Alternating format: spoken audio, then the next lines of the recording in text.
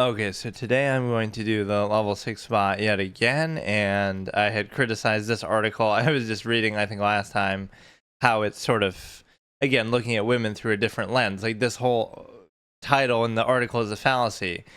It doesn't matter how many women have beaten Super GMs. Well, the women that you're talking about are not just random women, they're also Super GMs themselves, or, GMs themselves. So it's stupid to look at it through that lens, right? It just is irrelevant at that point, whether they're women or not.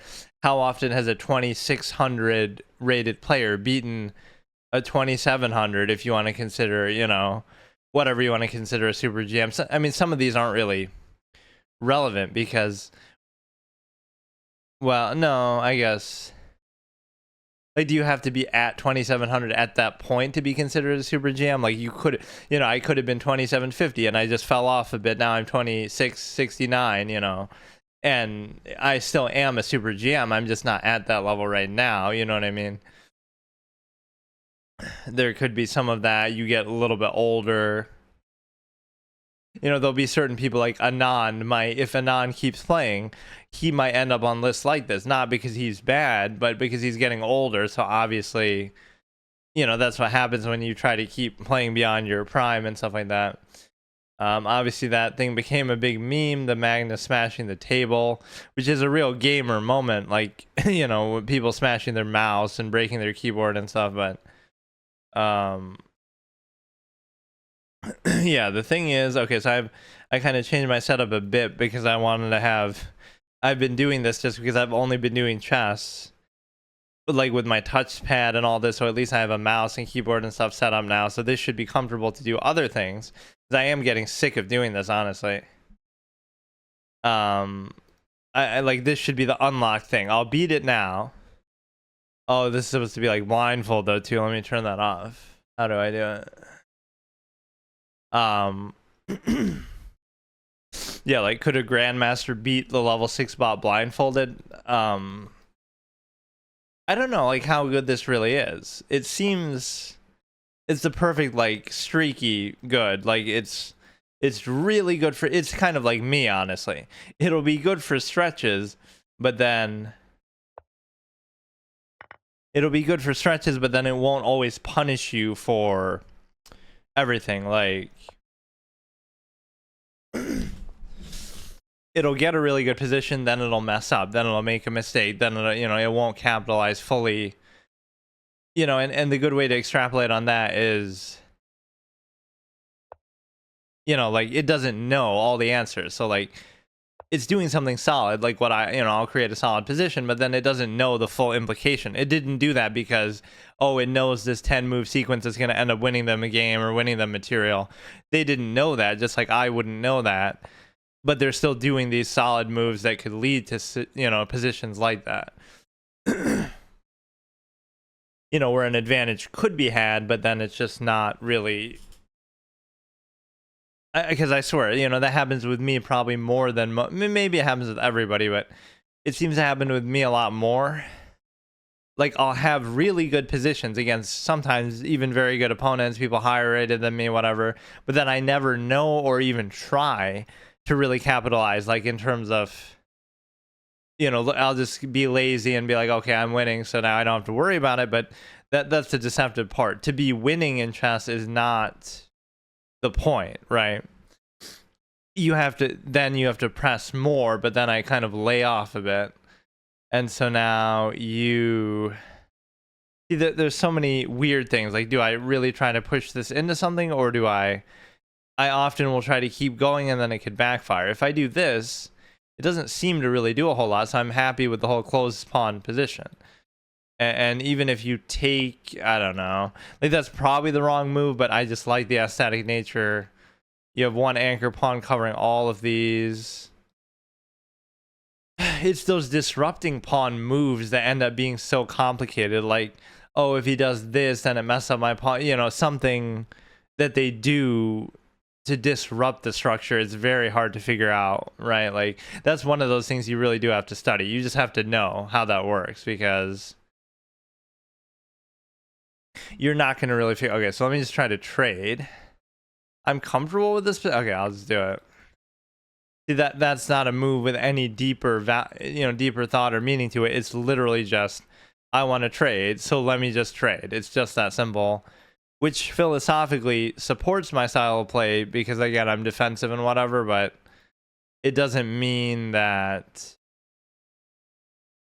I don't know. It doesn't mean that it's a good thing to do. It just means that it's good for me, and there's some value to that. See, even there, like, I'd be happy to trade, but what if I don't do that? Like, even this is kind of cute. You can't take. No, but you could take with the queen, and then if I take, it's bad. But, like, you could go here, then he can't take. Like, I don't want to even do it, but... Like, I want to keep the queen around here, but I don't know exactly what I'm doing with it.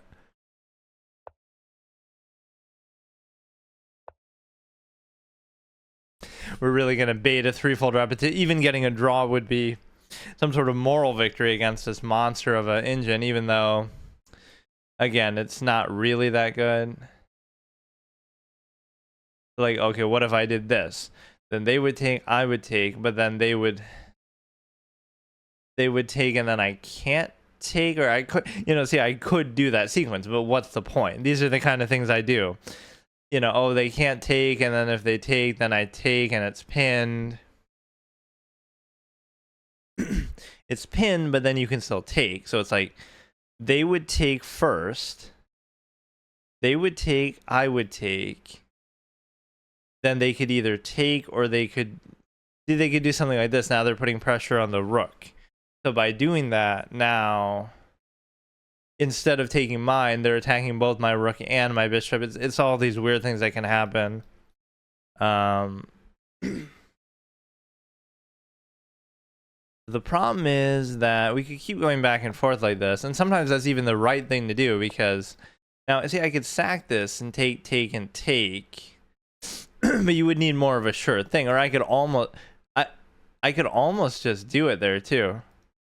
Like, okay, I take, they take, I take, then they go here, then I go here. Oh shit, like, that looks crushing, but something's gonna go wrong. I would take, they might not, but if they don't, then that's fine. I would take, they would take. Wait, but they're already gonna, see, they're not letting me do it. The fuck, man. They would take, I would take, they would take. Fuck off, man. And the one time I'm trying to be disciplined and not trade, they won't let me actually do anything with them. I would take, but see, I won't be able to. Fuck off.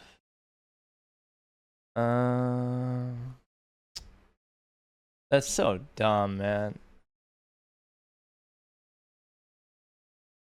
You can do the same shit over again. I don't know. See, that's one of those tilt kind of moves. Like, I don't want to, I normally would want to trade, but then in that situation, I don't want to. If I go here, they would take, I would take, they would take. So I can't do it. I could try to double stack. I don't know what this bishop is going to do. I'll just try to get out of the way a little bit. I don't know what he's doing with his bishop. Maybe attack that. Because it's good to try to learn from this too. This is exactly the kind of level that I should be looking for, because if it's higher than that, then it's going to be too complicated. This is like, what is it that he is trying to do at this point in the game, right? In my defensive, mucked up style. He's trying to attack a pawn simply like that. Now, it's not going to do anything because he'd have to bring a knight as well, which you really can't even do. I guess you could bring it here. He's going to try to bring his knight down there.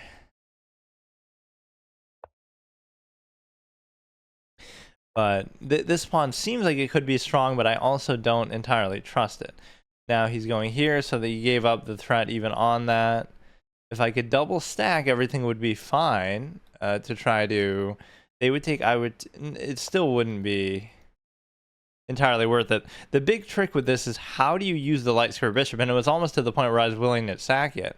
Because again, I would take, they would take, and then you're pretty much like so close to doing something, but it's just not that simple. Like, let me try to calculate this. I hate using the arrows because it feels like cheating.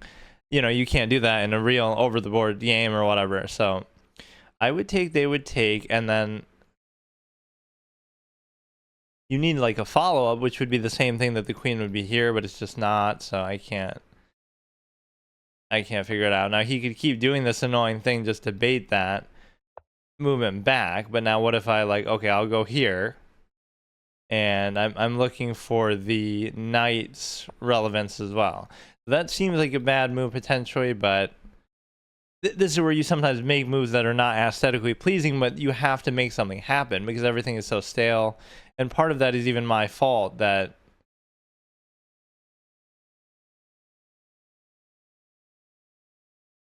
you know.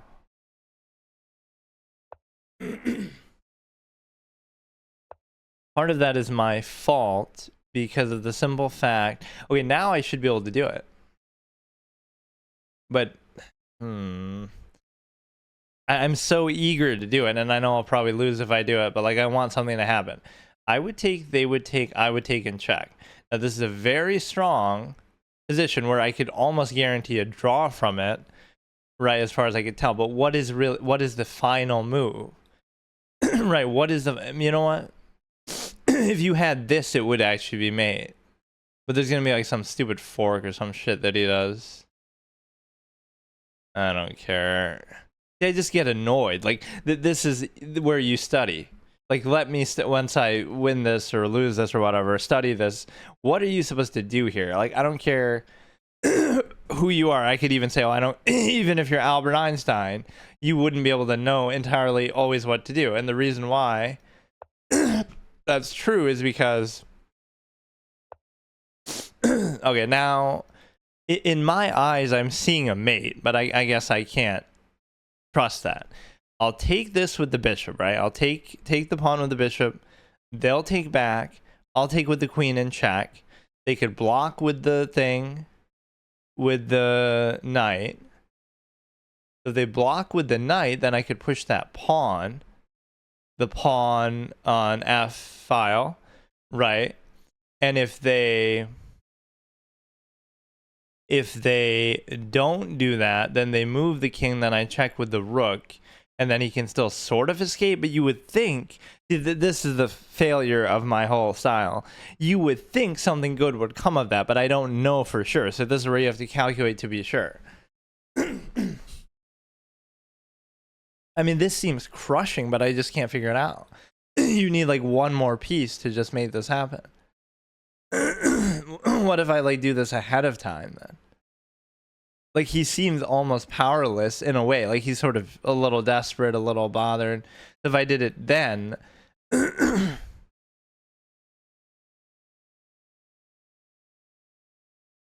it'll be something weird. Like, he'll just move it and attack that, and then I don't know. Like, you're attacking this and this, so it sort of compels me to trade. So again, I'll take with the bishop, they'll take with the pawn. I'll take with the queen in check, hypothetically. They'll block with the thing, with the knight. And then there's no immediate thing that I can do with that. Because, you know, oh, well, I go here, and then it could be very difficult for you to deal with that. Because, you know, you bring the rook. Like, it's just not enough. I don't know. These are the moments, though, where you would sack to just break through this very stale kind of closed pawn situation. I'd want to do that, but I can't do it. You know, I almost... This is where you can't worry about conventional things anymore. It's like...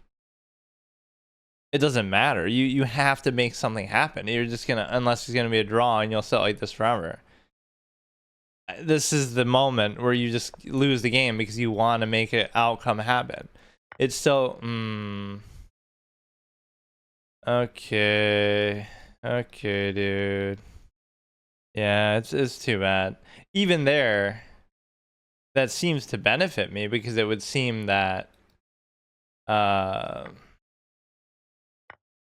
would seem that I want a piece, but I don't even remotely feel like maybe I created a good enough position that they gave me enough credit for, but I don't.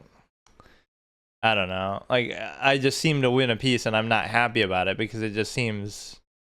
I don't get it. I don't even know what was happening, what I was going to do with that. I have no idea. Like, why did you even have to do that? I couldn't even explain it to you. If they had to do it. So this seems cute, but then they'll move the pawn. I almost... This is very ballsy of me to do this. Like, trying to push the king pawns this far, but again, my king doesn't feel very under threat from any of this. So the problem is that's hard to cover. And so... I don't know. Give up the double stack. It seems like there's very little that they can do right now effectively, but if you push the pawn there, like, I want to make it so they can't push pawns and they have to they have to exchange something. Okay, good. Okay, now this is wide open.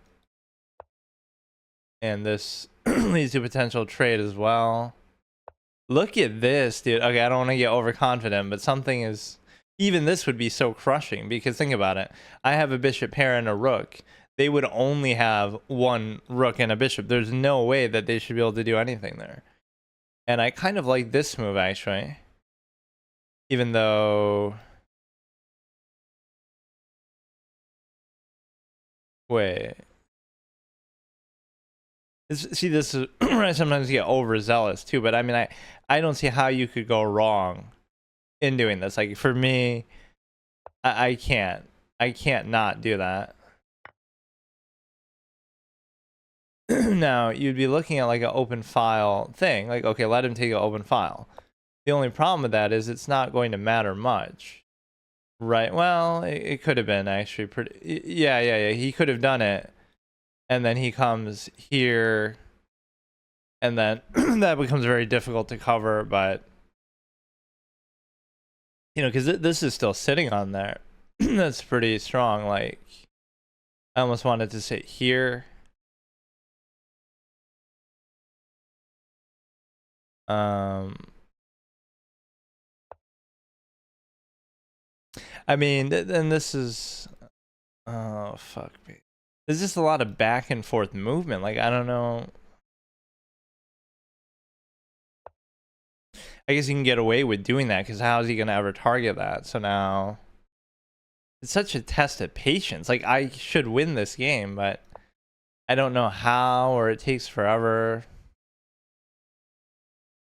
You're really going to convince me that a bishop pair wouldn't be able to do this, but it might not, because how are you going to break through the pawn? So I almost don't. Like, how do you play this position? Like, I don't know. I'll try to... There's nothing open.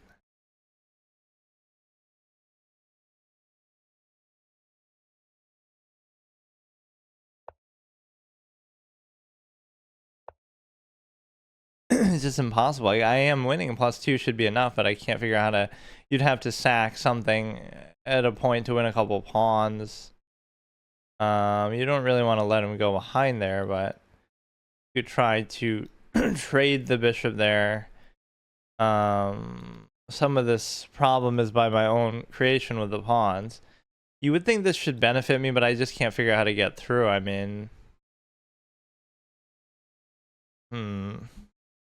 This is a basic lesson in endgames. I mean, this is the best position I'm ever going to have against this, so I better take advantage. Like, his king can't really slip through unless he sacks, and if that's really worth it, I couldn't tell you.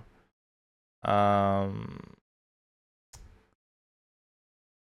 mean, I'd love to imagine, like, what kind of crazy line of moves you'd have to do. There is nothing you can do to get through this. Like, you just can't. I don't believe it. Because, yeah, it'd be like I could sack my bishop here.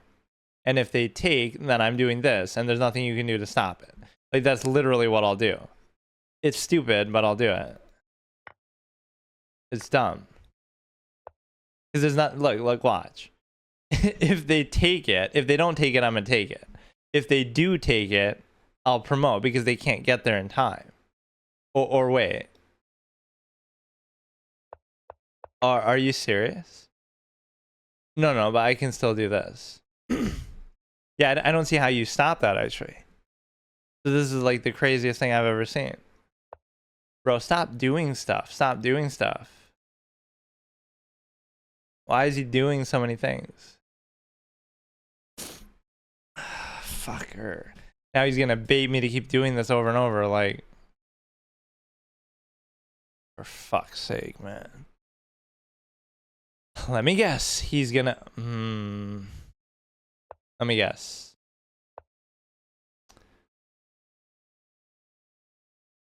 Fuck. I don't care.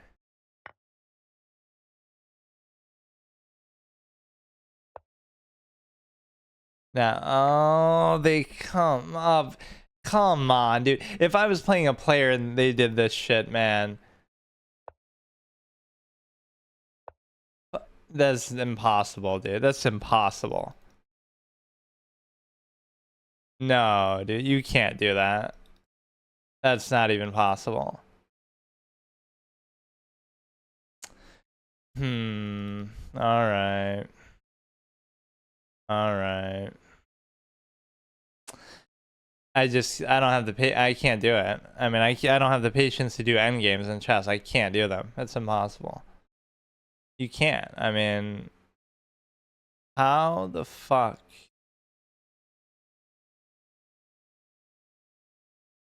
Oh god. You fucking... Do I just bring my king all the way up here? Or I don't even know, man. I don't know. I couldn't... I don't like it. So, puts a certain amount of pressure to do that, and then you'll start pushing your own pawns, I guess. I don't care. I don't even believe it, man. They're gonna do some crazy shit. Like, how are they...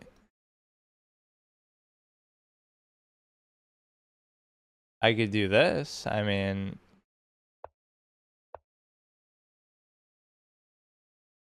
But how are they... How?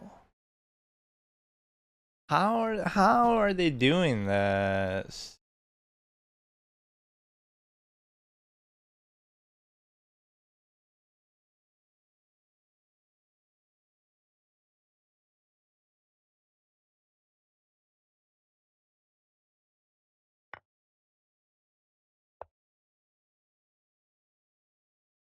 Now, there won't be another square that you can ever catch that on.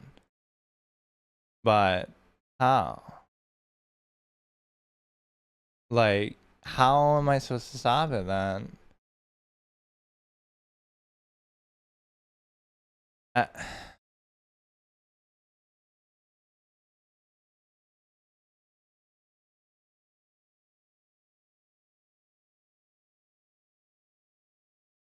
No, that's just ridiculous. I mean...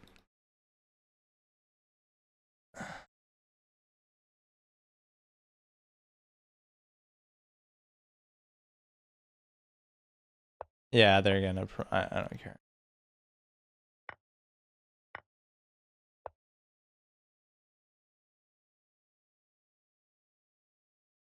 Yeah, I give up. I'm not gonna play this again. I mean, I don't know what that is. I don't know. I can't explain it. I don't know what that is. I've never seen something like that. That's just not right. I mean, I could sit there and try to figure it out, but that's not a normal human thing to do. And of course, it's not a human that I'm playing, but that's just not a real thing. This is the thing about chess, it's artificial. Like, that's not a... You can't really do that. That's the thing. I almost would just bait a stalemate or what? So the end game, it's sad because I was in a clearly good winning position and I just don't have the patience to try to figure it out. That's what it really shows you. I don't care enough. I don't enjoy it enough.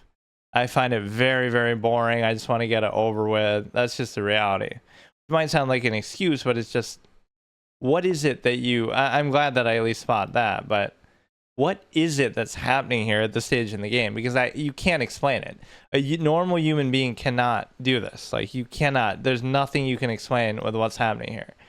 So you do that early. I guess I tried to do a bit too much. Like, I tried to keep covering these over and over, and it's like you could just go for it anyway. As long as you know, and I saw that too, but as long as he can't go here specifically, right? As long as he can't go here, he can't cover that. And that's what ended up happening. I allowed him to go there, and it's just like, you know, you don't understand the frustration level of finding stuff like this. That you would actually, like, imagine I had the right move, right? And then I just waited too long, I guess. And then you really are able to do that still. Like, okay, you can have it. That's a blunder too. So, well, even here I'm losing anyway. So, because, you know, I sacked a piece for nothing, but it's like, it shouldn't be for nothing.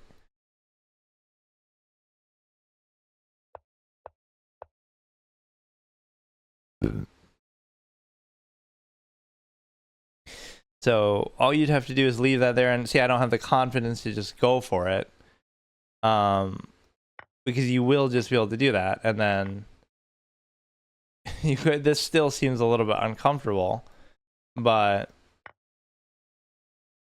whatever you do, man,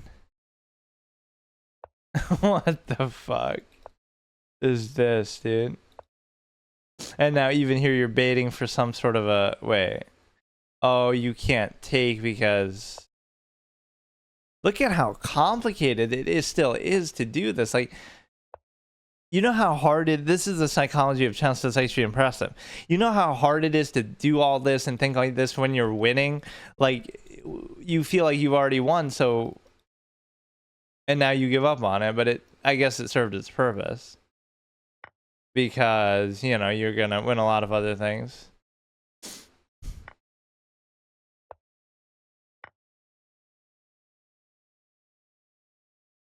I mean, this is where, and it can be instructive. Like, I genuinely don't know what to tell you. It's not something that, you know, and I even see this move, right? I'm even saying I'm going to do that, and then I even still do it. That's a bit of tunnel vision. This move obviously just, I mean, I couldn't even believe it, that there was such a move. That you could, like, now you guarantee your ability to actually contest that. I don't know, like, I just can't deal with that. I basically beat it, right? That was basically it. I mean, I can't even tell you what to...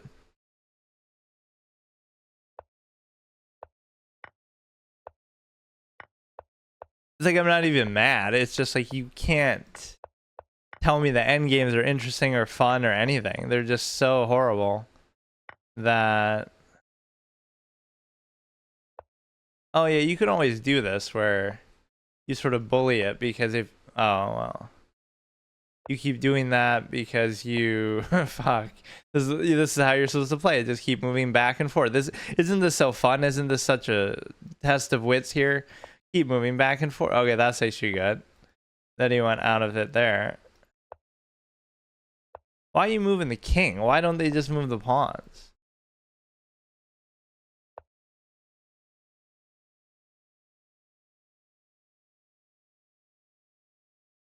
Yeah, I mean,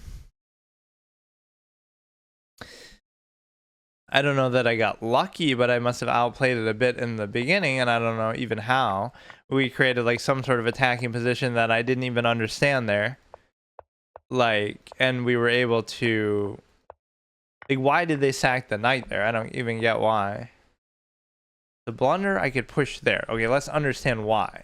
Because they could take, and then... This was a move I was even talking about, but not in that context. Like, what about doing that makes it different? Like, why I could do it here? Well, okay, I did say that. You do this now. Okay. What the fuck? No, why does that work though? You go here, he takes, or assuming he takes, we pin, then he can't take, then you take, he takes, I take, he takes. Wait, why is he so afraid to take that though?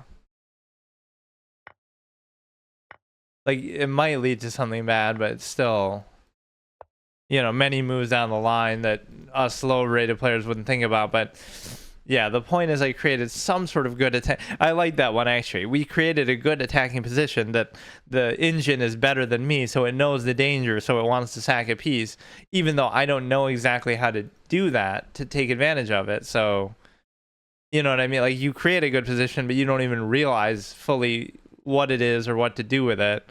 So then they, you know, that sometimes happens against higher rated players. They'll be like, wow, I have to sack this piece or I'm gonna lose, and it'll be like, oh, that's nice of you, but I didn't even see what my win was, because you see it but I don't, so you assume that I do and you give me that credit. Like, oh, I must have done that because I knew it was gonna lead to that, but I actually have no idea, or I don't have the will to think about it. So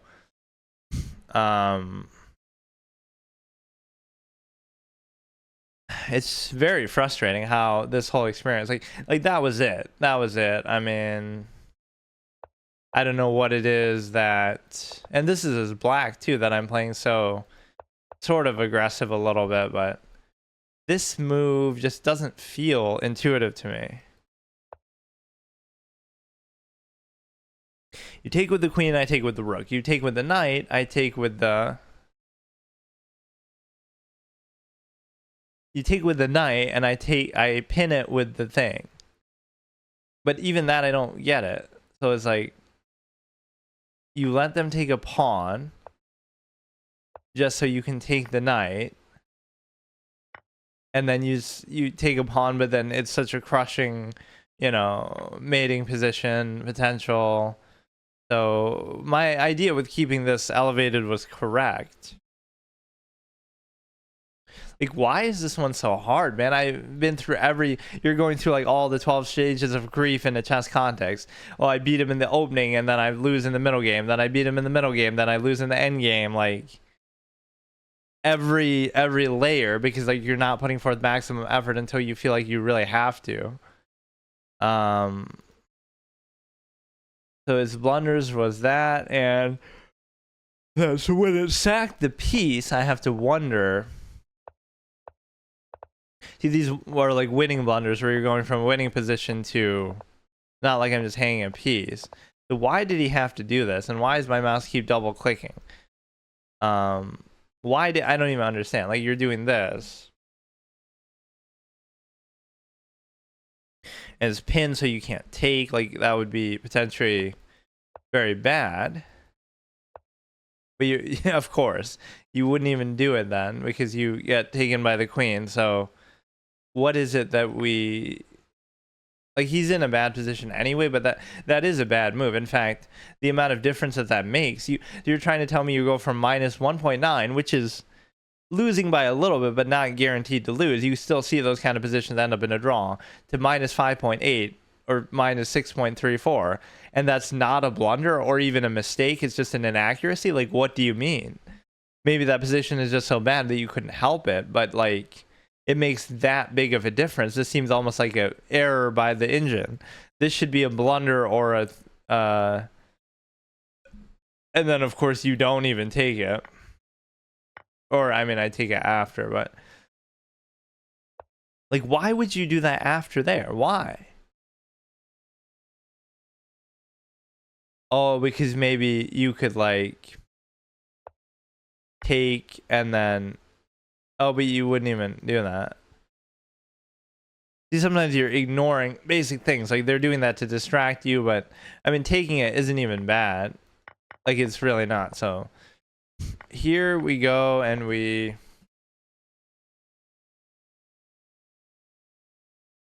That's one of my most aggressive games ever, though, even though it was still like a closed pawn type thing. It was kind of funny because I was trying to You're trying to do this, which I don't entirely feel comfortable, but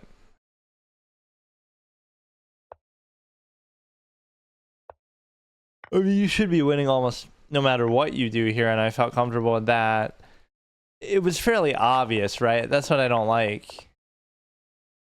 I even said it, or I thought it. Like, I just have to cover this one. As long as I don't let them have this, they can't stop my thing. And I'll take, and then I'll just move, and then I'll just do it. I was even saying that move. I'm sure I said it, but I was thinking it too. And then at that point, I don't know what happened because I get distracted. Oh, he's threatening that, and you could just let him take it. But I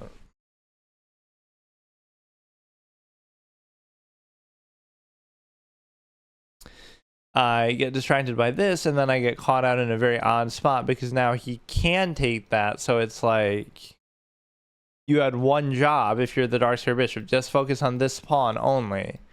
And I could have maybe gone inward before. That's just really... I mean, isn't this like a 2000 kind of rated game kind of issue, though? This isn't like some low-rated, 1200 player blunders. This feels like very high level, especially for the speed that I'm playing at.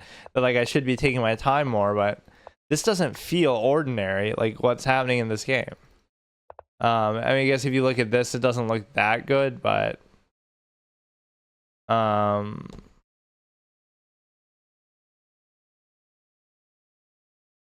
the rook pawn revel. I mean, I'm pretty satisfied with that one, though, even without winning. It's just so frustrating. I just wanted to do it. That would have unlocked my next thing. That shows you I'm sick of playing chess. Like, by doing that, I'll unlock the ability to do something else, which I'll probably do anyway, but, like, that was, like, I don't even know what else I want to do. I wanted to do those delisted ones. Like, maybe I'll try that stupid Mario Kart knockoff thing that's about to be delisted. Hang on. Okay, so here I'm going to try to finally take down the level 6 bot. It's not actually Stockfish level 6, which if you go, like, that would be, like, going in history to, like, you know, as Stockfish was being developed and, 10 years ago or whenever, probably more than that, level 6 would have come out. This is level 6 on the site of the actual... It's Stockfish 14 level 6, which obviously means it's the most current, or not the most current. We're probably up to 16 or 17, but no, I had it basically beat the last game. So what happens is there's like one or two moves where you let your foot off the gas, or you kind of take it easy, and then they take advantage of that, right? You get overconfident when you're winning or something. So now I could come into this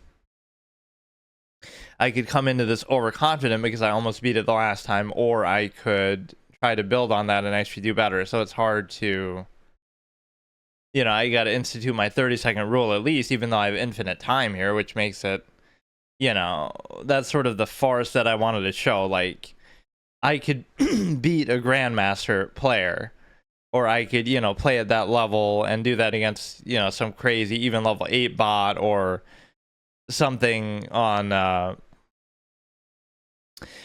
chess.com or somewhere else, like the level 17 newest Stockfish best version. You could play with that, but you would take forever in doing that. You could sit there for day, you know, like correspondence style.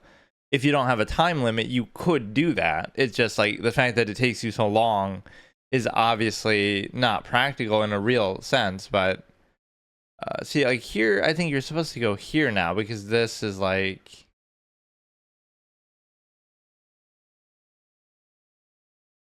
yeah, I had basically beaten it, so I'm not too happy about that. I mean, I was like +2, and I even saw kind of how to win, but it just seems cute, like, oh, you're going to protect it, but you're really not. Somehow, in fact, you're already not, because, you know, he's already double attacking us, so you can't do anything. You could do this, but again, sometimes that would be like the beginner type of mistake, right? Even though I'm no expert, it's like, I know that's not good. And the reason why it's not good is because it's going to mess up your structure and all that. But on a basic level, you might think, okay, that you want to cover that, and that could be a good thing, right? Somehow. right, you're thinking the right way that, okay, you want to cover it and you might actually get something, but some of these positions and structures just aren't really worth the trouble. So I could do this at least to compel a trade in a way that I'm happy to do that. Because the queen being there doesn't bother me too much.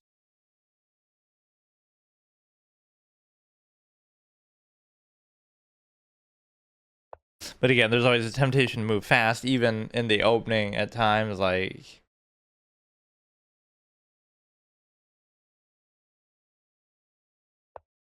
in the opening, as far as you assume you know what you're doing, you know, even for better players, like Alireza against Fabiano loses in like 8 moves effectively, or whatever, 9 moves. You know, it's just being overconfident that openings are just a foregone conclusion. But you know, my preferred structure here, which doesn't mean it's the best and doesn't mean this is what you should even do, but based on how I play and sort of my own self-created system, the pink flamingo thing, I would do it like this, where I have the one anchor here and then I go like that. And sometimes that can be good, but it's generally not as good as I make it out to be, or I insist upon it and just swear by it. But it's a very intuitive thing for me. And then what I also mess up is I end up staying with it too long. Like, it could maybe be good even technically, but then you don't just leave it there. I just leave it there the whole game and I never do anything. I never try to push. I never try to break through. Like, if it's just a stale... Okay, we gotta address this, but if it's just like a stale defensive position, I'm almost happy with that, to the extent that this even seems bad, because even if I do that, you could still push and do something with it.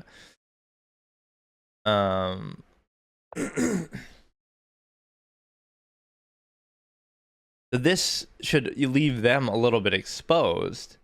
And so it's weird, they're gonna queenside castle now, so maybe I don't care what I do with these pawns. Like, that's sometimes my weakness, right? Even though it's a higher level thing, it's like I get too comfortable with the position and then I don't want to disrupt the pawns, but sometimes you have to. Like, even the last game I was doing that. Like, let's just do it, even though it doesn't seem good. It gives you free moves sometimes. It helps you get out of a bind by doing that, attacking like you know,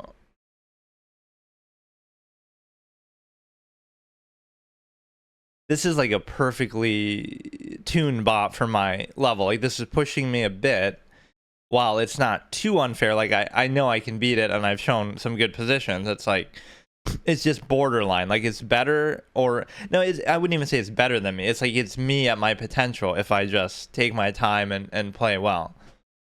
But it's kind of pushing you a little bit, right? If it was level 7, it would probably be way too good and I just feel overwhelmed. And then if it's level 5, it's too easy. So this is like my accurate level, pretty much, right? In a 10-minute game. In fact, even then it might be too good, but it's hard to measure that, right? If this was like a normal person, right, my opponent playing at this level, but taking a normal human amount of time, then it would feel more balanced. But because it moves instantly, then you can't really measure that, because it's just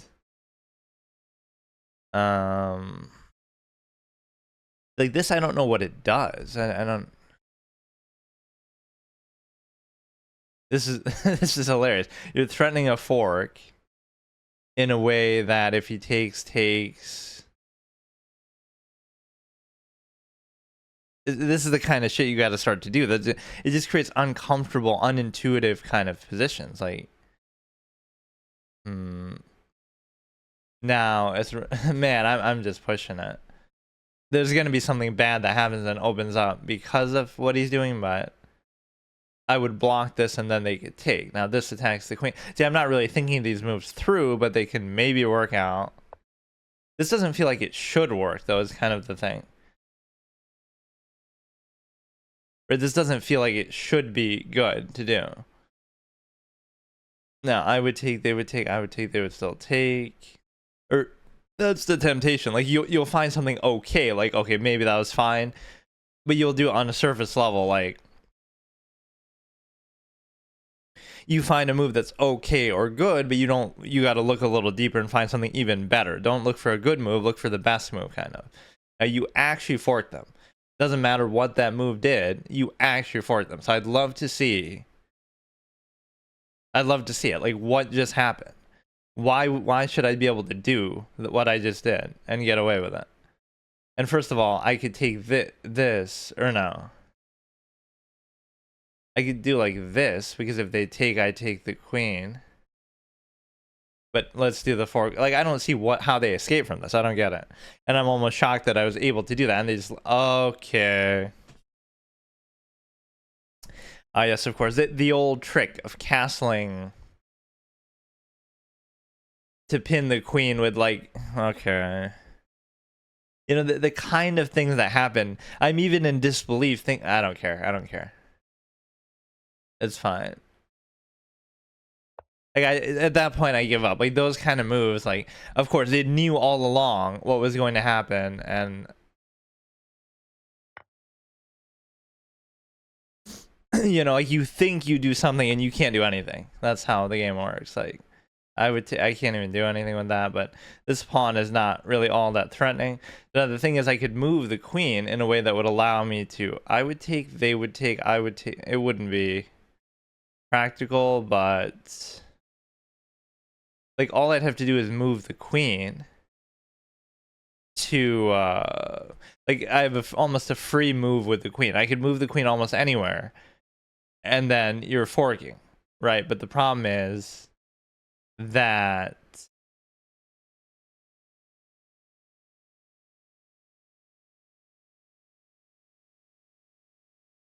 there is nowhere good to go for the time being.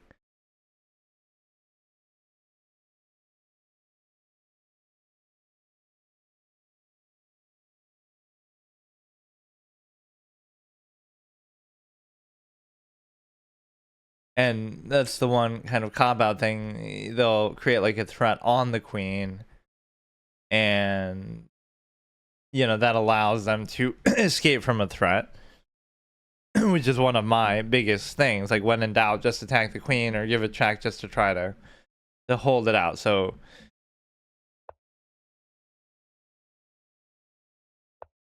so you were forked there, and even there, unless I'm missing something, that is still a take.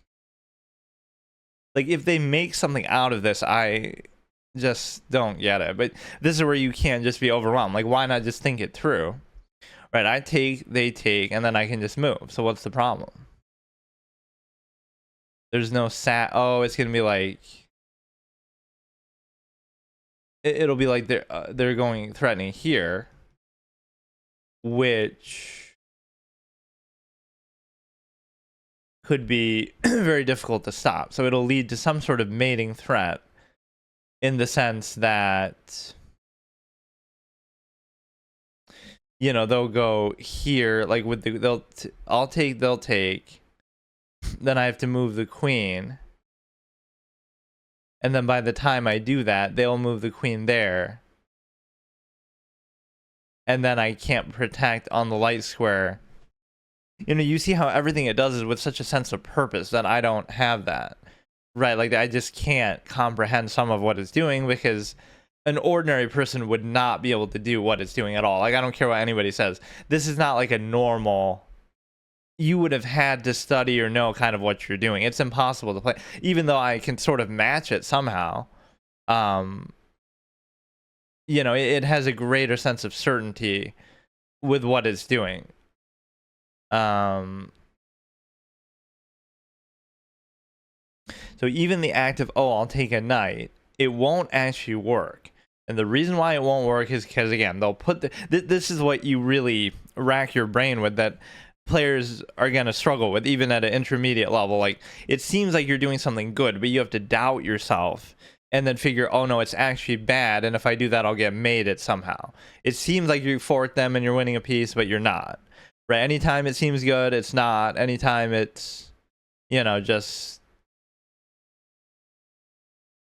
Okay, so I would take, they would take. Then the queen is also under attack, which means that now the bishop is here, the pawn is gone, and the bishop is there, the pawn is gone, and the Even double attacking that doesn't solve anything. The knight is just kind of sitting there doing nothing.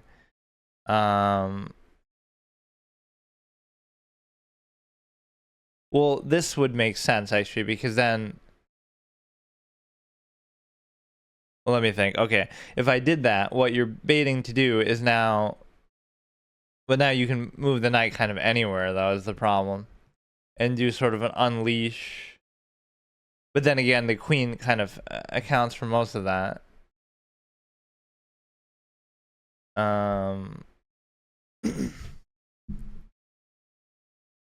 And then it becomes like a sunk cost fallacy, almost like where you try to, you feel bad for, well, that'd be more like if you sacked a piece and then you keep trying to push your point, but it's more like if you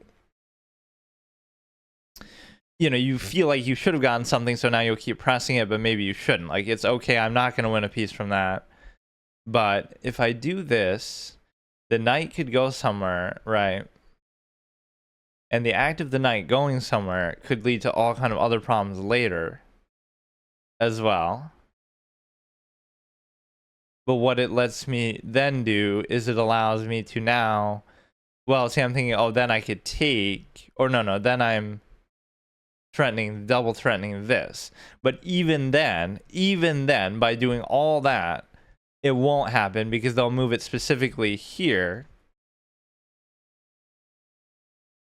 They'll move it here, thereby covering it again.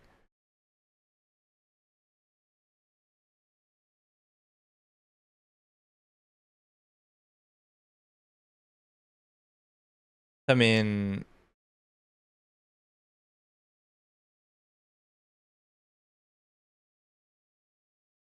and you can get caught up kind of in your own calculation sometimes, like you'll confuse two different lines together. Like, I'm thinking, oh, it can't go there to threaten this, but that's only if I do this, which I was just thinking about before. But in this case, they can still go there.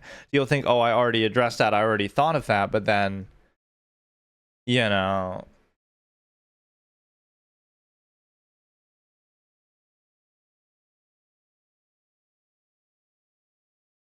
the problem is this, where they could just keep threatening the queen and it becomes very annoying.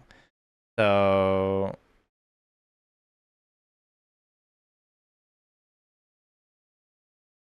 you know, you could do something a little brazen here, like you're just threatening not even a mate, but this is kind of cute. You develop. So now what would be their what would be their plan of attack? Right, we're still threatening the knight, we're threatening here.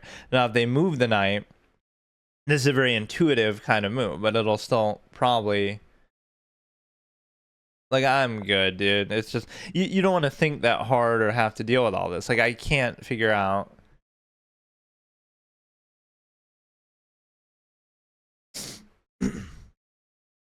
So did I finally, like, I get mad when I have to do that, right? Like, it feels like you shouldn't have to do that, but like when you think so hard and for so long, so what ends up happening is, now if I take it, will there still be something bad that happens? I don't see how, though. They have nothing active.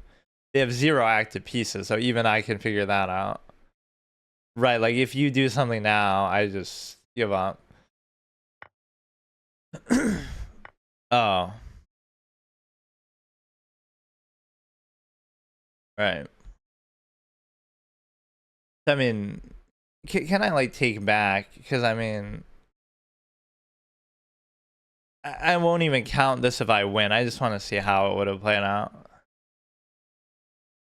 It sort of exhausts you after a while. You really think, like, you feel entitled that there must be something that you can ever do, but it's just too good. It's just too good. It'll never let you do anything. So why even bother playing the game? Like, you can't. It should have been a fork. You get nothing for it. It just wastes your time. Again, this one won't count, even if I do win, which I won't even, but it is sort of demoralizing. You just can't do anything.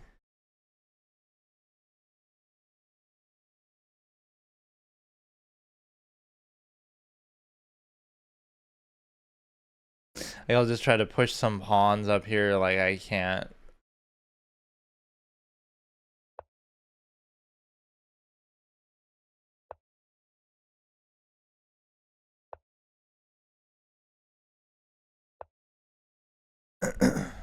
This is actually a good idea, because since you've already lost the game, right, you may as well just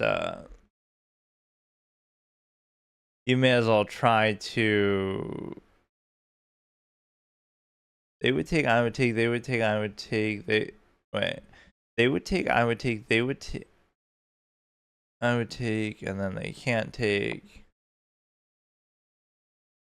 They could take the knight here now, and that could be a little ugly. I don't know if you, oh no, I mean, I'd have to because of the thing.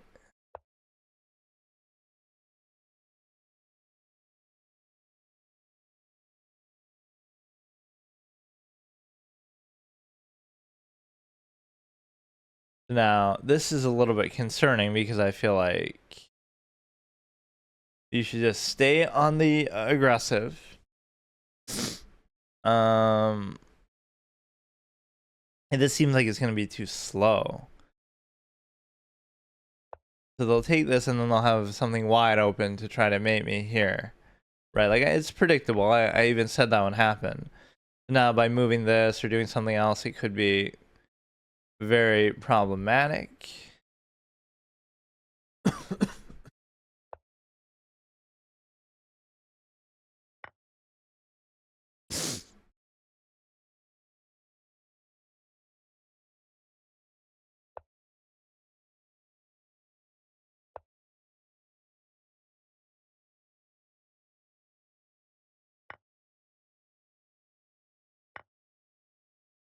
Okay, this is like a one move window now that I have to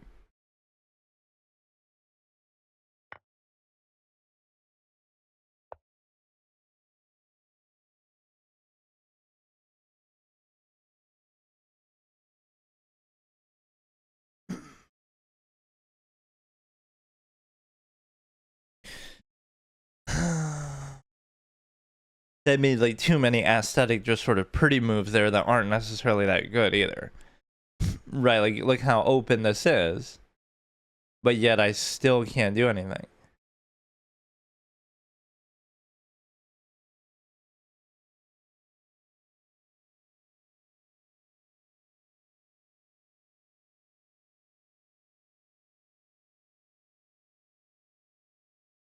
The trick is like they come down here and then I could double take. So if I move the queen away, what could happen is they do it, but then I'm not immediately forced to take either. I still have a move. But it's like, you know, if I take, they take and check, then I move up, then they can check here, potentially, and then they can, if I go here, they can check here, so it could be pretty bad. So I'll go here, and so I'm threatening, and it's not the easiest for them to deal with that. But it's a situation where as long as they can't give a check, that's sometimes a defining factor, right? If they can't give a check immediately, then you at least have some breathing room to do something. So see, they had no choice but to do that. And so now you have to press it even further, and what you could do is maybe that. But now if I try to do this, then I will have to take, and then it will create a problem. See, because this is like the inside-outside rook. Here, I can choose whether to take or not and let them take. If I go here, outside, now they can do it, and now I have to take. And now you can't move this rook even. Except to check, I guess. Now I should almost try to... You know, this idea is pretty clear. That you would try to... Wait. Yeah, like they would take, I would take, they would take, so I would need another cover. But again, when you take like 10 hours trying to do this, now they can't move the rook even either, so I could run that too. But again, this would be the problem, right? Normally you could do that, but because my queen, or because it's a check.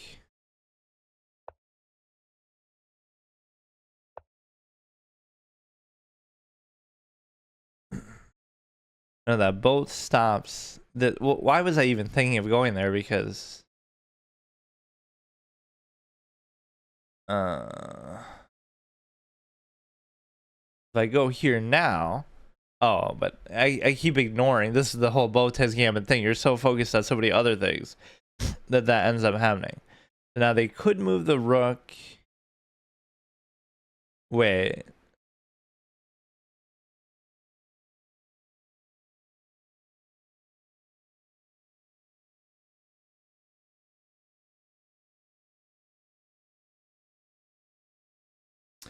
I mean, it's good. I'll give it that. It's good, but...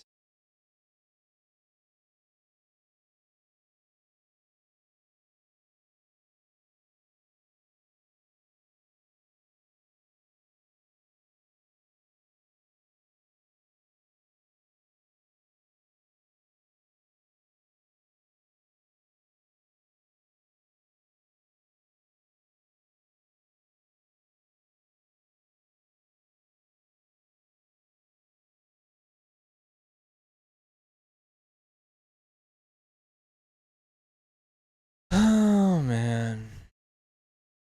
Let me do that too again, since this one isn't counting at all. So what I need to figure out is, all you have to do is think, like, what could be the best move here to continue? Okay, you see what their next move is. I mean, you could try to move this, but I just don't understand why that would be a good thing to do.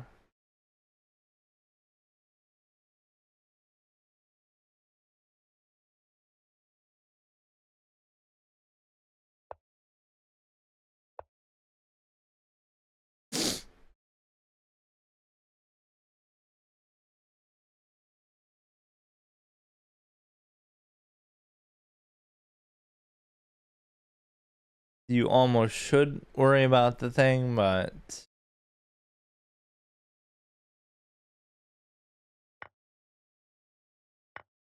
You could even have just done that. Alright.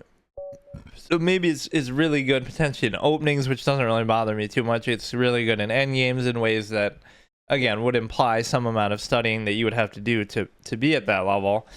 But in the middle game, I seem to be doing pretty well. In fact, winning in a lot of these, you know, like the last one should have been it. I don't know why.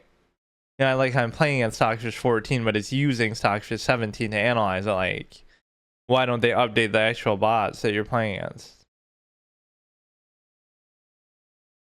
So I was winning most of the way. So it's interesting to see how it changes, despite I keep creating, you know, telltale style against even opponents, right? Like around my level, I'll always create good positions, but then I won't take advantage of them at all.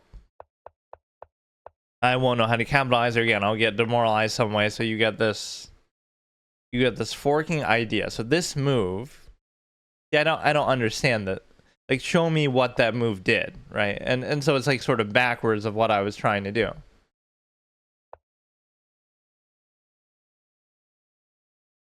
Why? Oh, I ended up doing that same threat, but just not as efficiently, I guess. My development was too slow. Like even this move, it wants me to do that. Like, why would I do that? Or no, I guess I did do that. Like leaving that open. Never mind. I'm criticizing myself. But still drawish, so that's often what happens. Like I fail to capitalize on the threat. So what is it that you're exactly trying to do is what I don't understand. Did I even do this? I don't even know.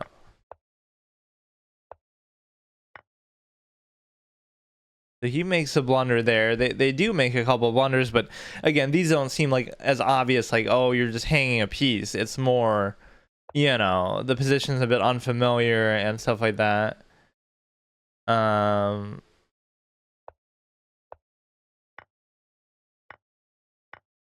you're still winning, so how?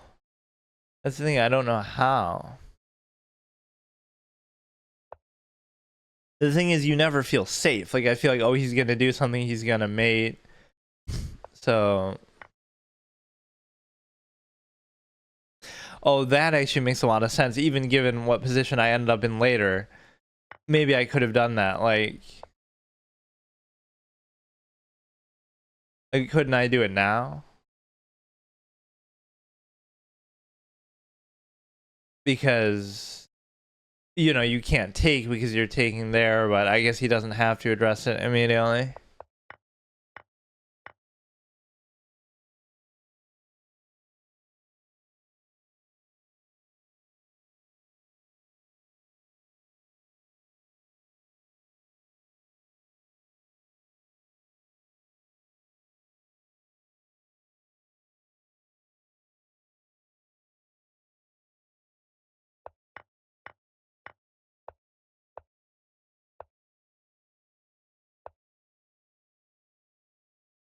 Now you're just giving him a free piece, but he doesn't even do it. It makes it seem like this is more threatening than what it is. And then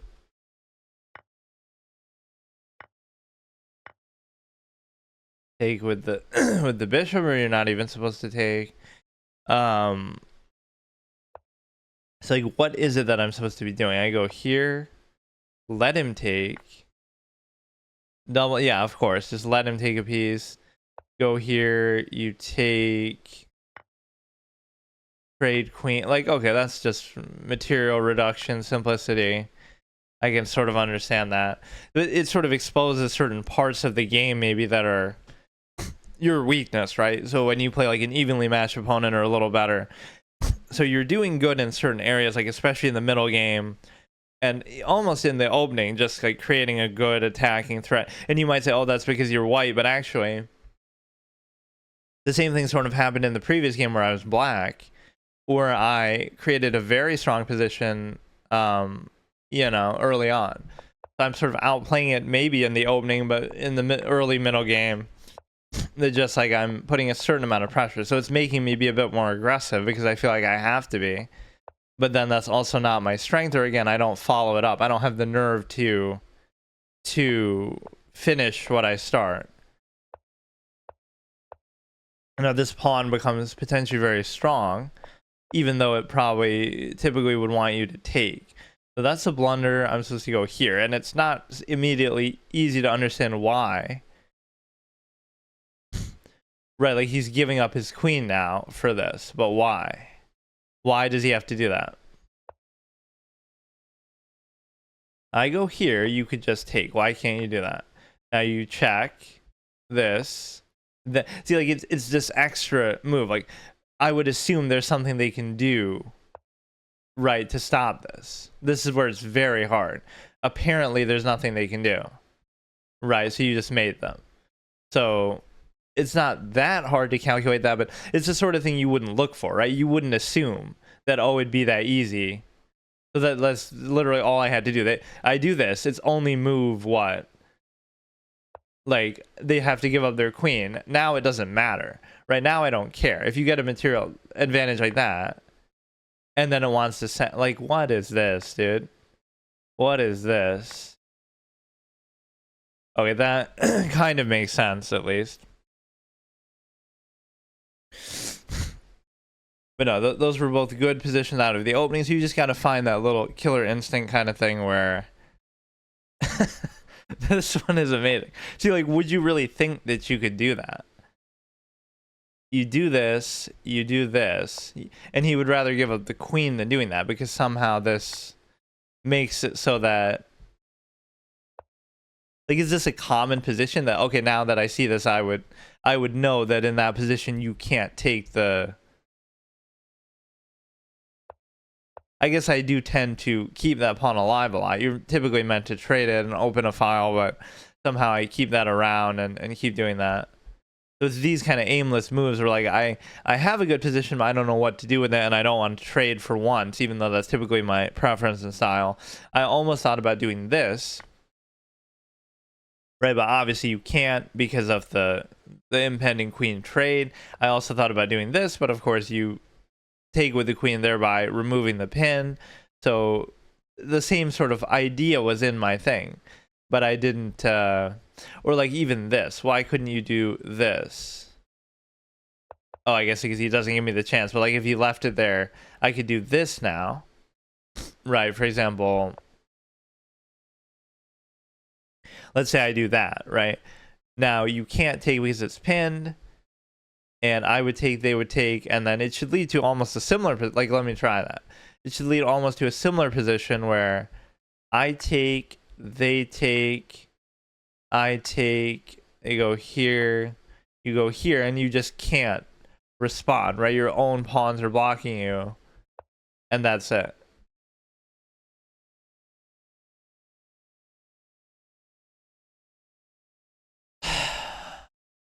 Does it show me like my record against it, where how many times I've, like how if you play the same player, it'll keep saying that at the bottom, like what your record is? I mean, I can accept it. It is a good bot. Like, again, I'd love to assign a rating to it. It clearly is not easy, but it's been a while. Every day, pretty much when I... Wait, a month ago? Wait, how could it be a month ago? But yeah, like, because I wasn't even streaming for a couple days in there, but like 1, 2, 3, 4, 5, 6, 7, 8, 9, 10, 11, 12, 13, 14, 15, 16, 17, 18, 19 times. And again, a number of those I've been in good spots, but I just don't have the, you know, almost isn't good enough, so I don't have the instinct to really finish it off. And so that's the problem, and I keep getting like these good aggressive early starts almost that it doesn't suit my style, because then again, I don't know how to finish it off. It's easy to say that in hindsight, like, oh, of course, you know, just do this because then they can't react to it, but you actually have to be willing to calculate that out. You know, you have to look for things that you would assume aren't there, like, oh, it's move 10 and you already have a mating sequence or some really strong thing. You wouldn't expect that because you're almost giving your opponent too much credit, like, oh, they would never allow that, or that seems too easy. But you just have to be open. You can't just dismiss it and say, oh, there's no way there could be something like that. You got to look and see whatever is there no matter what. So it seems like you're in a bad spot, but just look. It seems like an ordinary spot, there's nothing, but just look for extra. You know, like, don't look for anything, just look. You should always look with an open mind.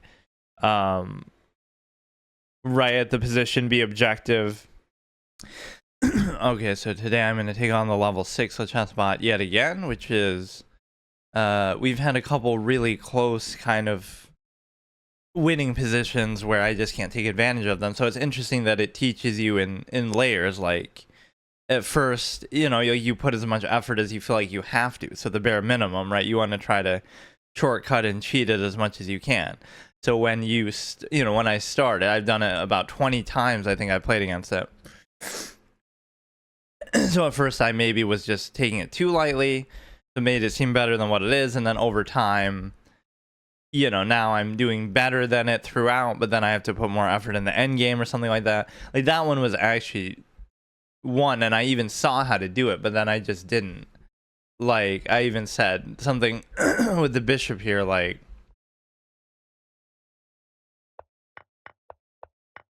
or was this not the one? Maybe it was the one before that, like, where I'm in like these good winning positions throughout the opening or middle game, and then I can't finish it. So this has got to be, it just shows you like I'm getting kind of the hang of it a little, or putting forth a little more effort, but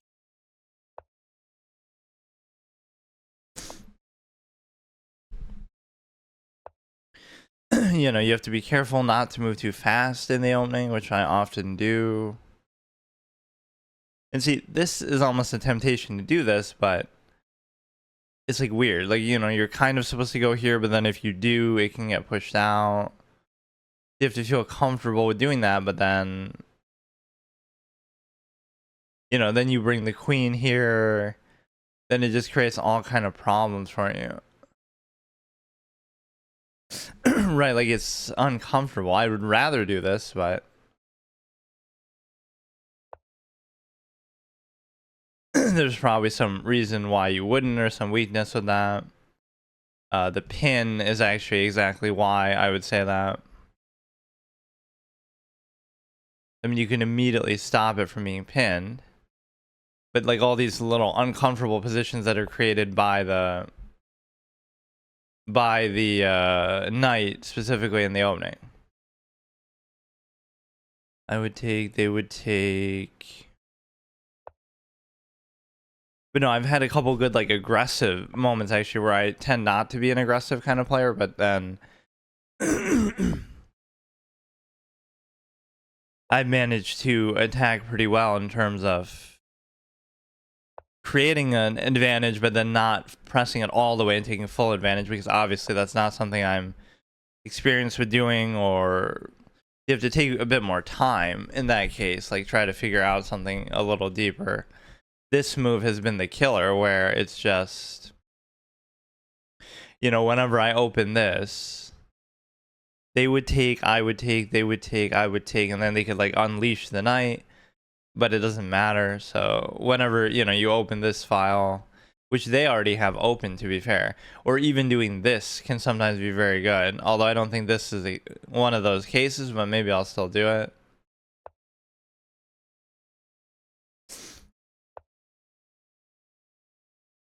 Okay, that seems cute, but it doesn't actually do anything. We're hitting the bishop, which, you know, this is where I get nervous too. Like, do I want to push it this far and try to, like, you know, really press this for an attack? And the thing is, like, how under threat do I seem? And maybe I should just maybe this is the secret. Like, I was trying to be all defensive all the time, but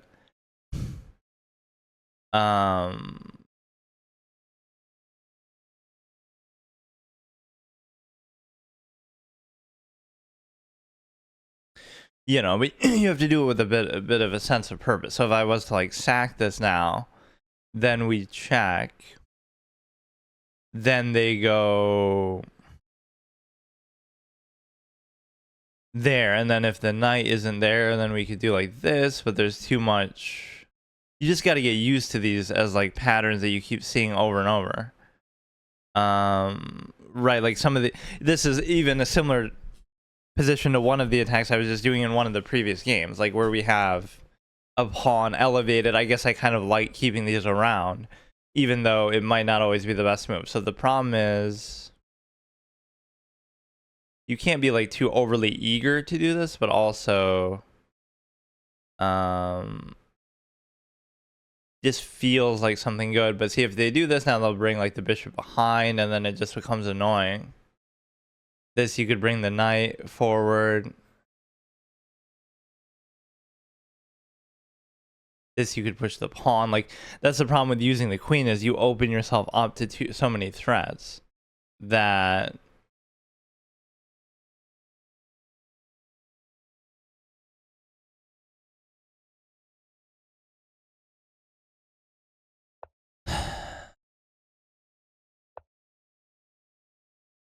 and then in attacking, you often have this happen too, where it's just like you're trying to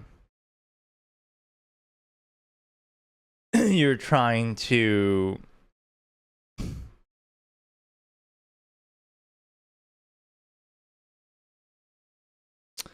you know, you're missing your own covers and stuff because you're trying to attack too hard.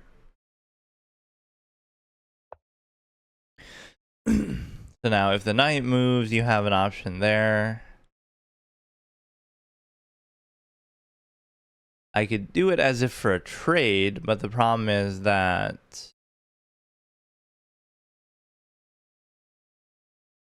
this would cover through, and it's not like that knight's doing anything anyway.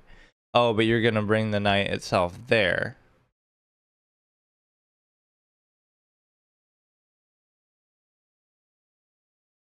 If you bring the knight there, there's nothing I can attack it with. I have to stop it from going there. This could be okay, but even then you could still do it.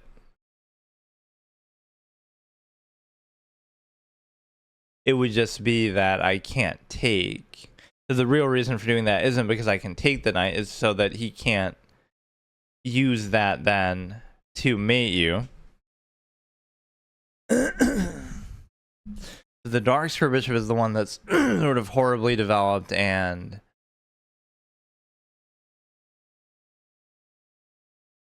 it almost might be worth trying to go for a trade here. But if they go here like this, you would need something to be able to take it on here, which I don't have that. So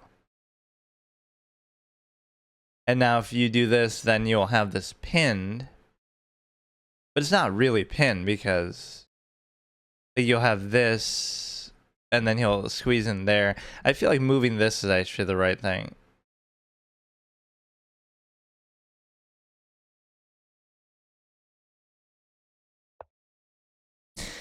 Because yeah, see, that tends to be more so my style of play. So like I'm the one putting the pressure, so he feels like he has to trade even though I'm playing as black. Like I've never played this aggressively, like ever.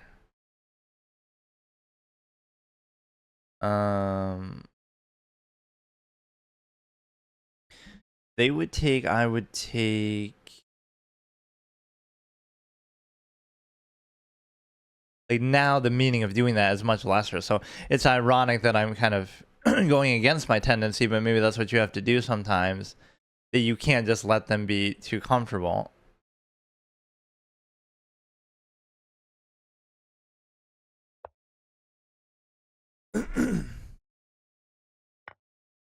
Alright, so they just get a pawn there, so it shows, or not, but they could have.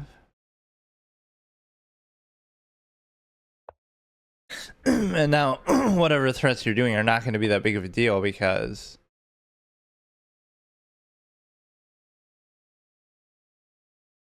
you know, just we're going to try to do it anyway, but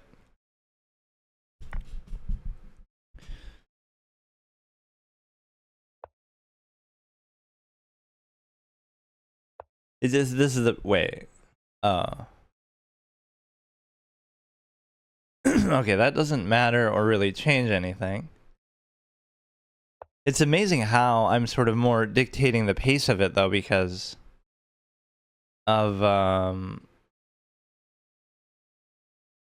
you know, this should leave him actually pretty exposed, and in fact I should be able to like double take, because this is one of those moves you think like, oh, I must be missing something, because how could that be even a good position? So now this is covered by the bishop, and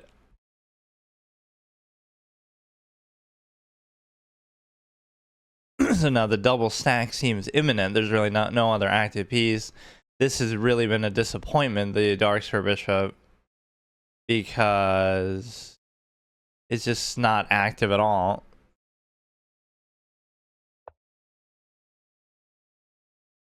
This is dangerous because you're leaving this and this sort of teetering with the cover, so he'll threaten there. Then if he takes, then no, but then I can still do this. Like something could go wrong with that, and I can't even do that.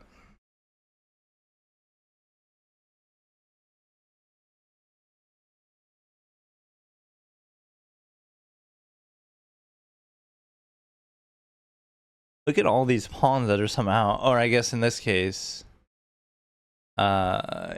he could just take it, so it'd be better off just doing this.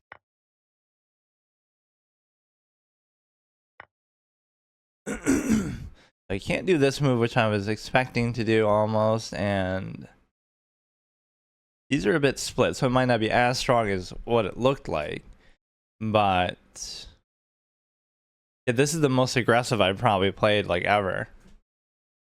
Just in these last couple, I like that it sort of feels like it's forcing me to do that, otherwise I can't beat it. 2 pieces for a rook is good. Oh, sorry, I just saw that. Should have taken his knight and his pawn would check.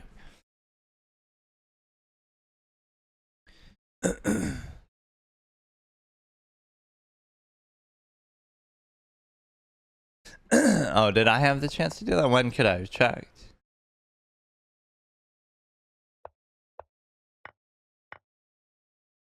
Oh, like with the rook, but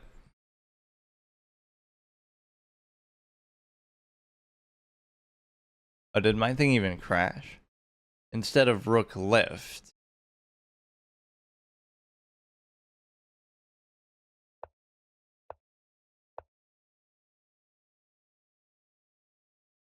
Take this, then they take the thing, then I take here. Oh, I see, because then I would get the, I see. I would get the bishop anyway, because they have to address that, and even, whatever, potential promotion. When his knight hung. Yeah, it must be here, right? Yeah, I would take the knight, then they would take the rook, which is what I'm afraid of, but then I take again, check, and then I still get to take the bishop.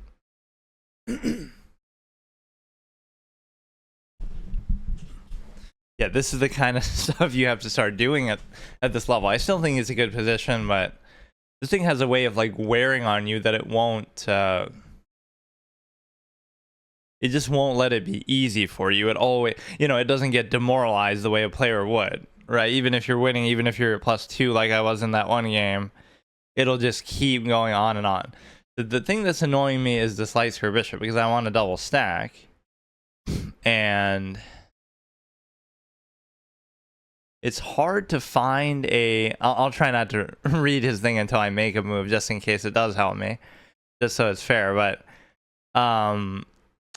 it's hard to just know even what you're trying to do here. Like, this dark square bishop is completely useless.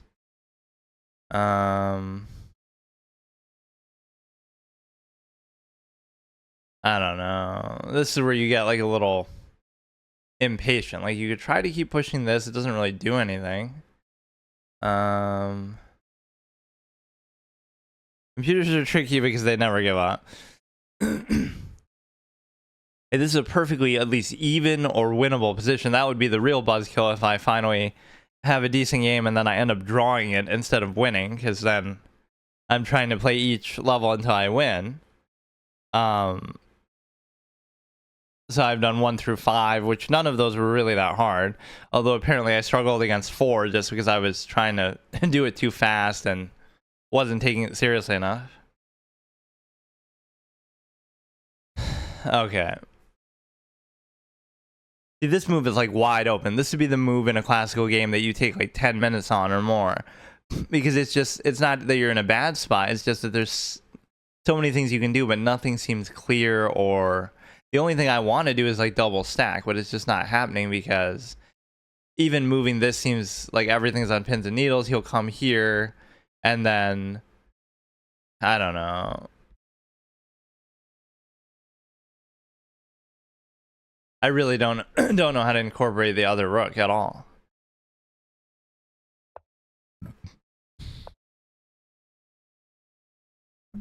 Yeah, see, I even just said that too, where there was a risk of this.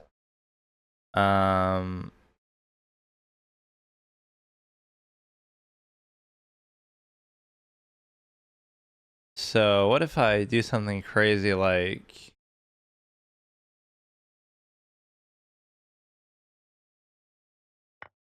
I don't care. See, now I'm gonna lose just because that move was so stupid. Like, I didn't know what I was doing. But then in those cases, you just play more safe. I'm trying to put too much pressure.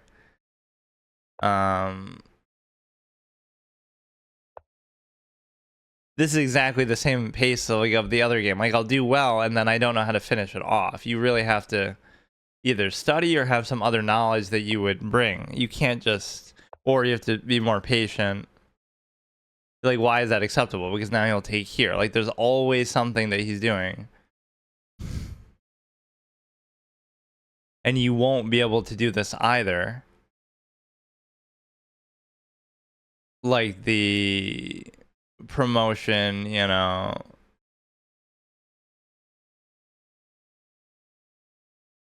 This could be actually kind of cute. No, but he's still threatening it so much.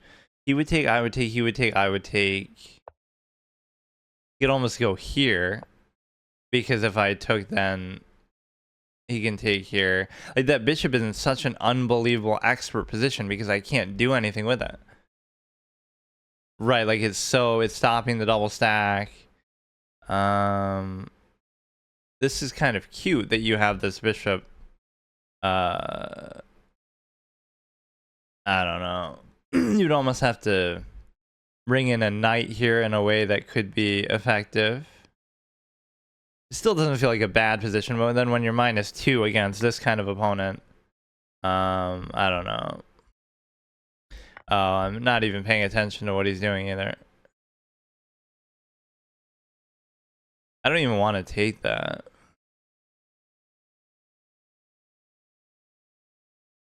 Yeah, it's very hard to play this stage of the game, like through the late middle game or the end game. It really does feel like at that point you kind of have to have some study knowledge or something that I just can't do, or be much more patient. I'm so comfortable throughout the rest of it. Then as soon as I get to like an advantage, I don't know what to do with it. You know, it's not as simple to attack or mate as it seems.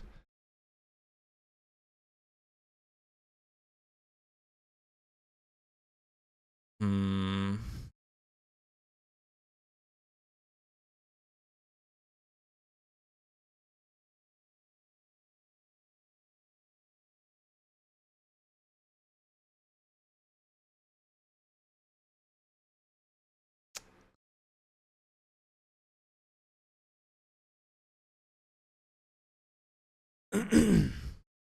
I literally had it the last game or the game before last, where like I see exactly how to win, and then I just let him do something anyway, just because I get impatient. Like I say, oh, the bishop can't come there to cover the promotion that I was guaranteed to get, and then I still let it happen. Part of why I always win at duck chess. I train against a computer which always plays out the end games. Most players never even play duck end games. I feel like in regular chess though, it's kind of like a lot of the time the end game doesn't matter, at least at the low intermediate level, because usually the outcome is determined by that. Right, once you get to little better players, then I guess it's not, but it won't come down to the end game because you're already up material or, you know, enough to where it doesn't matter. You don't have to be perfect and you can still win.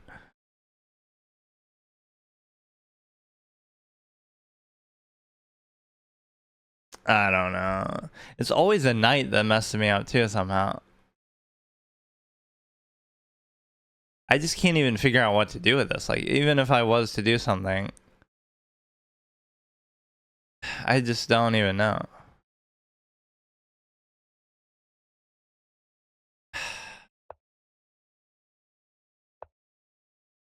Wait, that was actually worth it, because that at least blocks off it. That was kind of stupid. This gives me like a good knight position now, and blocks off his light square bishop that's been bothering me the whole game. That was actually probably a pretty bad move.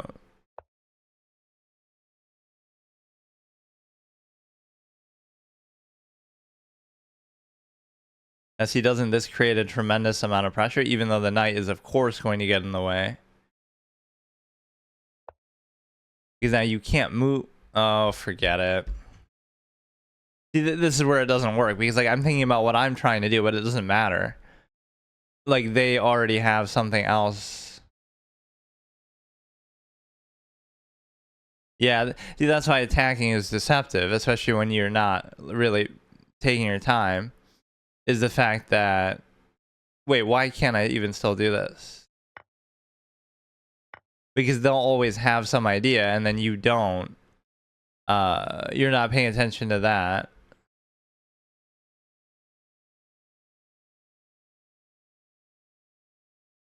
You know, you tunnel vision on what you're trying to do, but you're not.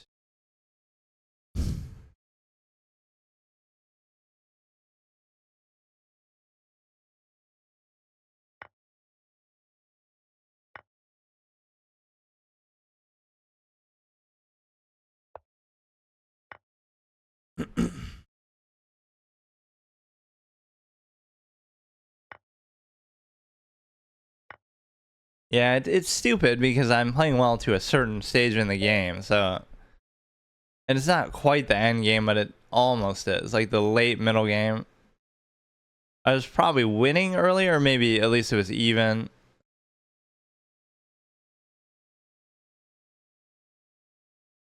Or maybe not. I guess I'm wrong, but it was still manageable.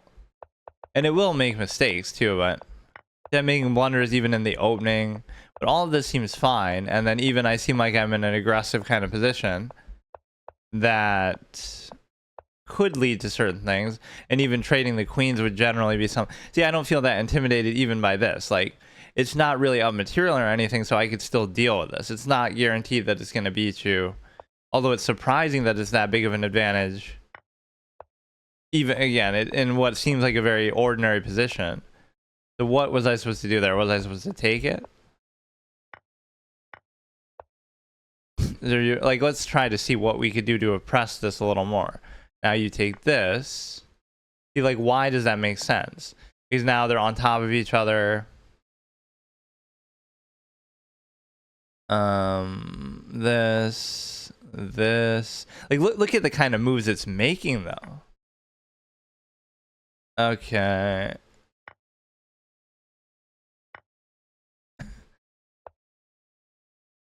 Or, like, that you would have to make.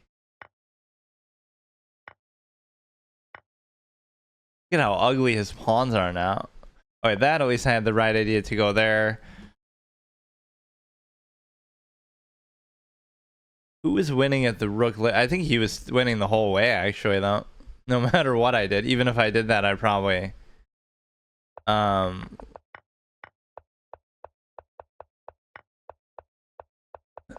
Wait, when did that even happen?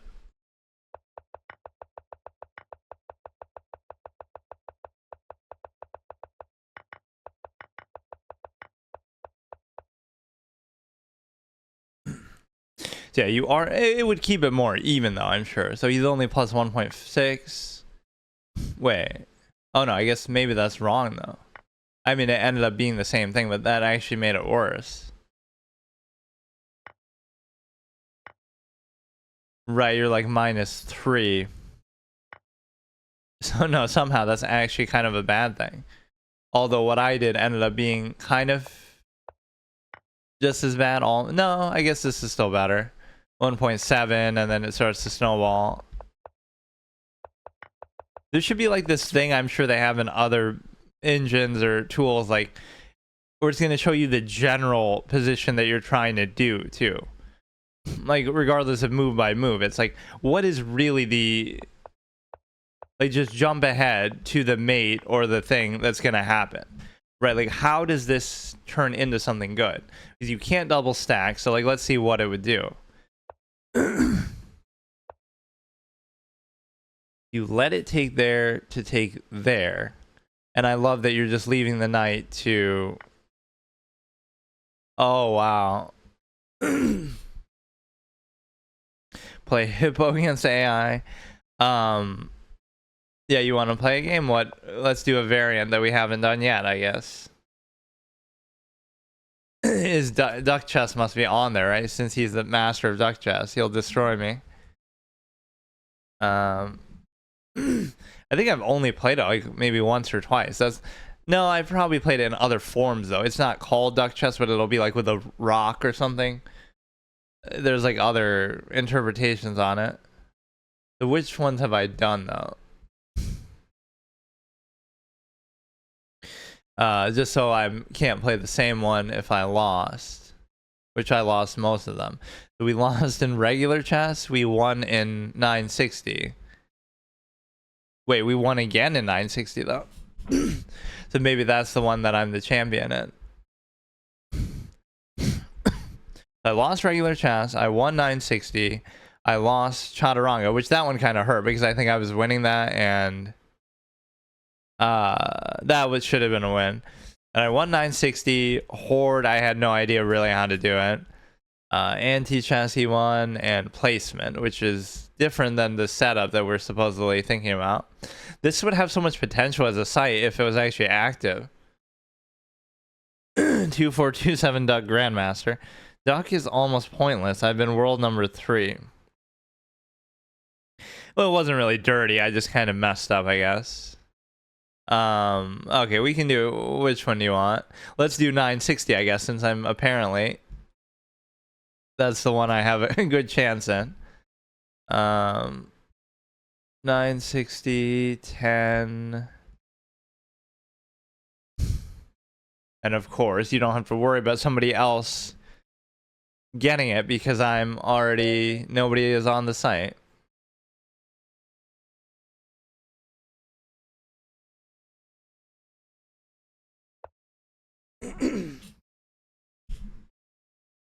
Three and 2 instead of 10-0. And you'd have won. I love this implication too, that like he was saying, at the beginning of every game, people can take like 10 minutes because you want to look at the position.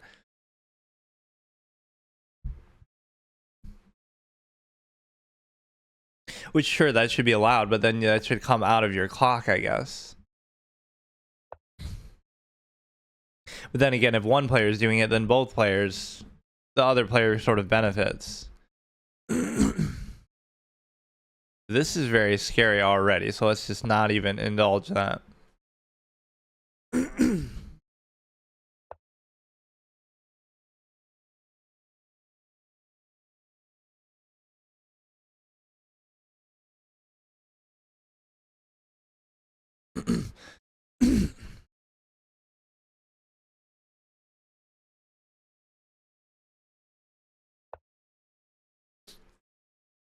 And the bishops are always such a good dynamic piece, unlike the knight, which can be sometimes very crap.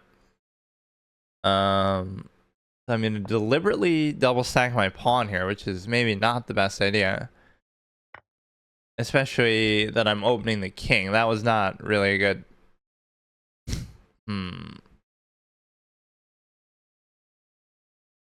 Sometimes I make these kind of forcing moves that are not like you're making stuff happen that you don't have to have happen, and I just do it anyway.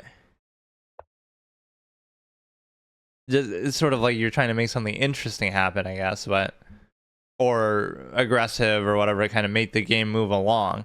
That's like the boredom gambit. Like you get bored of a position, not necessarily in 960 as much, but just in regular chess. That, oh, I want something interesting to happen, even if I don't think it's good or I know it's not good.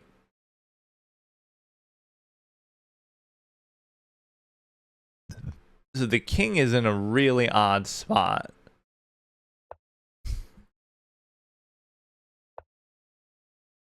You gotta free this up a little and then...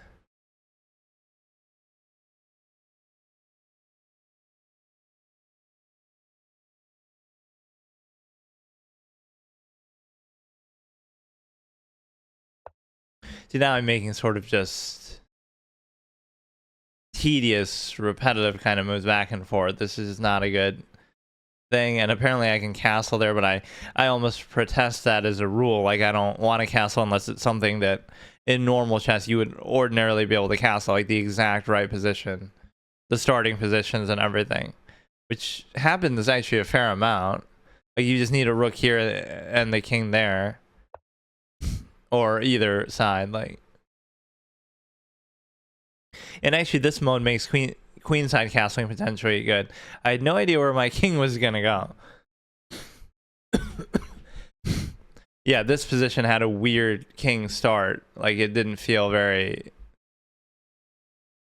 natural. I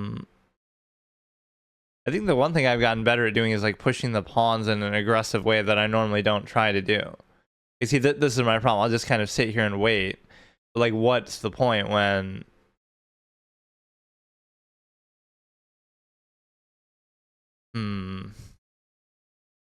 Or it becomes such a closed position that nothing good even happens.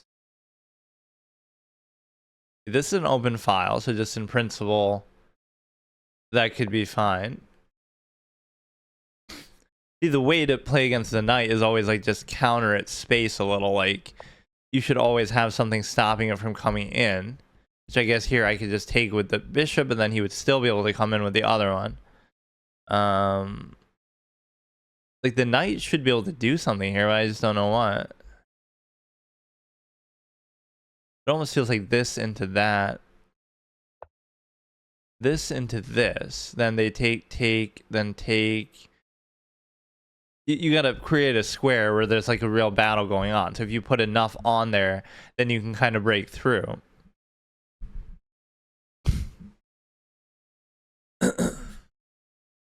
You know what's funny about this is even by not castling, you throw people off sometimes because they're so used to attacking a castled position that if you don't do that, then...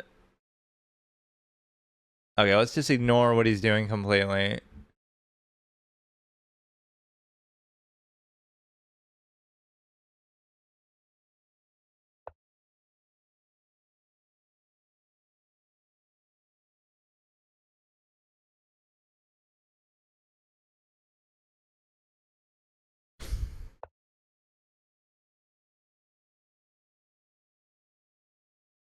Hmm.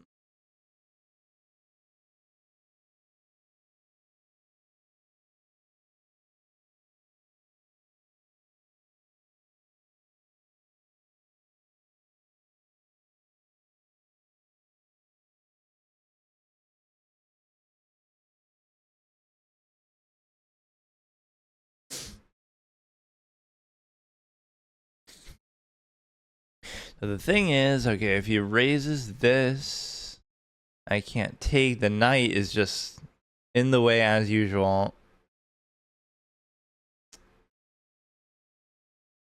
Hmm.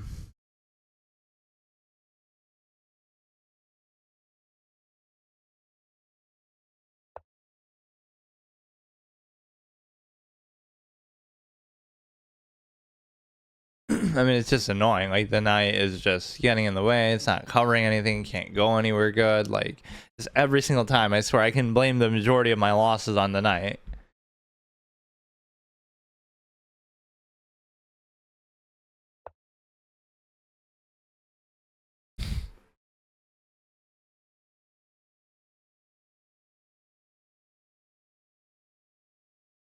So it took me like 50 moves to try to get this thing to actually try to break through the pawns, which will still result in not very much of a strong position, but just try to make something happen. There's so many stale and repetitive kind of positions in chess is the problem. It makes it seem like this thing at the bottom is our score just in this mode, but it's in, obviously, okay. What was his goal in doing that? Because he knows I can do this, so what would be the point? He's trying to go to the light square.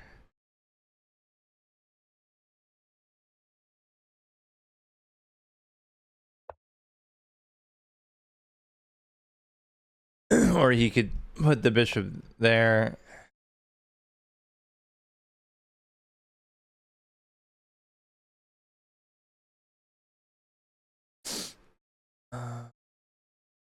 So this push is going to possibly happen. And so again, in all that time, the knight couldn't do anything.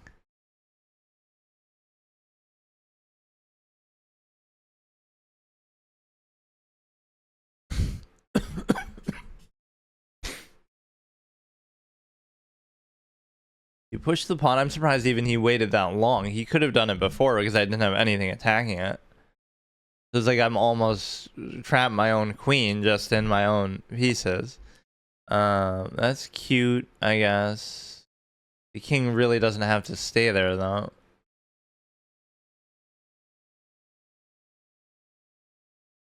You know, whatever threat the pin could have, it just doesn't have to be a problem. But I like that he's so passionate about duck chess. Like, you can just pick one variant and try to be the best at it. Like, I almost, oh shit, I almost like that with chaturanga, but then I obviously haven't played it enough to be that. Or again, just because it was so uncompetitive and nobody would actually play it. Okay, that's really annoying because I just didn't even comprehend that. There'll be a move like that that you just don't even pay attention to. Chaturanga was my first one, but duck was more popular. Is it really that popular? I didn't even know. We can leave that, I guess, or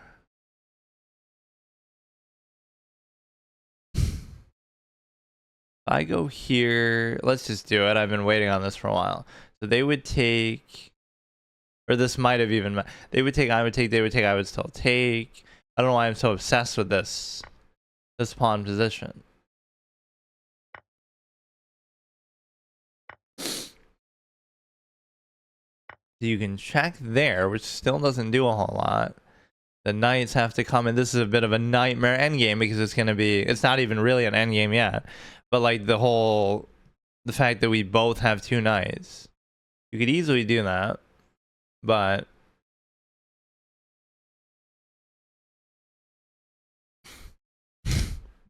do this, I take, you don't really have to do it yet, but this would almost be my thing. They would take, I would take, they would take. They would take, I would take, they would take.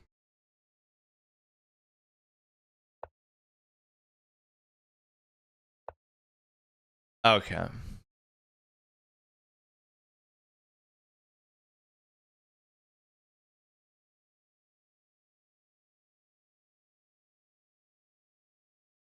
Yeah, so I mean, at some point you're not even looking. Like, these are the kind of things that are not really instructive either. It's just like random. Not even that I'm that low on time, although typically I am pretty slow.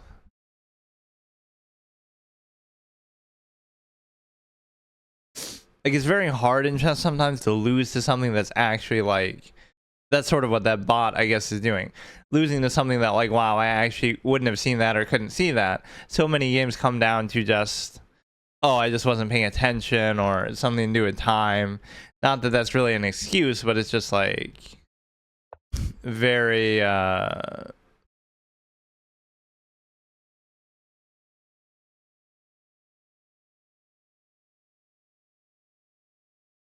just the king is in the way so much. Oh my god.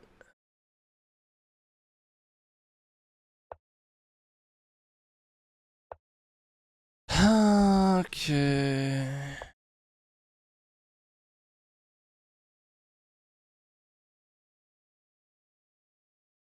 That was the real noteworthy thing about the starting position, is for both of us, even though whatever cheeky castle he did happened. The reality is that, I mean, I almost shouldn't want to do that, but I just can't. So what's the difference? He has the extra rook versus a knight, and a couple pawns extra too.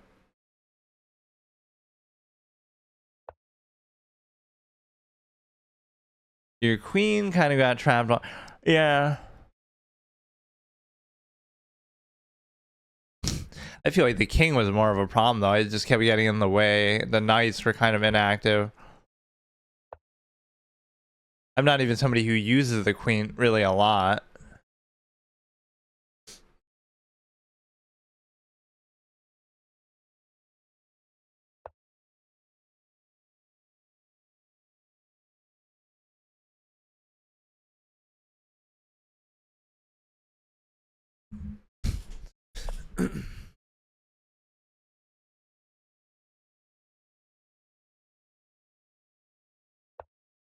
You have knight covers knight. You get like an octopus knight-esque position, but that's not even what this is yet. And then you have some forking. So I fell for a fork and I gave up a random pawn, both of which are things that are not really instructive at all because they're just so obvious and stupid.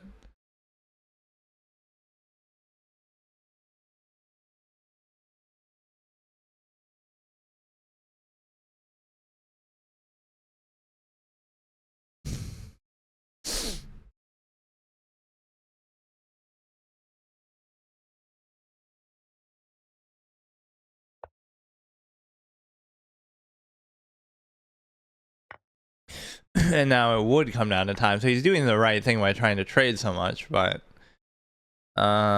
it still seems somehow drawish if he just messes up a pawn or two. Like, most of these pawns I could probably control, and if the knight just sits in a nice spot, I can deal with it. So I think the one danger pawn is maybe this one.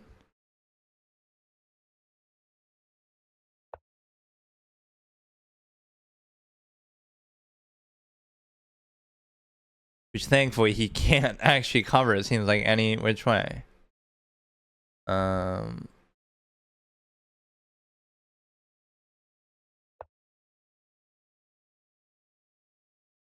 also threatening that, so it puts a little bit of pressure onto here. And we'll go here. He's just so quick with it, huh? So you can't take with that.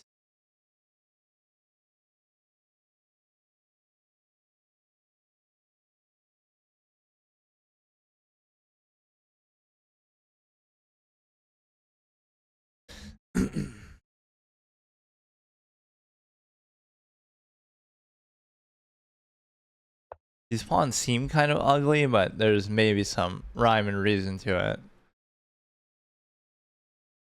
In fact, this feels like still it could be a draw, despite whatever is happening. It doesn't actually feel that bad, but now I'm gonna flag too.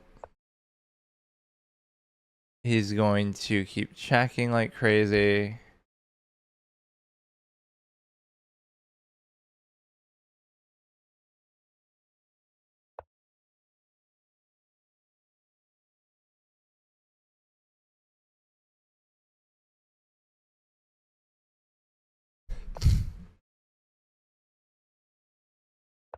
Always my weakness that I'm just slow, like in any mode, even regular chess or something.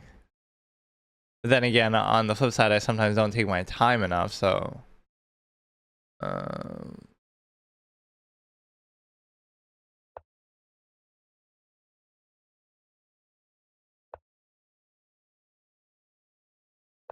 so he's gonna create some sort of double stack issue here.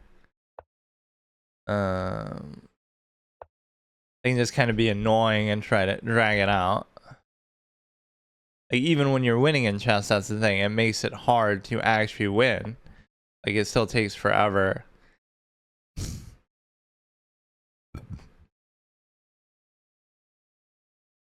Damn, so our 2-game unbeaten streak in 960 ends in a bit of a disappointing way, honestly.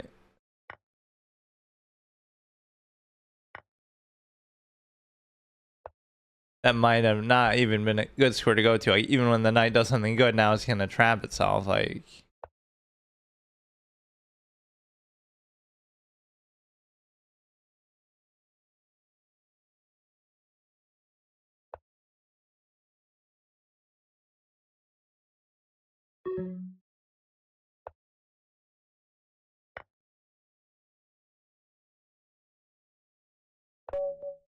good game. Yeah, I made a couple mistakes in there that were just very obvious, so I kind of hate that. And I love that the engine can even do this. Right, analyze this to some extent. Yeah, like that pawn was... I guess I was already in a bad spot at that point. So maybe my development was just bad, and then... You know, I'm just giving... You know, just basic things that have nothing to do with anything else. Like... just giving up a fork. Like, nobody should ever do that. No matter what. I didn't play great, I just offered to trade everything. Yeah, that's kind of... It's the right way to play, especially when you're up. Let's see, you want to do one other one? What other variants are there? The funny thing is you can do 960 in any other mode too. We didn't do Crazy House, did we?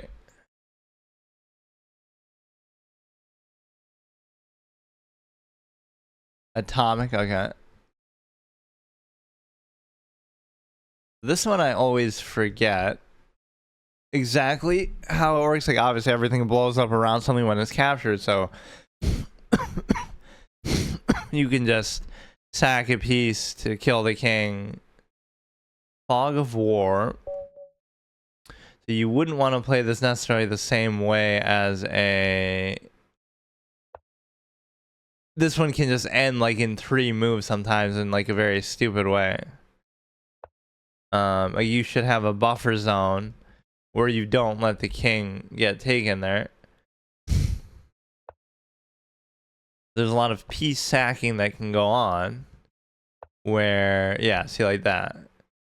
This is the kind of thing, like, is it already over then? That's so stupid.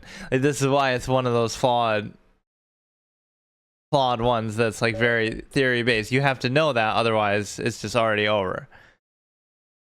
This is why some of these are not valid.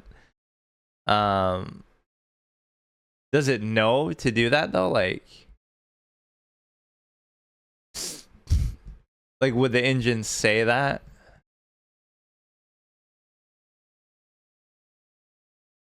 Why is it not letting me even see that?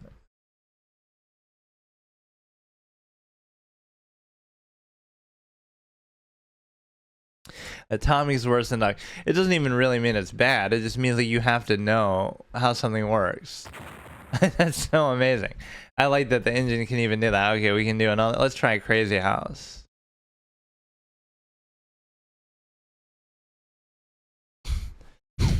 %1 of openings because anything else instantly loses. Kind of like regular chess. Not quite, but still. You know, that's how people treat it. But no, these are extreme, like where it's not just losing, but it just loses you the game straight out.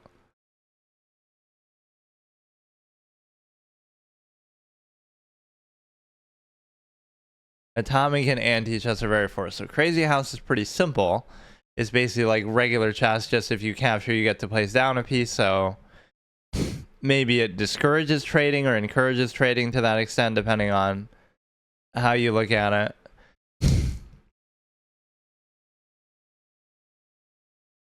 And like, I forget where you can and can't place them. Like, you can't place them on the opponent's side of the board or something to restrict that. Or maybe that's the whole point, is that you can do that. Like, that's in shogi, where you kind of just place you have like one piece around their king, and then you place like the one guy right in front to try to mate them. The silver knight, gold knight, whatever. You can place them anywhere.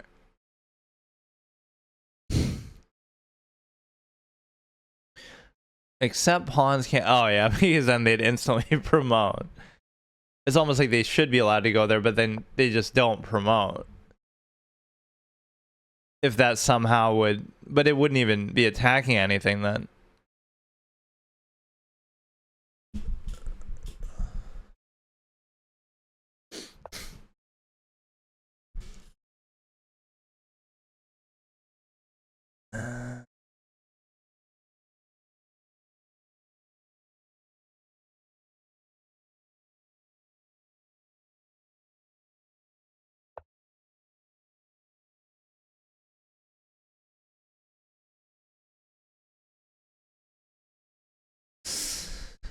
So yeah, this sort of one is good because you can just play almost like a regular game and then see what happens, because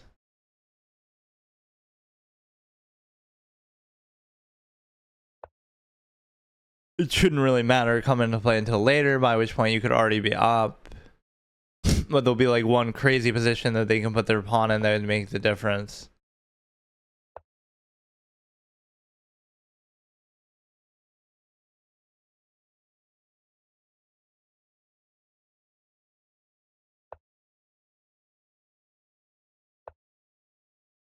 He's actually playing it very weirdly and differently.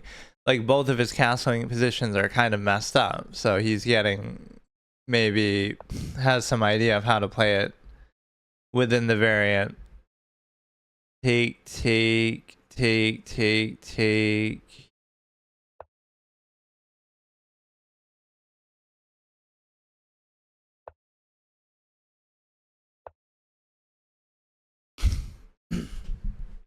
So you can block off the light square diagonal pretty well. In fact, this is probably not a very good pawn move to make.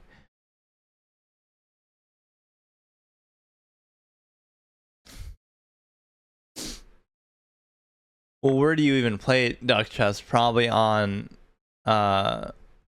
chess.com, right? Like, where would be so active that he could be?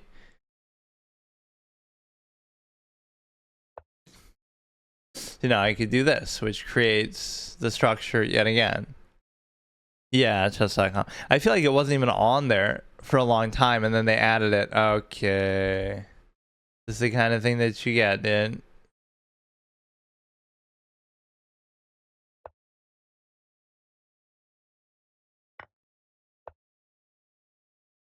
Now you have the bishop.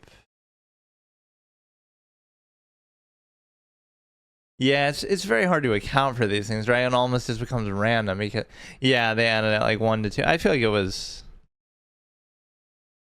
probably 2, maybe a little more, but because I remember playing it on there like right when it came out.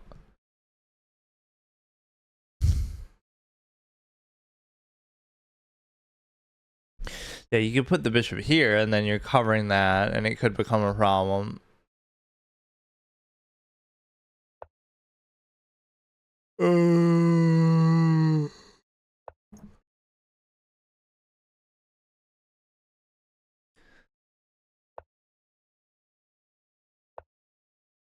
I mean, the whole trick is like just don't let them take anything and then it'd be fine, but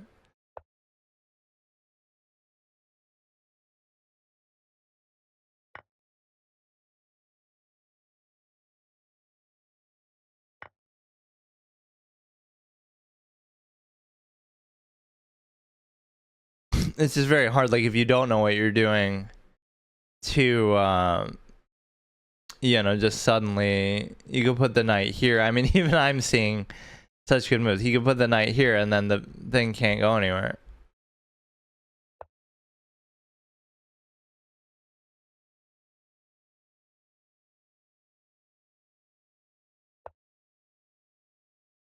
Puts it there, which is also forking, so yes, exactly as planned, even though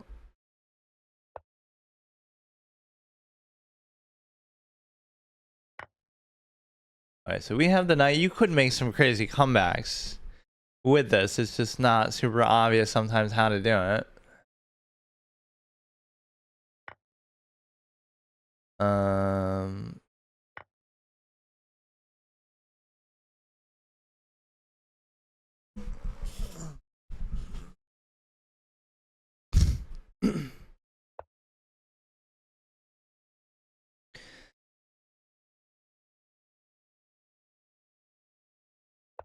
This you could try to push. So we have a pawn, a knight, and a bishop in reserve, which is still very good. Okay, that's amazing because you get to promote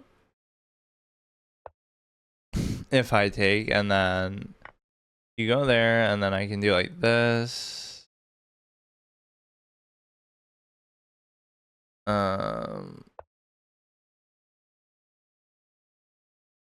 Yeah, see, this would almost be a cute thing. I almost should be allowed to do that because it's not like it's promoting for me, but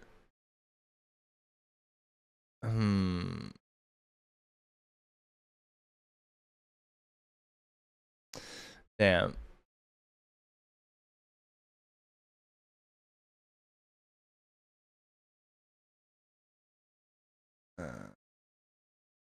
Yeah, that would be kind of a cute rule. Like, what would be so overpowered with that? I guess it's the fact that you could block them from being able to promote there.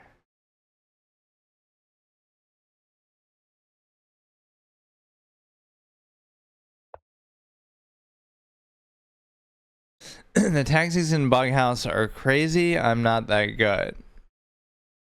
Wait, but this isn't even Bughouse. This is Crazy House. What is the difference? What is Bughouse?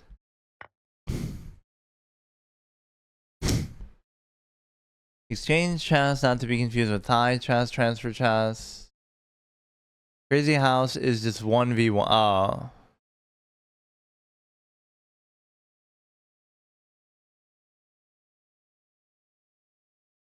Yeah, like this is just very hard to figure out. And then if you really want to mindfuck, you can play Shogi is insane. Okay, I give up. I can't. That letting that pawn get so close for promotion was just way too crazy early on. 2v2, you get the, oh, I see. You get pieces your partner takes. Which, yeah, this whole thing is based on shogi because that's just how it works. Where everything, that could be a variant of shogi where you don't get the pieces that you capture. But then it would make it sort of stupid because it kind of relies on that somewhat for mates and so forth.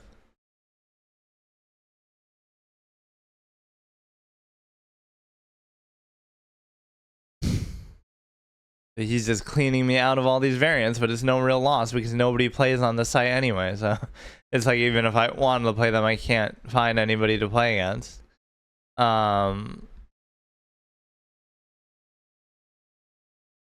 Alice chess, I don't know what it is. It's something to do with a, you know, reflecting your moves back or something, where they're kind of faded. Some of them are pretty just random and wild and imbalanced.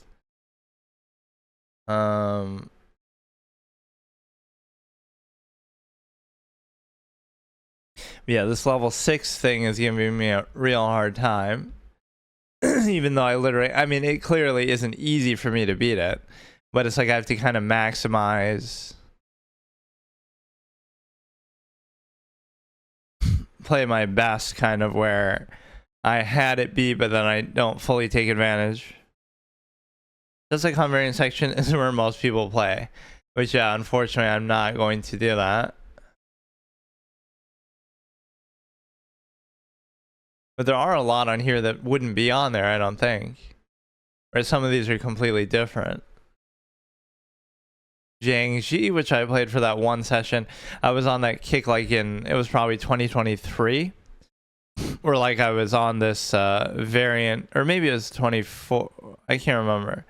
It was like in the summer of one of those years where I was playing like every variant or every like type of chess that I hadn't played.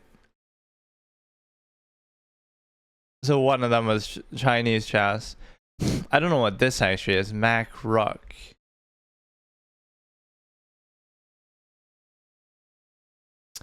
King of the Hill.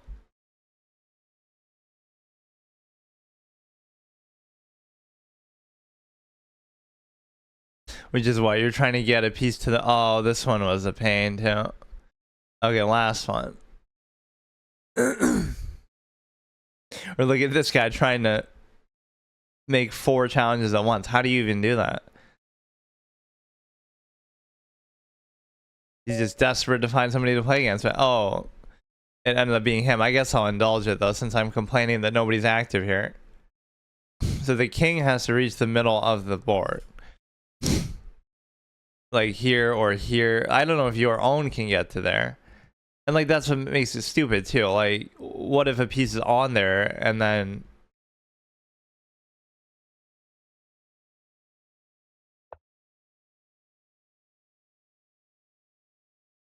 I don't know, this I would almost play like a normal game, and then when you're just in a winning position at the end game, just allow you to do that. But it's Thailand's version of Chaturanga but less popular.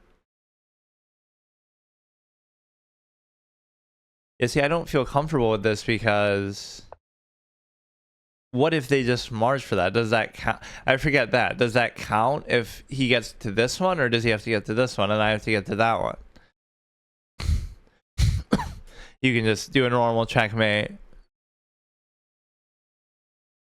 Yeah, but I think that's really how I would play it, is like just get to a winning position and then they can't stop you from doing it.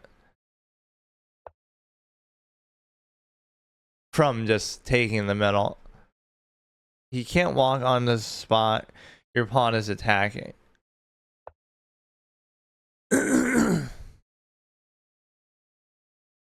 Yeah, but then it's just a matter of a simple sack or two that they'd probably do to allow that. Wait, what? Why did he do that?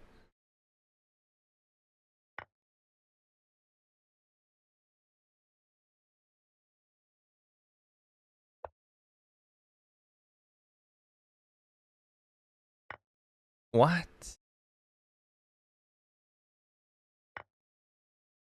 Now you sack, take, but this is adequately covered anyway. What is happening? Is this all part of his master plan? But I mean, he's going to be losing by the time we do this. Oh, here we go. Here we go. How is he going to do this? No, see, he's just lost in a normal way. That's what could be boring if you were a really good player. Like if you're a grandmaster or even like a 2,000 plus player. The variance wouldn't matter in most of these because you'll just win it in a normal way before that even comes into play, right? Like,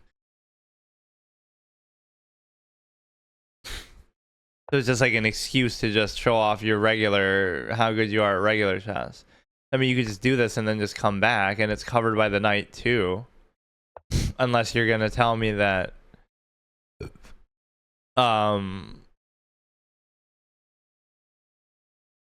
that's the only thing I don't know, actually, if you can go to either one, though. This adequately covered, this adequately covered. Like, there's nothing he can do now. But that's just because he gave up so much material. He's just bad.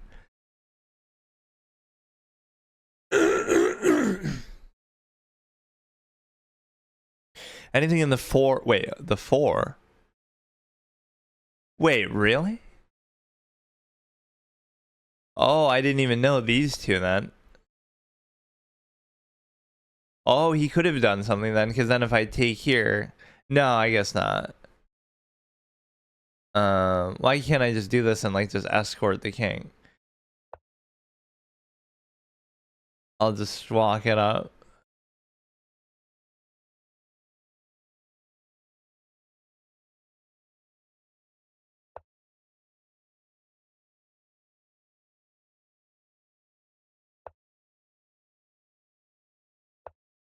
Which maybe you shouldn't get distracted by that as much, but I mean, I could even afford to do this shit.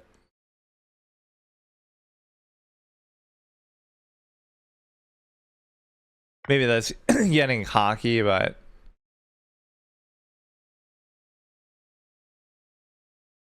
you have this covered. You can have this covered in a row with the rook. It's his own pawn that would scare me. Like if I move this, then he pushes and then he can almost get there.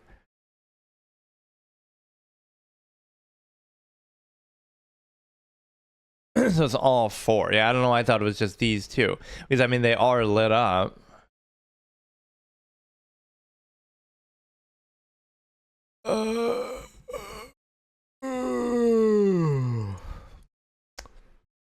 What is this guy doing? I mean, at least he seemed like the one meaning the one and only player on the site who's active besides me. Yeah, we could just sit this here and now we should be invincible. Because there's nothing he can really do.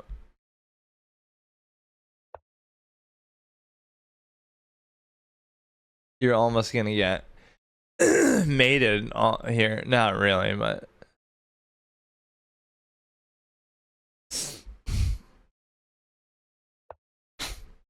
see, when he gives up pieces early like that, like the queen, you think, oh, it must be part of some strategy, some elaborate thing that he's gonna do, but it's not. He's just bad. It's almost gonna be a mate, or it should be even. What? Oh, come on.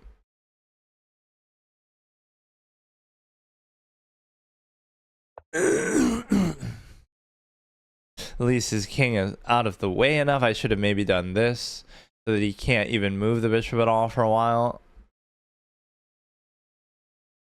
Yeah, so now what if I just do this, then I go here, simple.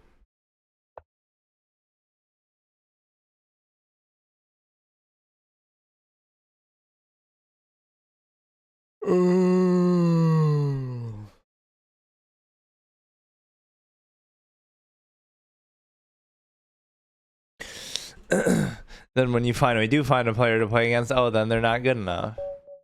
It's weird. Yeah, it almost should be that you should only have to get to the one on the other side. Having to get to one on your own side of the board seems almost too easy sometimes.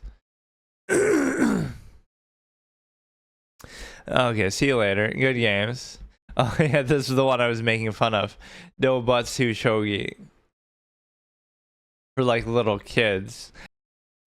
Okay, so today I'll try to take on the level 6 spot yet again, and we've had a couple that should have ended it. See, that's the problem, is it's like a choking thing. It is difficult, and for the most part, you know, on average, I'm obviously playing worse at it, but when you have good opportunities, you have to take advantage of them. And I haven't quite done that, so I really am treating this like I have to do this in order to be able to do something else. Not necessarily level 7 or 8, because that would just be like the icing on the cake. But see, that's an amazing start, because not only do you get to trade, but you even get to trade more on my terms, like where if you had put the knight in front, then I'd hesitate to trade because I might not want to trade the bishop for the knight, but now I feel fine with that. Bishop for bishop is always good. Knight for bishop is always good, but anytime you give up the knight, then this sets up perfectly for my pink flamingo idea, right? Just that you have the, you know, there's some idea like this, right? Which you can't really even stop. I mean, I guess I could raise this. That also gives the knight potentially somewhere to go. I don't really feel compelled to do that, or this punishes it in a different way, right? You always have to think in terms of that. Not only reacting to the threats that your opponent's doing, but also like the threats you create are sometimes like responsive to something that they might do. So again, if he tries to do this, I'm not just attacking something like random, right? Like, oh, I'm going to attack this pawn, or assuming it's not covered, like I'm not doing something unrelated, although sometimes you do that too. But a good principle is like you're doing something relevant. So like, okay, he's attacking this.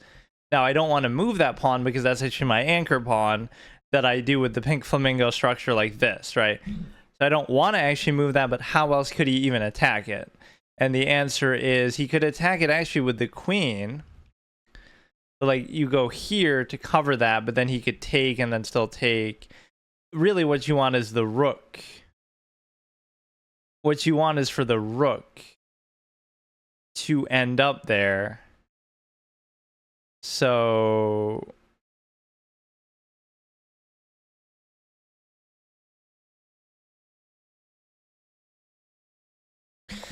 sometimes the knights are just the piece that totally screw you over. So you go like this, I can take. All I want to do is get this aesthetic pawn structure done. And so now I have to figure out kind of what they're trying to do. That's the irony of me playing as white. Not that I would be... not that I would be... now you basically could block the dark pawn thing. The dark pawn diagonal. But the point is... And he still hasn't castled.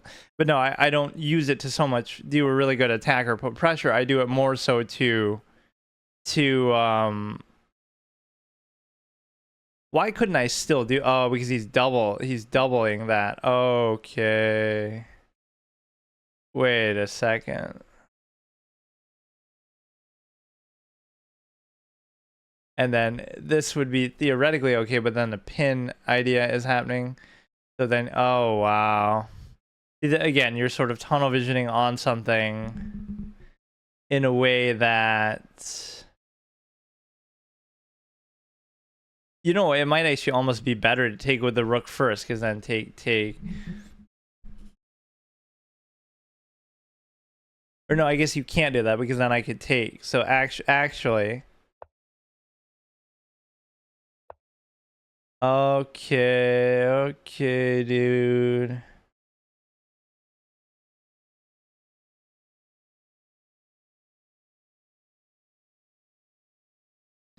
The one thing I can always guarantee is that the knight it's always the knight. Like there's never, if the knight didn't exist, I'm going to make my own variant.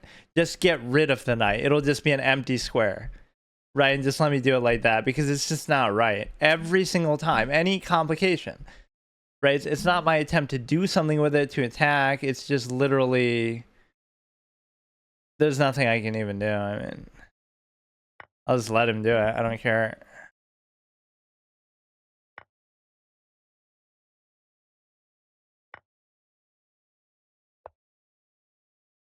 I mean, that seems actually kind of nice that, you know.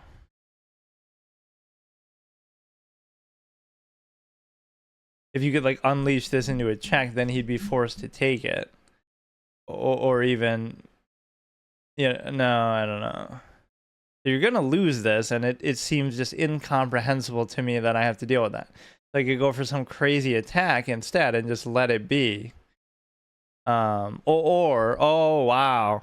See, sometimes this has been what I've learned actually. I never play aggressively, but in playing this, I've sort of, sometimes the more you attack, right, it sort of saves you from things otherwise. So now he can't do that. So can he can still take with the, wait. Oh, okay, I mean, I can't do anything, man.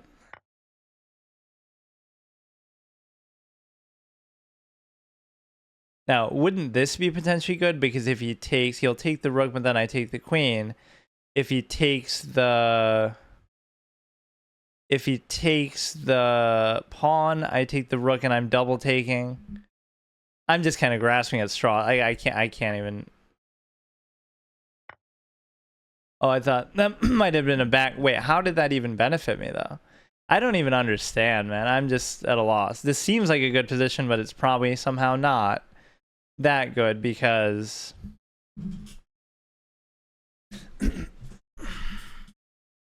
I mean, this is advanced, right? Like, don't kid yourself. That's not an excuse, but like, this is not normal.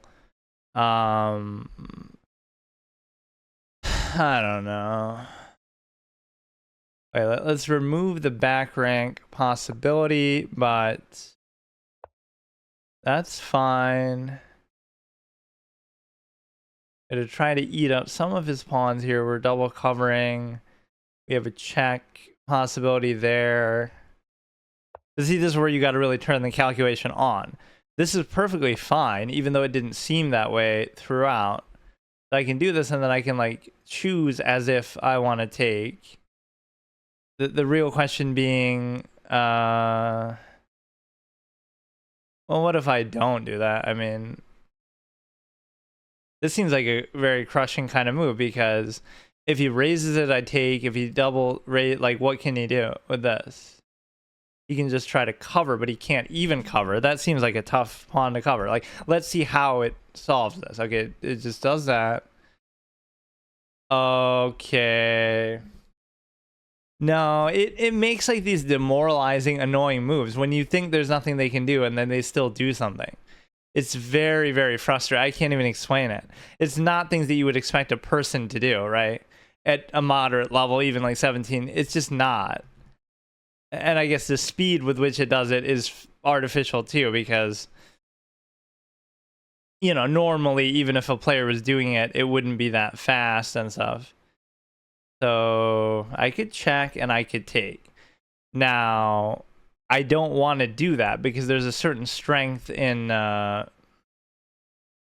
a certain power in having the rook and the queen. If it's a rook and a knight versus just a queen, I somehow don't feel that as confident about that. So like right now, the goal could be to try to get to the light square to try to attack that, but also I could try to attack this.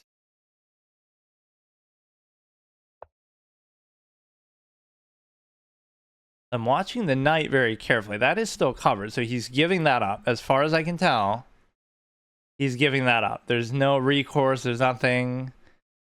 I think he's just giving that up. And he doesn't get to take. He doesn't get to take because I'm still covering. So what is this? So his one rook is really out of position. So that could be the saving grace that we have here. I could take it theoretically at any time. And in fact, oh, wow, wait. No, okay. If the rook, oh. Is it going to be like a Queen's Gambit thing, like where, oh, the rook is trapped even though it's not? I go here, then he goes there. It won't quite work the way I'm thinking, but I could give a check and then I could take here if the rook wasn't there. And then you're screwed, right? You're actually screwed. So dislodging that would be very valuable. I'm going to still try it, but I don't fully understand it. So, you know, you go here or you go there. I can just keep putting pressure. I mean, this could be opening myself up to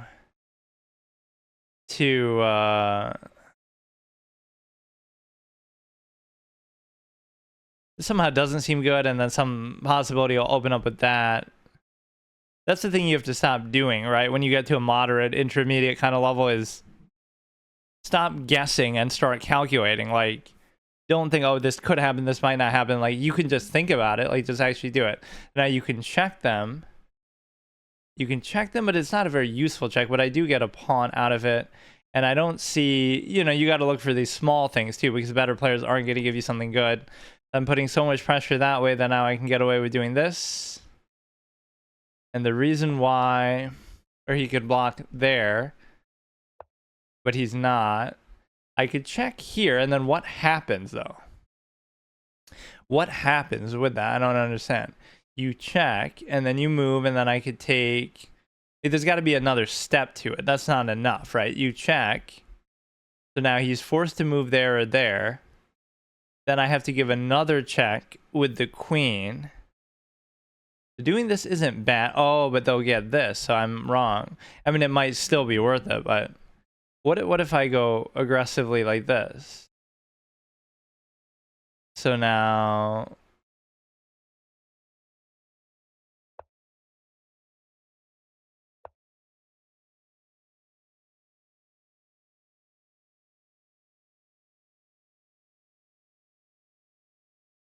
he's finally moved his other rook. So that might be a mistake that I'll regret. The fact that I allowed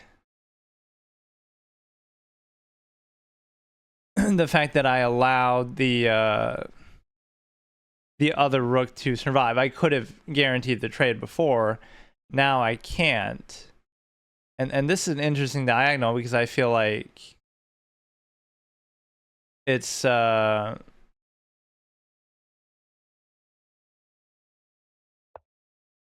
here, I guess. It's an interesting diagonal for the sake of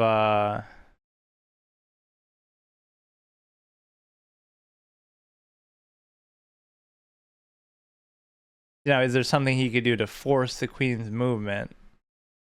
Like, he could take this, then if I take, then he takes.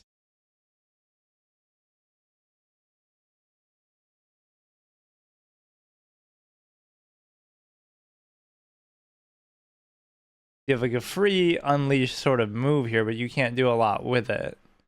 I'm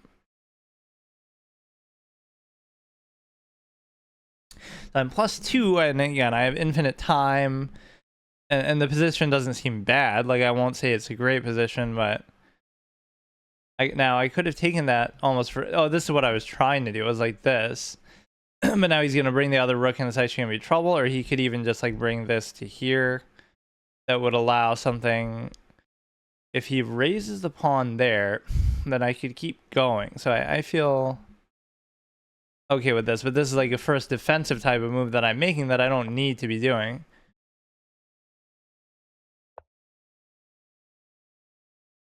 Like, I really just let him do all this, huh?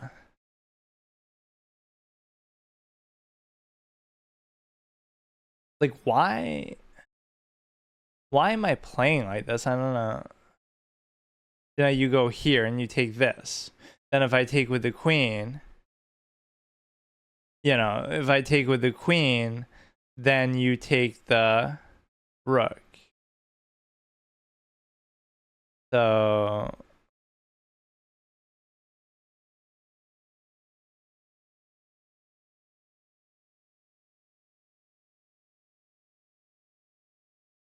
because otherwise that would be my my thought. But wait a second. He would take, I would take, and then you would take, but then I still have the queen, so maybe it's not a problem. Right, I'm assuming he'll take, or he'll take that, but then I'll take, so it's not really worth it for him to do that. It's also not really necessary for me to do this either. Like, okay, I'll live with the fact that he has the extra piece. I just can't. I can't deal with this much material, right? Like, I just want to simplify. It doesn't mean it's a good move. The cute thing with this is now you're in control of the position to the extent that the knight is even pinned. Although I can't fully take advantage of that. This is like, just... This is a very dynamic position. You raise a pawn. Go here. They take.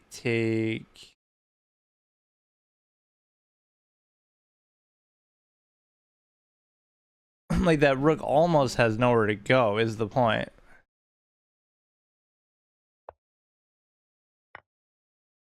I don't know if these are really good moves, but the rook is kind of struggling a bit. And the knight is kind of... I don't want to do that, but then I can't do it, is the problem. So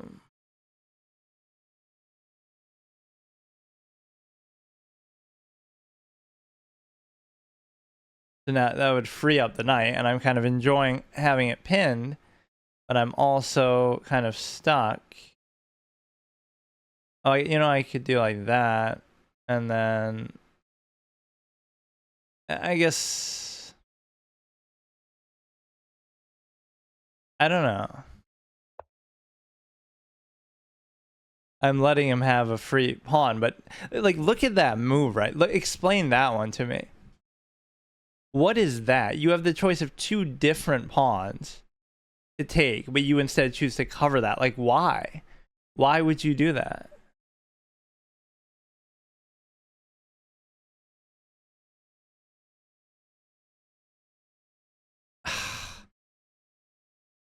Stupid ass move. Like, I want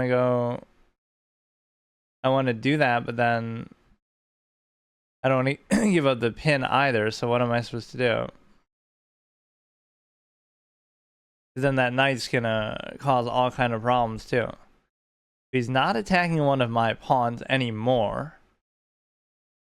And so now I guess I'll just let him move the knight, even though I don't like it, but and he chooses even still not to do it.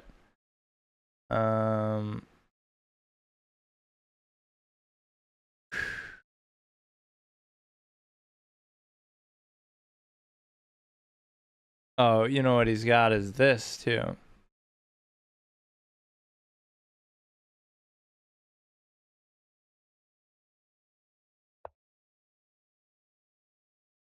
So you already know he's gonna be moving the knight very expertly, but I don't understand how, and it's just getting annoying. Like, I'm sure it'll be a draw or something now, but it's okay.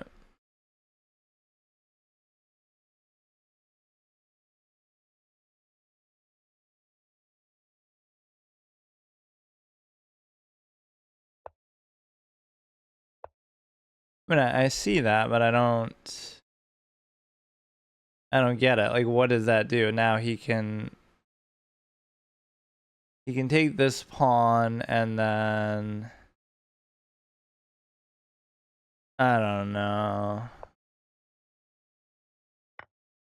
It's alright. I mean, again, I can't do it. I don't have the end game capability or anything to do this. I just can't do it. I get so annoyed. Like, I'm always in a good spot, and I just can't finish it. I don't know what it is about this bot is just like that.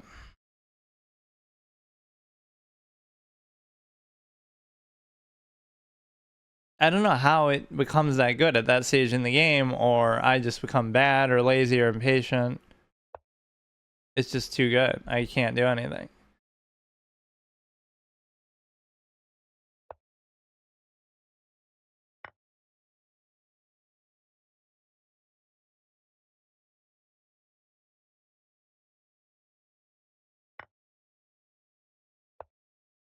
So it's not going for what could have been a check there. Now it kind of puts it in my hand a little bit, to the extent that I could just sort of spam check them, and I don't even have to worry about it. They can give a check underneath, which is that going to be a mate? Is that somehow going to be a mate? I don't know how, but it, you know, I should be able to somehow take a draw, but I don't know. I just don't get it. I can't explain this point to the, you know, where it's just clearly not normal behavior. For most of the game, it's fine. It is pretty much normal. But at this stage, it's just not. Nobody plays like this. I'm just telling you. Nobody plays like this. It's not a real thing. It just doesn't exist. You probably 2,000 rate. I'll take a draw. I mean, it should have been a win, but I'll take a draw. It's fine. I can't.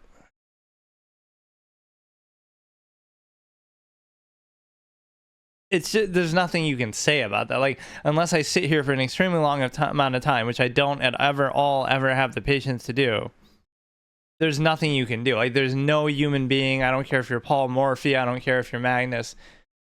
You cannot do some of the things. Like, you have to be really experienced, study for a long time. There's just a point in the game where that happens, and you just can't do it.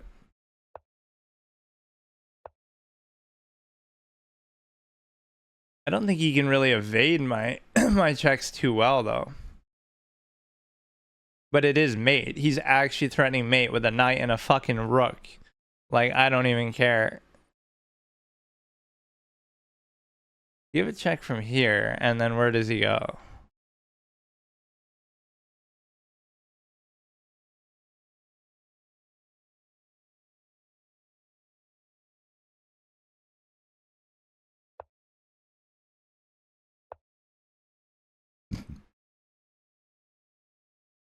It would be almost like this, where you could take a pawn, but it's just, I guess it's easier in principle, right? To say that it's easier to be accurate at this stage in the game because there's so much less material on the board. But of course, I don't think like that, or I don't do that. So I'm like I'm a front runner. That's exactly the right term to use. Like in sports, people use it. Like you're good when you have a lead, and you're good when you're better than them. But when you actually have to overcome a deficit or really fight extra hard or keep up the pressure when you're up, right? You just want to be up by a queen and just expect to win like that. You don't want to actually put in the work and do something more substantial. So I mean, I drew it. That's progress. I've lost 20 in a row and I drew it once, so that shows you, you know, we're getting closer. But no, there is a stage in the game that I genuinely just concede because you cannot humanly do what it's doing. It's just not real, right? You can just tell they're fake moves, they're engine moves. Even if this isn't the best engine, that's the end game. Like, it's studied end games and I haven't. Like, it's not a real thing. Even here I mess up somehow, which I don't understand. But again, the knights are always responsible, but then I overcome that. So, you know, even to go from this to a draw against apparently a superior opponent is a pretty big accomplishment. Look at what I overcome. And then I end up, so they blunder and I punish it. And then I get their queen and now I'm winning. Now show me how. Show me how you're supposed to win this position, because I have no even remote, like, I want to see the person, like, in chat, like one of these 2000 rated players, show me what it is that I'm supposed to do here. Like, yes, of course, just do this sequence of moves where you go like this and then this, and they would say it in notation, and yes, then it's such an easy, simple position. You see, just make this exact sequence of moves and then you're winning. Wow. Like, what is this? Who does this? What is happening? You can't even explain what's happening. But no, the one big advantage to take up was the fact that his rook, and even here it looks like you're baiting almost for a threefold repetition. But yeah, his rook was in a bad spot. I guess part of its answer is just like try to check as much as possible. If you do that, you know, it's just giving a ton of checks, period. And so why not just do that?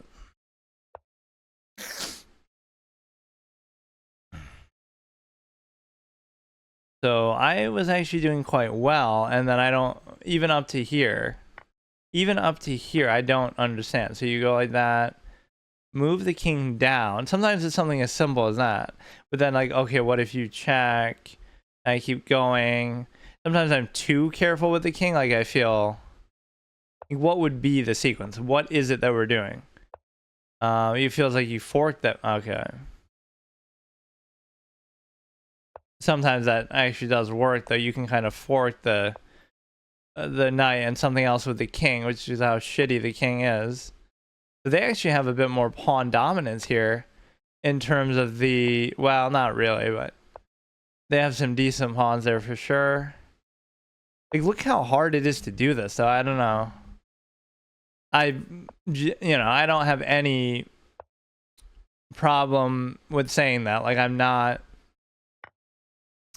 I've never studied endgames. I've not really looked at openings. Like, I'm not expecting to be good at that. And it's one of those preconceived notions where you have to do it. Everyone else does it. The engine obviously has certain knowledge of that, so you have to do it. There's no like, oh, you're just not smart enough, you're not good enough.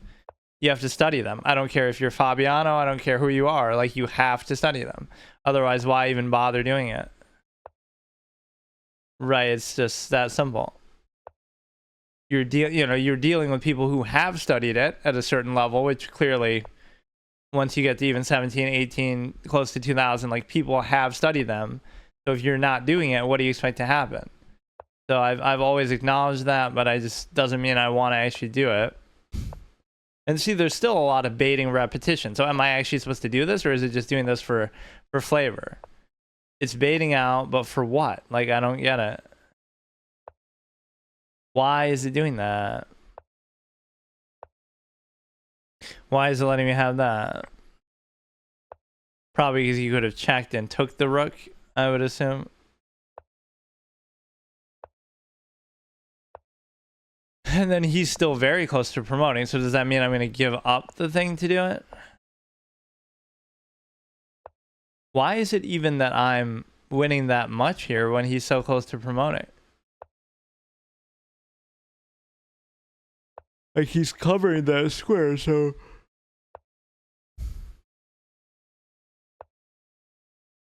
Look at all this repetition, man. Who likes this? Who likes all these cheeky repetitive checks that don't actually do anything and just stall for time and all this kind of dumb stuff? Look at this. Look, this is what I would actually have to put up with. This is what I mean. Like, I'd almost rather lose or draw than do it. Like, why do I can't blame them for doing it, but why do I have to do this? Even then, he has a couple of pawns, like...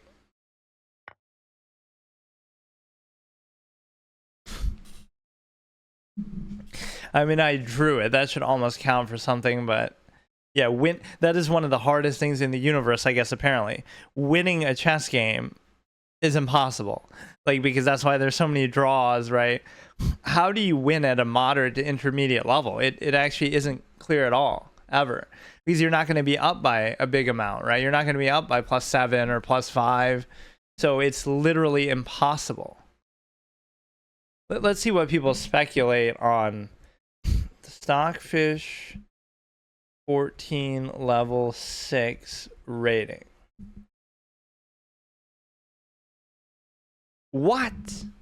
Stockfish are highly overrated. Level 6 to be around 12 to 14. I don't know about that. Is at 1900. Yeah, it would have to be. But I mean, according to the chess. What?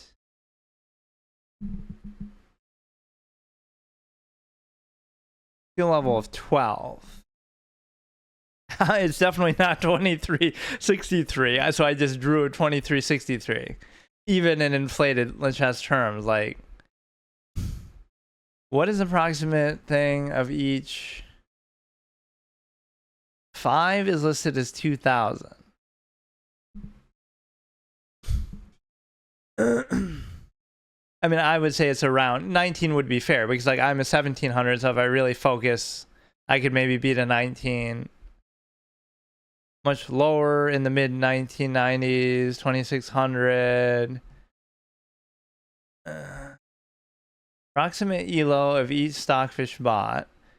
So in a FIDE context, it could be like 17 or even 15. 15 to 17. 1410 USCF. Record was 11-5 with 2-0 versus Stockfish 1-5, 1-1 versus Stockfish 6, 0-2. But that doesn't tell us anything. Level 15, really 1700 is definitely not impressive. Really no way to tell. I mean, it's always weird though when you compare it to players, right? Like, you'll be playing a bot on chess.com that's supposed to be like a grandmaster, and it plays like a 2000 player would, so something about that is not really accurate. But no, level 6 is a definite anomaly. 1900 seems very reasonable. Somewhat unreliable. I think that's a reasonable estimate, though. He's like, could I beat a 1900 player, and have I beaten obviously 2000s? Yes, but it's very rare. It's very difficult. It's gonna take a bit more. You know, it won't be normal. So 4, 5, 6, and 7. So 4 is 1600. That's reasonable because I can beat 1600s, no problem. 5 is 17, which I think that's a little easy even for 17. 6 is 1900, so it's really a 19 that we're struggling. I mean, if that's actually true, this would be how hard it would be to beat a 19, which it really isn't even, right? Like, I have beaten people like that, but at that rating with less difficulty, I really just can't do anything, though, because of all my failed challenges. So now, wow, I'm really... It's like that killer instinct in the end of the game that's very hard to quantify, right? Like being clutch in a turn-based board game is still applicable. But like I'm losing here, and then he makes the blunder, and then I correctly take advantage of it. Like this is a bit of an advanced move here, apparently, because this isn't super obvious, and I wasn't 100% sure. But now you have to address this. If you take... I take, and then you move away, or, you know, if I took, you took, that doesn't make as much sense, because again, the act of me doing that is free, just period. So why would he even do that too? It's like you're attacking both. If he takes that, I take that. If he moves the queen, then I take that for, why couldn't you do like this then? Oh, yes, of course, my own idea. I figured out my own strategy because I'm double attacking as well. Like that's a brilliant level move, probably in a chess.com context or whatever. That's not an easy move to spot. And again, I wasn't 100% sure, but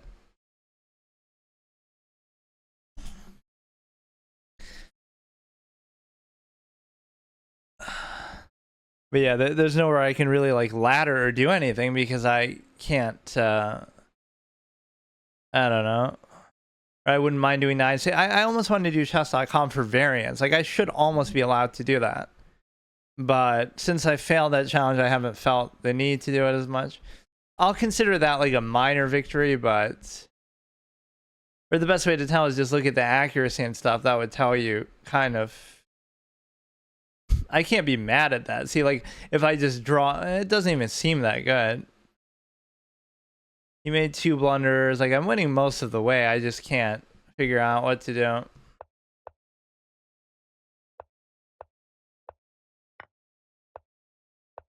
Like, what is it? Like, why can't he do it now? Like, as if to... Oh.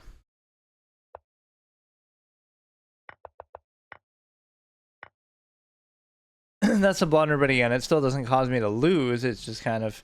Moving the king like this feels weird. Just, you know, what is it that we're... Like, all these checks sort of make me nervous then. And then you go here. Like, how you be confident that the king's going to be safe here? But it's, like, restricted by your own pawns and shit. Just get a couple easy free pawns here. It's just that simple. Like, I love that implication. Like, oh, it's just that simple. It's just that easy. Except there's a million options that you're overlooking. And, you know, it's hindsight bias.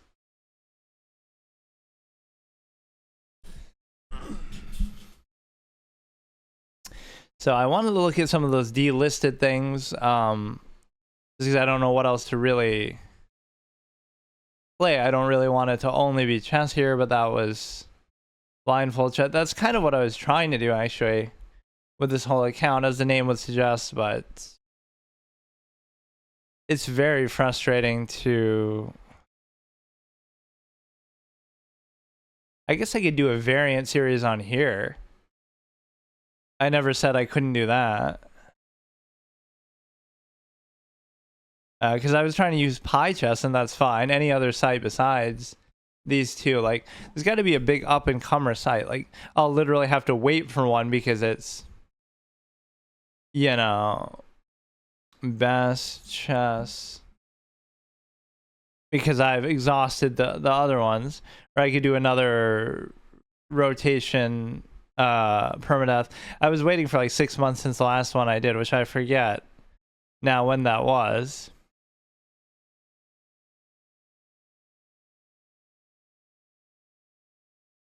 Right, but these are the only two, all features available, no cost, which is just ragging on chess.com.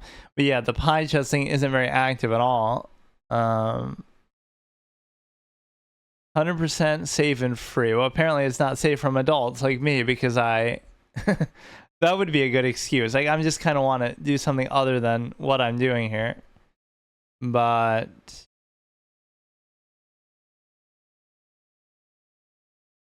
it's hard because that sort of shows you my limits, right? That I kind of want to do something else, but I can't ever decide what.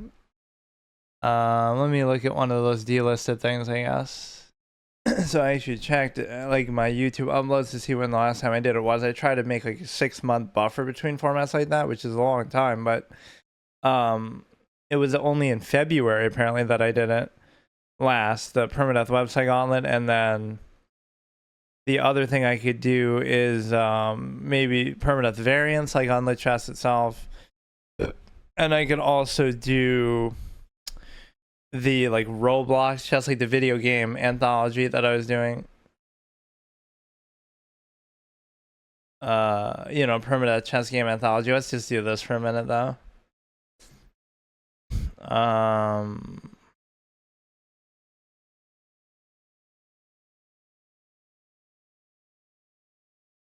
You never want to use the same letter twice that way.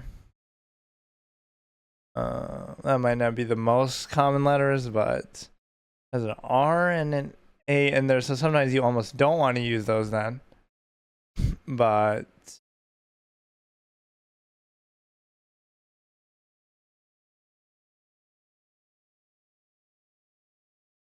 you know there's no T, but for some reason I still feel like doing that. You have 4 out of the 5 letters already. So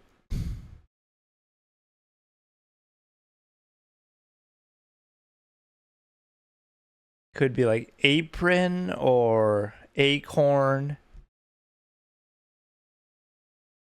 This shouldn't be that hard to figure out. So the N is correct. It wasn't that.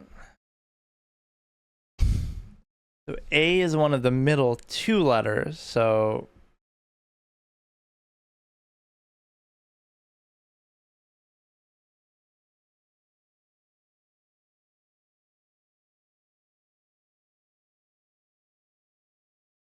it could be like mourn, or no, there's no room for that. So A is like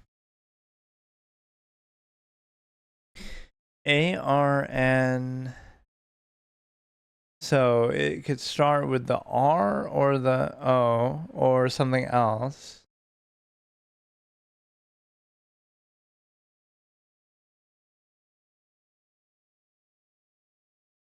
BO.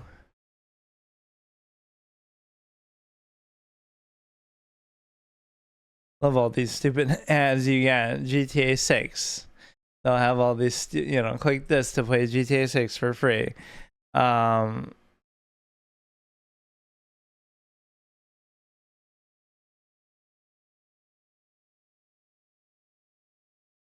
So it could start with an R.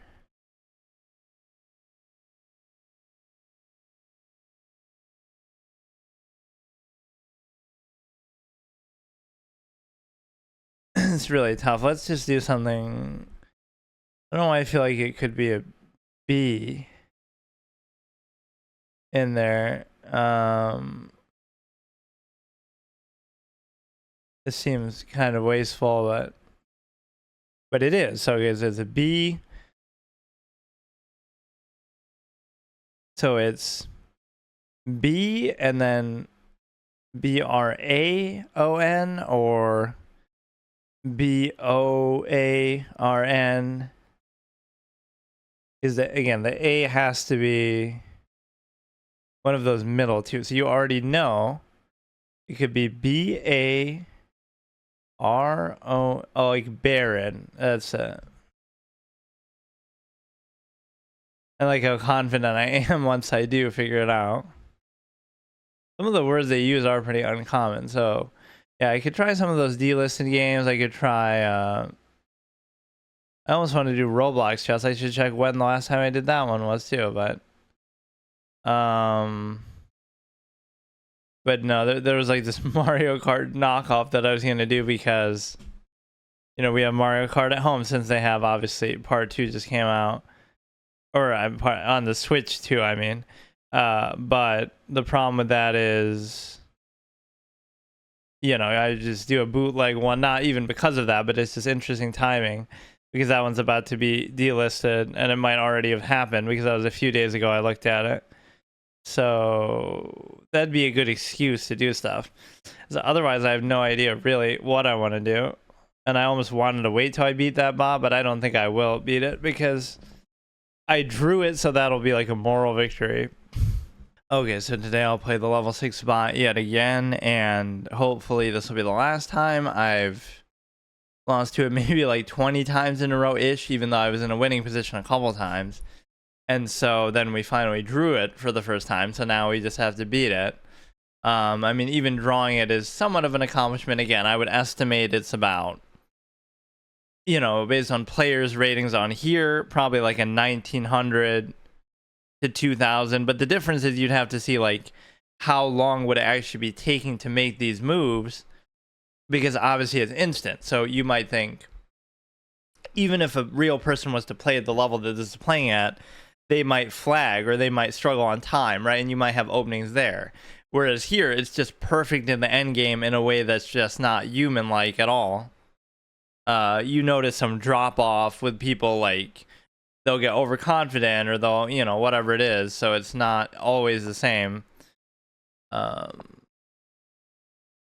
I'll even use this as sort of a bridge to, once I beat this right now, I will,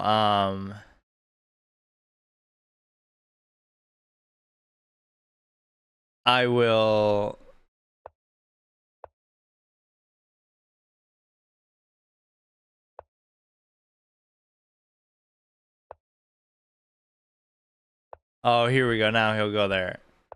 Oh no, maybe not. That's always annoying if they hold on to the pin, because then I don't like doing this move. It feels unintuitive for the pawns. But no, like a bridge to, oh, my unlock condition of beating this, level 6 one even, is to, then I can find, yeah, I can play other stuff other than just chess, which I've been doing only this lately. But maybe like those delisted games that I was looking at. But no, what this teaches you is sort of take your time and calculation, which you have infinite time, which is kind of like cheating, but I don't, you know, it shows you you're not really playing to your maximum effort or level most of the time, because I'm not, you know, I'm never taking as long as I could or calculating as hard as I can, or I'm barely calculating at all just at the surface level. So that's just more like normal things that people do that, like, they don't really. That's one of those you just have to assume he's not going to take. Like, oh, that must mess up my pawns, but maybe it doesn't matter. I don't know. Like, what do I do with that thing? Like,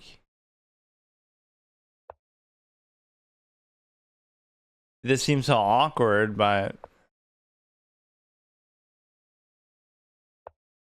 you know, at least the openings you could sort of justify and say, oh, you're gonna, it's okay to go fast, but it's really not, because it's not like I know them, and you should still kind of be careful with them a little bit.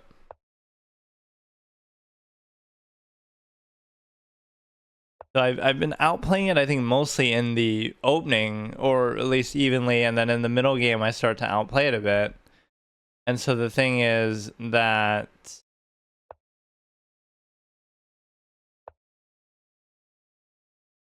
at a certain point I start to not do that. Like towards the end game, I think, is mainly I'll be up in a lot of these, or at least in a decent spot, and then in the end game it falls apart. And like even the last one I probably could have won, but then I settled for a draw because I just don't feel like thinking about it. Now this becomes weird, because if I have like a bishop pair, it'll go there, But the problem is that you know, you could go here, but then it doesn't feel very valuable.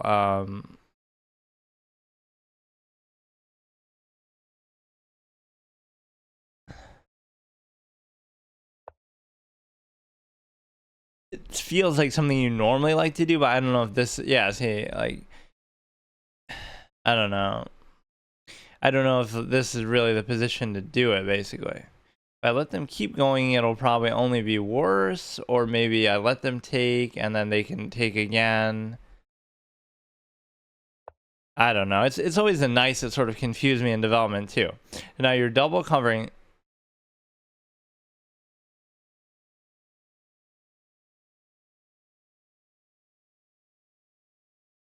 You're double covering this, but okay. I mean, I got to give it to you there. Like, there's certain things that's just kind of surface level that I should have seen. I don't know. It's all right. I mean, there's nothing I can do with stuff like that. I either have to just be faster, or I don't know what to do. Or I mean, take my time. I swear, it psychs me out the fact that it moves so fast makes me feel like I have to move faster. I should, because it's sort of,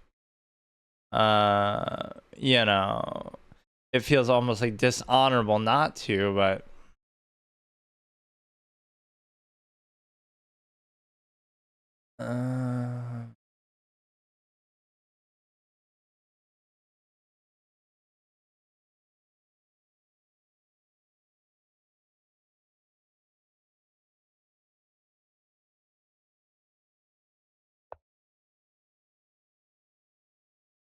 Could be like an annoying move like this. There's a lot of back and forth. Then you go here, then he goes here, and then I take. We have like maybe some open file potential brewing. I almost want to do it with the rooks, but it still doesn't do anything. Or I had some pretty good aggressive kind of games that I don't normally do.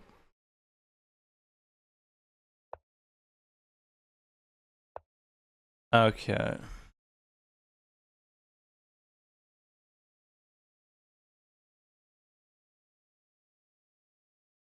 Now I'm trying to do something almost cute where I decide to.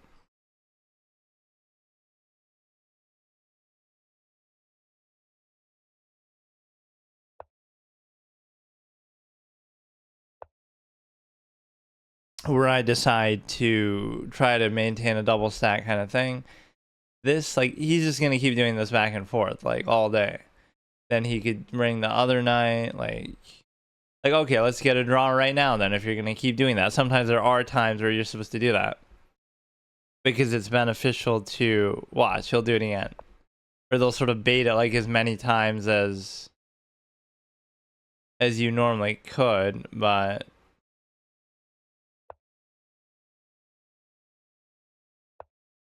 so you want to pawn in what could have been considered a relatively simple way.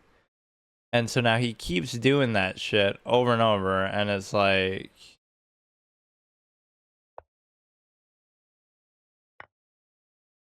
it's all right, man. I can't do it.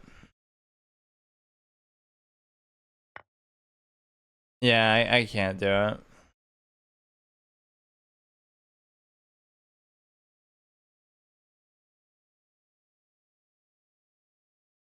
It's just like I'm not putting forth the time or the effort. Like, I don't care. I have to. I don't know. Now you always have the option to. He can bring the knight as a result of this. You just have to care more than I do, and I just don't. So it's amazing that even some of these I've done so well, but it's either some sort of unconventional position or something else. He'll take there, as usual, the knight's a liability. If I do this, he can bring the thing to attack it.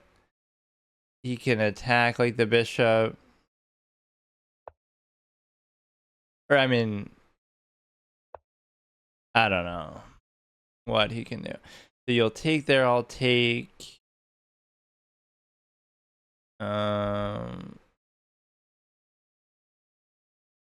See, you already wouldn't do that, would you? Because if you took the knight, well, why?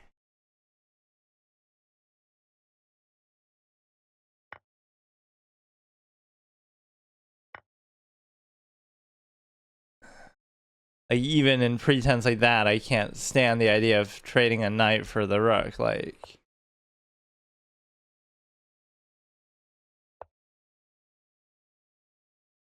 yeah, I can't even do it. Like, it's a, you know, you have to at least put forth a minor amount of effort. You can't just do it like that.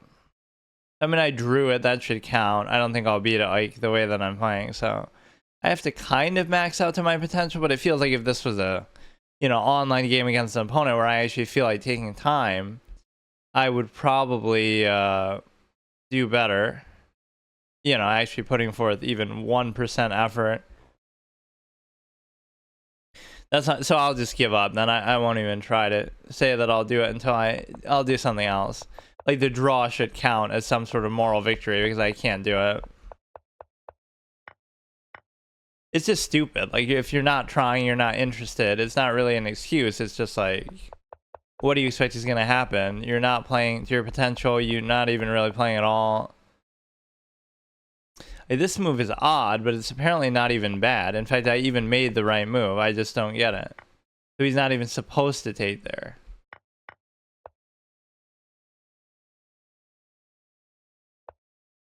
You go here, but then you just kind of sit on that probably for a while. Or wait, he's all this. Look at this. All this is happening where I could potentially take the rook. That, like, what kind of bonkers sort of position do we end up in? This is so weird. And then why does it stop there?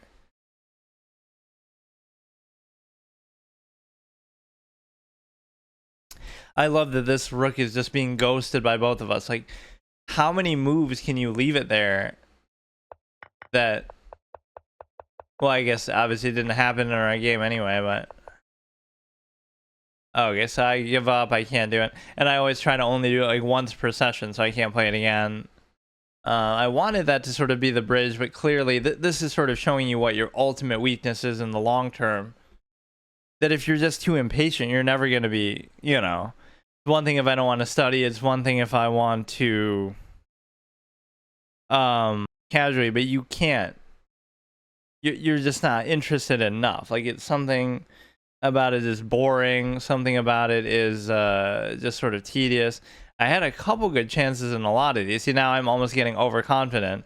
Oh, the fact that I drew it means that I'm on its level, but part of that was, I won't even say it's luck. Like, there is no luck in chess, but you're sort of just, out of that many games, you know, I got maybe a position I'm more comfortable with, or I got some sort of other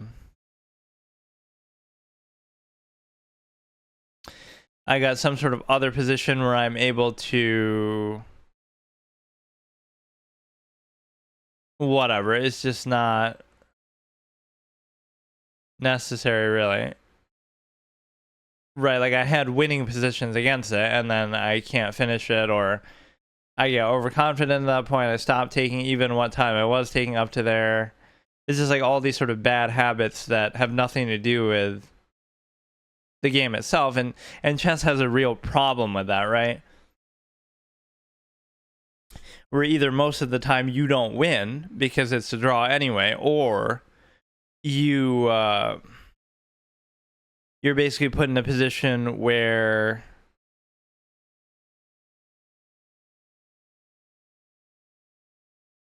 winning isn't fun because end games are sort of tedious and annoying, and I know some people enjoy them, but it's kind of, there's so little on the board, which should make it easier to deal with, but then also it feels sort of tedious and repetitive and just kind of annoying.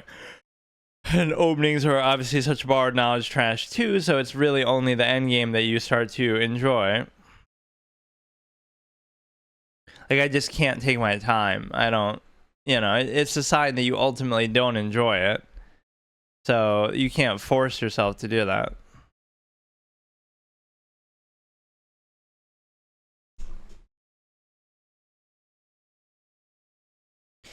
So what happens here is the ultimate ability to wait, since when is that the first move? That's never the case.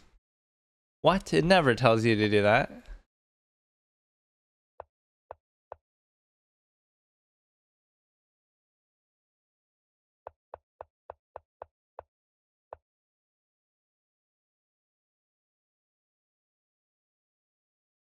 There's a blunder there, so how do I punish the blunder? By taking here. Like, I'd love to see that. What is this? What is this?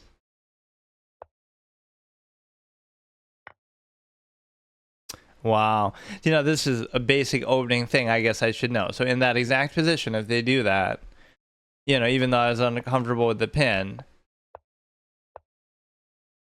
is this really something you'd normally calculate? So it seems, it's one of those things, it seems obvious in hindsight, but would you really think to do this? So you do this, then I guess if he doesn't take, it doesn't matter because then you got a free pawn. So assume he takes, which will force you to get a guaranteed check.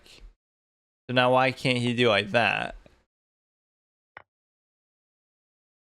It's like, how do you know that's really going to work out? There's so many things that could go wrong with it. Obviously, leaving the king exposed like this is a bad idea, but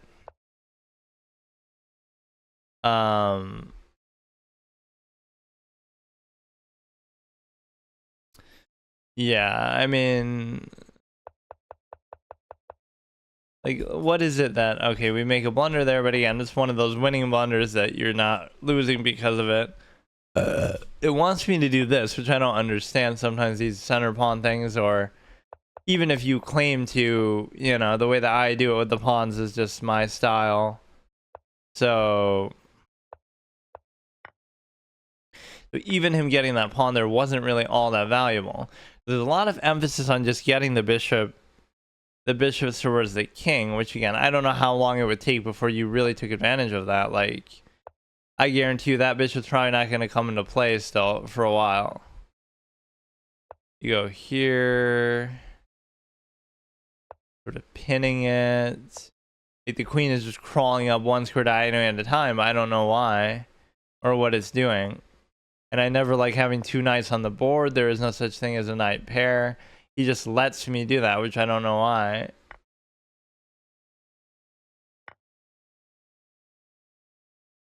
Like, what was I threatening or doing that was such a big deal that he had to let me do that?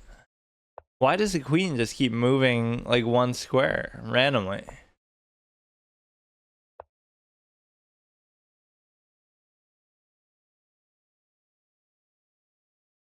Wait. Oh, okay, because it's pinned by that. I mean, obviously you don't need to do it with that. You're double attacking there. You have the knight cover. You take.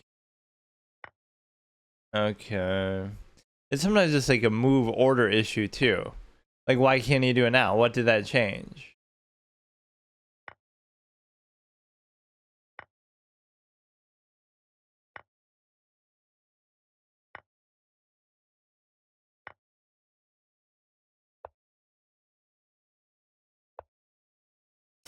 I don't know. You have to really just sit there and think about it, and that's kind of the part of the game that I would think I would enjoy more, but then I don't have the effort level to actually do it. Like, right, because I also condemn the faster formats, but sort of the in-between, I guess, is what it has to be. Like, a 10-minute is kind of perfect because you can think as much as you want, but there's a limit of how much you could really do in that much time, or, you know, but it's still not so fast that it's just completely nonsense where nobody knows what they're doing and flailing around, especially at this level in like Bullet. So Bullet is too fast, Classical might be a little too slow, even where it feels like, well, then anybody could do the same thing because they can just sit there and think about it forever, even though still that's not the case. But it's a hard thing because unless you really push yourself or challenge yourself, right, you're kind of, there's a temptation to do like as little as possible. Like, why not just calculate less and just kind of chill? So I'll accept the fact that I just won't be able to do it because I'm kind of bored of it. I want to almost do that website thing. The Permadeath website, Gauntlet, or Roblox or something, but I can't remember if I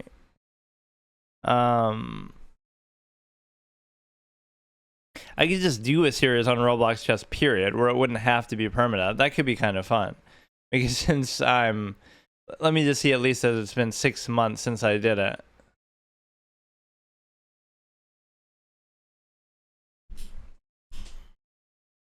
So normally what I do is I'll go in Roblox chess and I'll do it like, oh, I'll play until I lose a game, which you would think shouldn't be that big of a deal because obviously it's you know, just a bunch of random kids on Roblox. The surprising thing is that's actually more active than a lot of these other things, aside from the two main sites, in terms of like chess games, right? Like if you go on Steam and look up any kind of game that supposedly would have multiplayer, like chess exclamation mark is just, you know, feeds off of Lichess's player, you know, steals off Lichess's player base, or some other one, it's like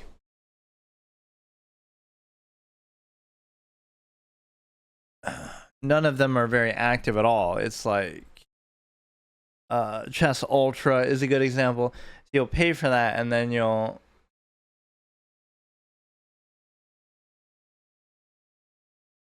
you know, you're paying for it assuming the most important thing is the player base, and then there is no player base.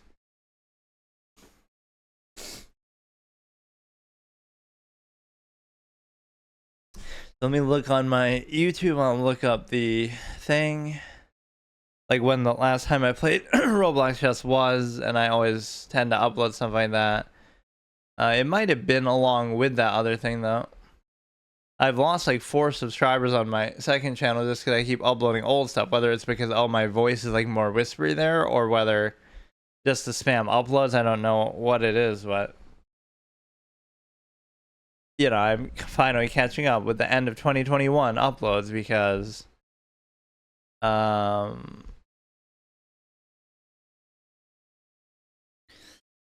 Roblox first playthrough was in like February, so I guess I don't know. Maybe I'll break my rule of the 6-month thing because I probably must have done it as part of this. I guess you can't see any of this, but there for some reason I'm playing kind of, unless I didn't lose, maybe. Panic attack. No, when you play it and get out, like it doesn't have to be. Pricks awake. This was only in February. Like, how can that be? So, I last played Roblox Launch for that in February of this year. So, if I wanted to wait the 6 months, you know, we're still. That's so stupid.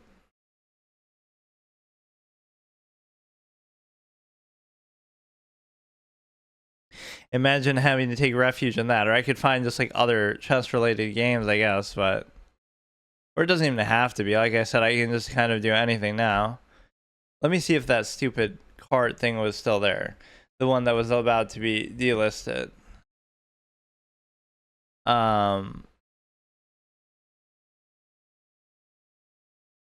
Let's see. Watch list. No, that one's already gone. Stampede Racing Royale. The First Descendant, which I imagine that probably will be up in other... on other platforms, but... PS4, Xbox One, so does that mean that's all it's on, or what?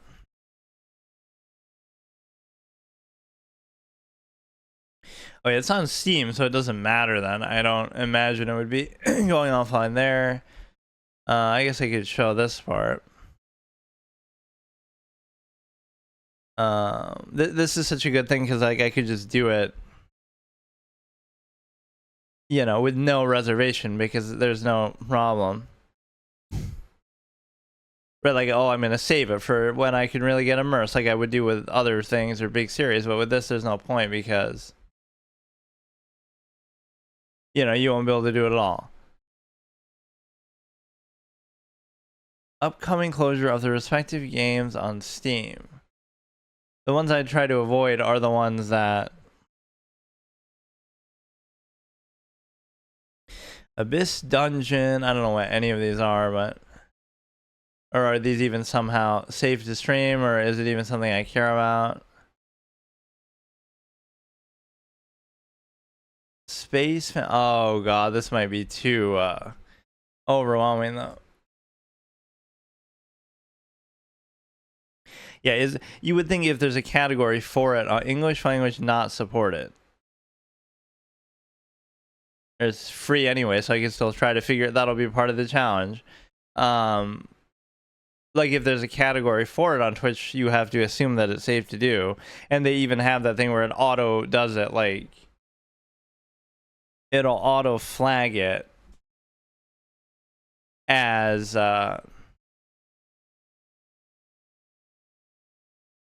it'll auto flag it or put the thing as adult kind of category if that's the game that you're playing, right? You don't have to manually do it anymore. Like a mature tag, it'll just do it. So I guess we'll do one of those, maybe the space one. Again, it's going to be gone pretty soon, I guess, so you may as well. Seems kind of dumb, but I'll do it. Yeah, because that's something I can do with no reservation and kind of, because I always try to take things like super immersively and like I'll do a whole big intro and stuff, but if I don't have a ton of time, this is kind of more like a throwaway thing. And oh, it's not letting me even do my Steam. Damn it. It's some of this verification stuff can be dumb. Fine, I guess I'll do it tomorrow then. Let's do something else. Let's do that one. Actually, the Wordle is always a good filler category. Just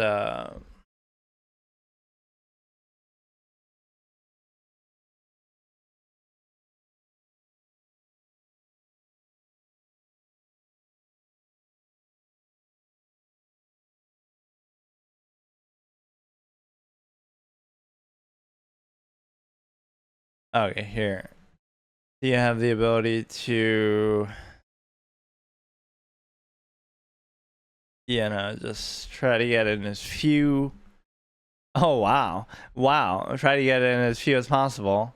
I guess it could be prude. That's one of the only. What are the chances of that? How are you going to get it almost the whole word? That almost would never happen, right? That's like a 1 in a trillion chance. How? How would you even do that? That is literally like hitting the lottery to get that, even that close in the first guess. It's impossible. I'm just picking a random word. Not for it to even have those letters. That is ridiculous. Now it'll be like some sort of, oh, you looked it up. But this is like unlimited, so it's not like, oh, that's the one of the day, right? That could just be literally random. So that deserves to like have a clip made of it. Now, how do you even do it? You have to like, reload. Okay. You know, there's certain words, like there'll be a meta and opening theory even for this, like, oh, use a certain word that would be have the most common letters or whatever. Like obviously yeast is a bad word because the Y is going to be uncommon, but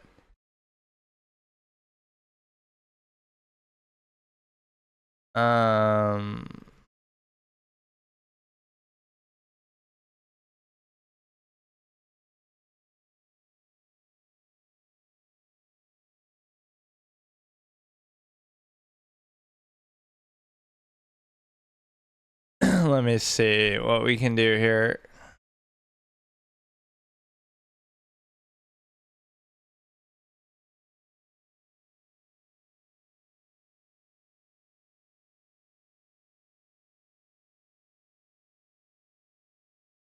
Whatever. You never want to do that where you reuse stuff. So you have an R and an E, and you don't always want to do this either. Where you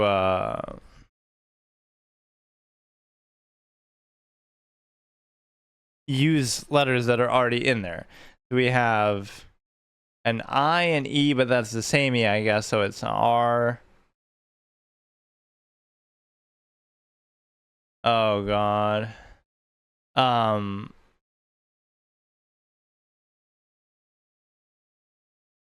an I and an E and then the R. So, but the R could be in a different spot. So it could be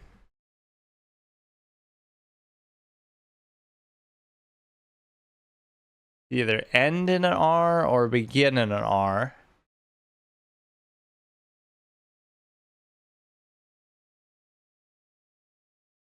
I don't know, like, so random. I love that first one, was so crazy. That tells you for sure that it starts with an R, which is odd. It could be like river. No, but it's not because the V isn't there. So you know the I is there.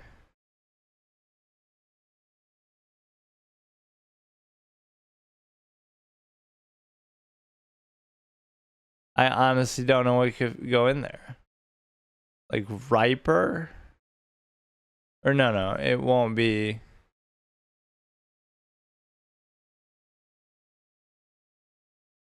It won't be an R. Okay, that was kind of clutch too. I don't know if you should really care or matter how long it takes you to get it. It's more just about getting it, period. Or whatever. This is like a filler category on top of filler category. So if I get my Steam thing, I can do some of these things. I kind of wanted to do that now, but then I have like a certain phone that I can only use it on that phone. Or like I have to verify something using that, so otherwise it doesn't let me log in. But normally it doesn't do that. Maybe I just haven't used it in a while, right? It's not like I have to do that every time.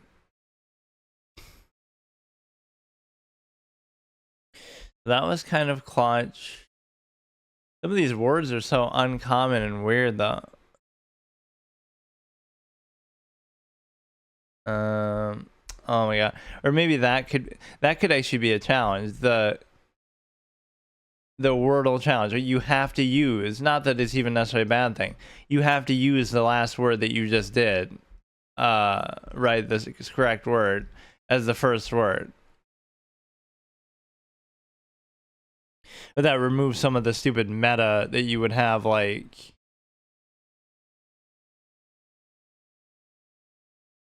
you know, oh, the first word has to be such and such. Again, using two of the same letter is not the best, but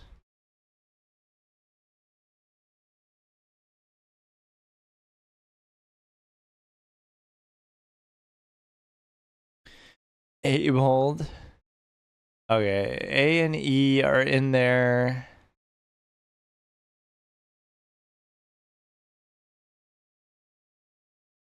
I was gonna do feast, but it doesn't seem right.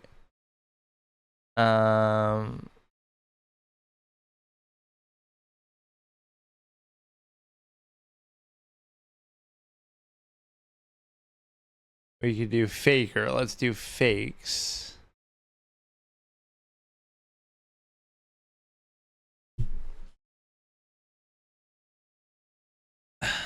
So F is in there. We've done E in the same spot too many times, so this might actually be a failure. Could be like cafe, but there's more to it than that. So the C is correct.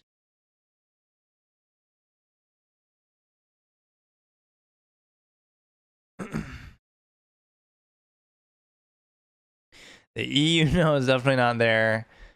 The A and the F are not there, so it could be like CE something. It's the letter that it ends with that confuses me the most. Like, you know, the second's not an A. It more than likely would have to be an E. Then the third letter is probably going to be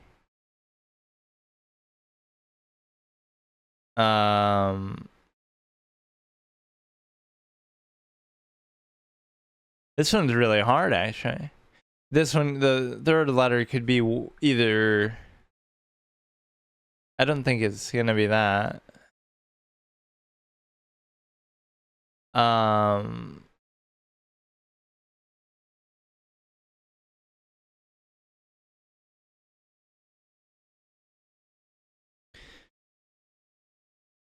Like the third letter is going to be the one that I don't have known yet.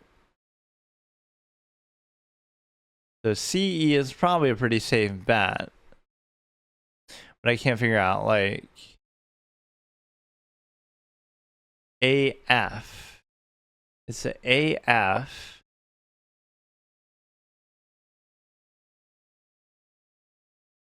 This one is really hard.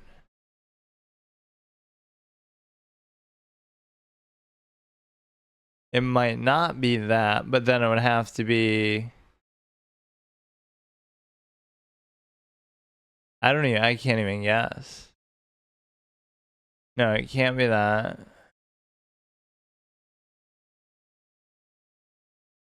Could be an M in there, like TEMAF, but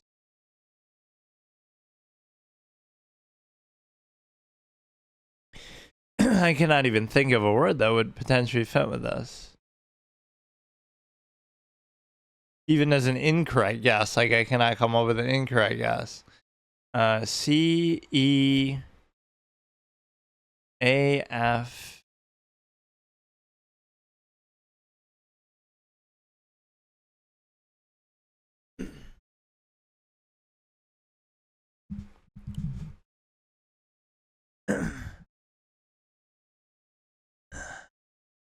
There's one missing letter. I really don't know. Could be like FA at the end.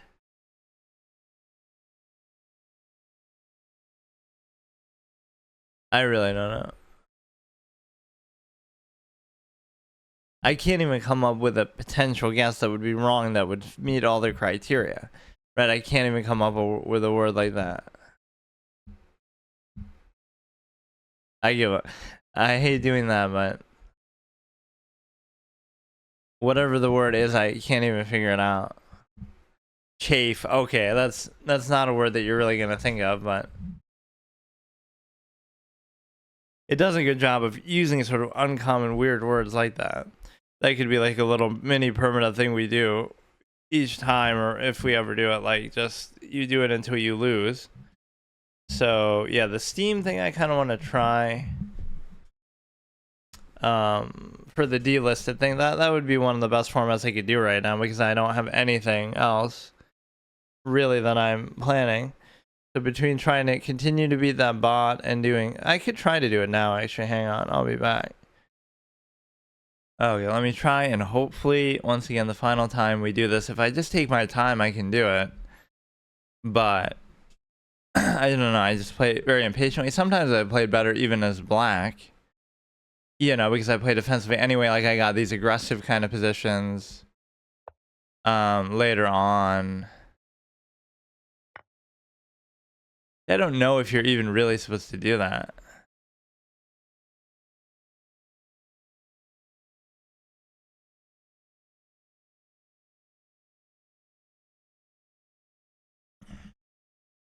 This becomes problematic because why shouldn't you be able to do that? Because if they go up, take.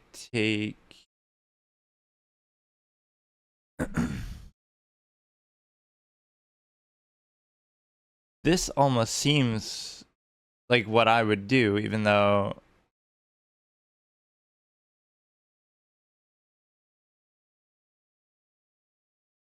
because this is gonna come in no matter what. So yeah, I'm already gonna miss something, lose something in the opening because I can't.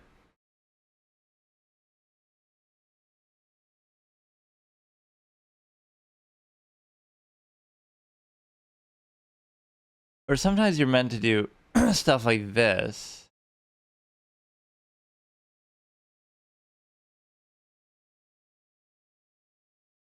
Like you come in there, and so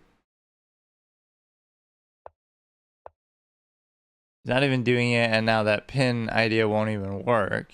But now I could just castle, so now it's not even an issue. So if I do like this, they could raise the pawn. I would take, they would take, I'd be happy with that. And even though this seems double stacked, They would take, I would take, they would take, I would still take. These are sometimes the moves that the engine makes, but I don't fully understand them either. You know, you might think, oh, that's bad, but that was going to happen anyway because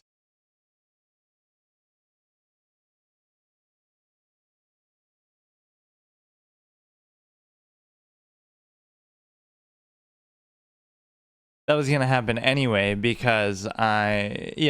sort of a gambit pawn double stack that he kind of let me have earlier. Now, there's a temptation to do this, but then you'll have this ending up here that is going to pose problems if I try to move this. So what you actually want to do is you want to, if you go here, I kind of want to move this. So we move this to, if he takes the knight, I take. But see, I could do something even weird. If he takes the knight, I could take the queen. Then he has to address it. Then I could also take the bishop.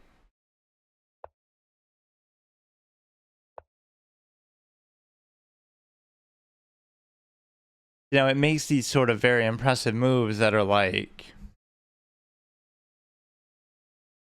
you know, you're literally potentially winning a piece, but then you turn it into, oh, you're gonna.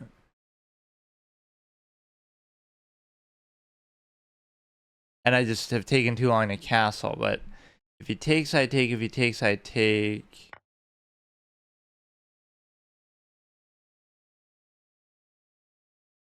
And I don't want to do that trade necessarily. He would take, I would take. I don't want to do that. But then the pawns get all messed up, or they'll get messed up anyway, though. That's what you got to realize. Like, oh, I would take with the pawns with the pawn. No, I guess not, but.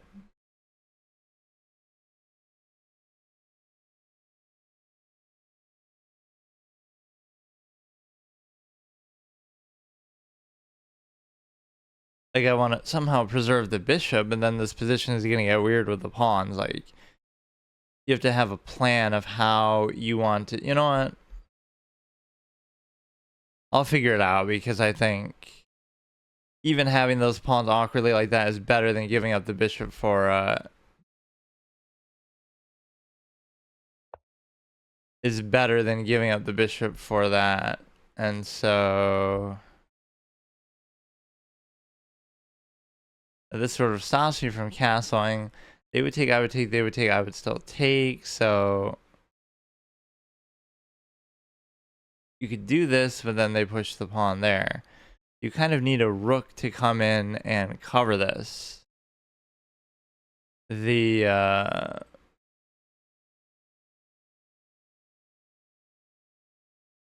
what's interesting with this is you could almost unleash this somewhere, and then you'd be threatening to take the knight for free, right? By somebody, so you're sort of doing an unleash. The problem is that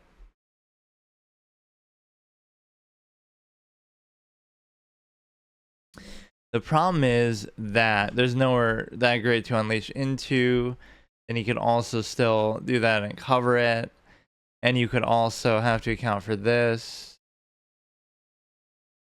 So again, this cover is there if you need it, but I don't know. You do something as simple as that.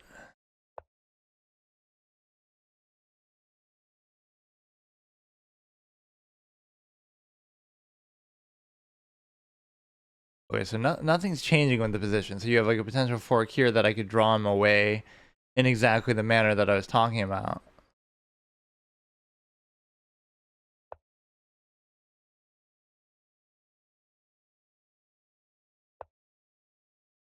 Okay, this is the problem with the knight, where it just completely. I could almost still do it though. See, if I do this. Now if you. Well. If you take the bishop, then I take the. No, I can't. Then I fork. But I can't even do that either. Sometimes you get out of sequence with your calculation, like. you have an idea, but it only happens if a certain other move happens first, and then... Okay.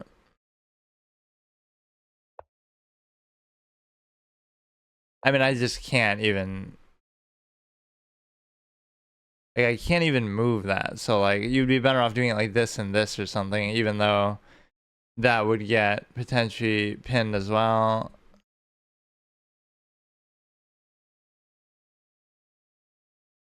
The mistake here is basically fairly elementary, that you're trying to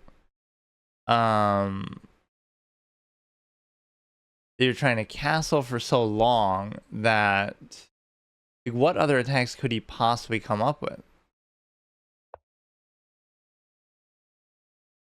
You could go here. Why didn't he do that?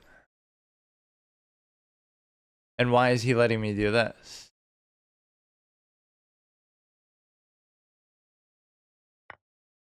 There's always some rhyme or reason, but now that's... Okay. Alright. I mean, I cannot even take like 10 seconds per move or something. Now that at least finally allows me to castle, I guess, but...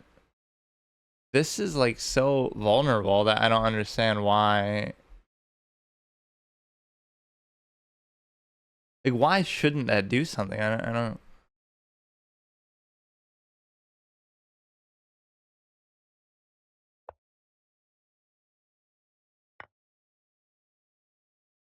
So one of the big things is obviously whenever something is in doubt, like it seems like you're going to do something good, either you're going to get checked or you're going to get pinned or something like that. That, like, even earlier it seemed like, oh, something is happening. Not that that isn't fairly obvious to see, but I can't... I just can't even do it. It's just not right. Like, I have to set a timer and do it like that because otherwise I just don't take my time. I go give myself 30 minutes and then I have to actually use it. But this sort of shows you the whole problem is, like, you don't really enjoy it or want to do it, right? You're kind of forcing yourself. It's just not enjoyable, right? At a certain point, maybe this is kind of the level where that happens, where it's just you would take, I would take, you would take, I would take. That doesn't even seem to benefit me.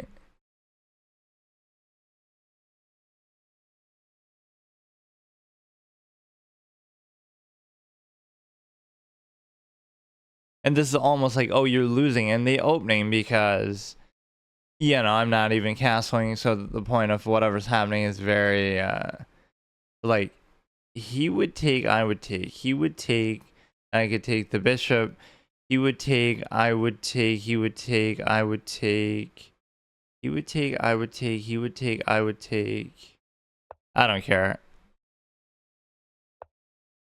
Even sometimes when I think they're gonna do something like that, they don't. Or even I couldn't have taken the bishop because it's not the right position.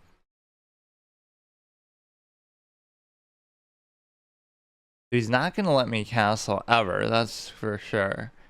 And then the other thing is the fact that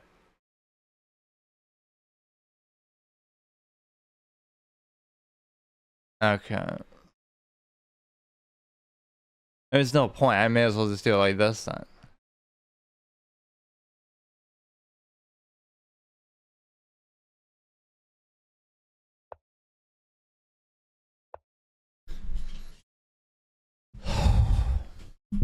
Yeah, like that's the implication why it's just not fun at a certain point.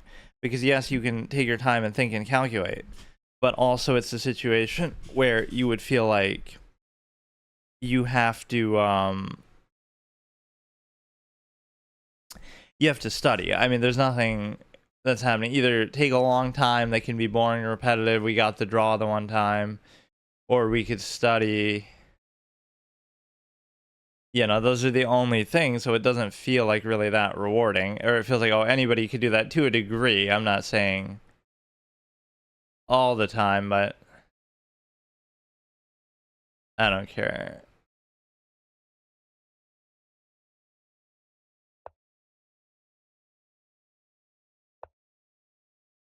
I have overcome some pretty good deficits against this too. Or he'll come in there, and that poses all kind of problems too. Yeah. I was trying to move this, but okay, now we go back down here. Allows him to take there, or maybe I can move this.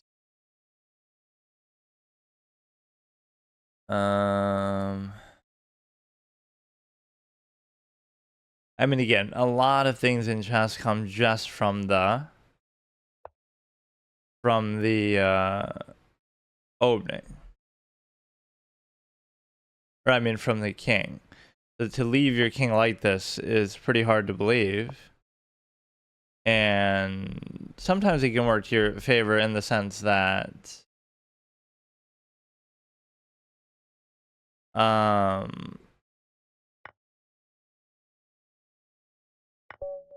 yeah, that's okay. It can work to your favor only in the sense that, you know, especially against people more so probably than a bot, their conventional ways of attacking are so built around, you know, oh, they study for years of how to attack the king side or a conventional position.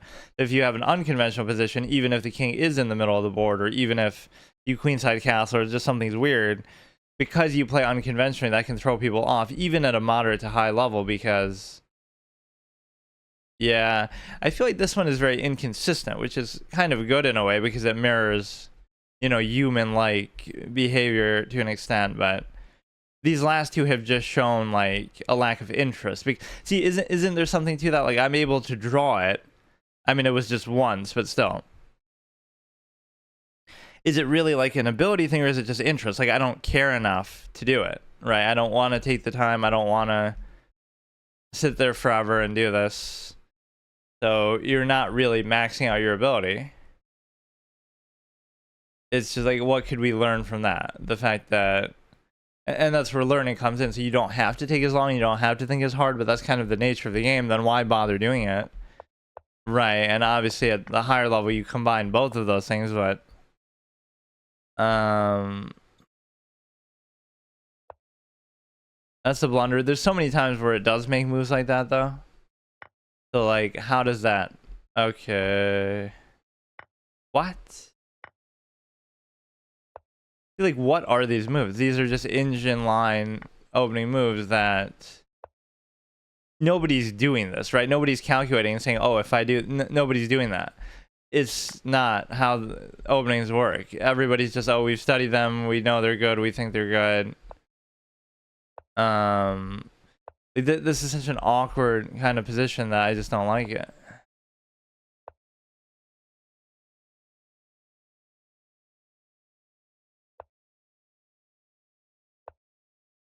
Where there's a certain like comfort level that you can get to where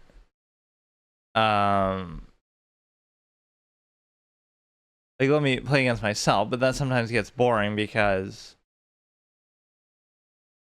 you know, this is what I would do against myself, but, you know, it doesn't really come to much of a conclusion then later, right? It just sort of gets very stale, and probably it'd be a draw or white would win just because,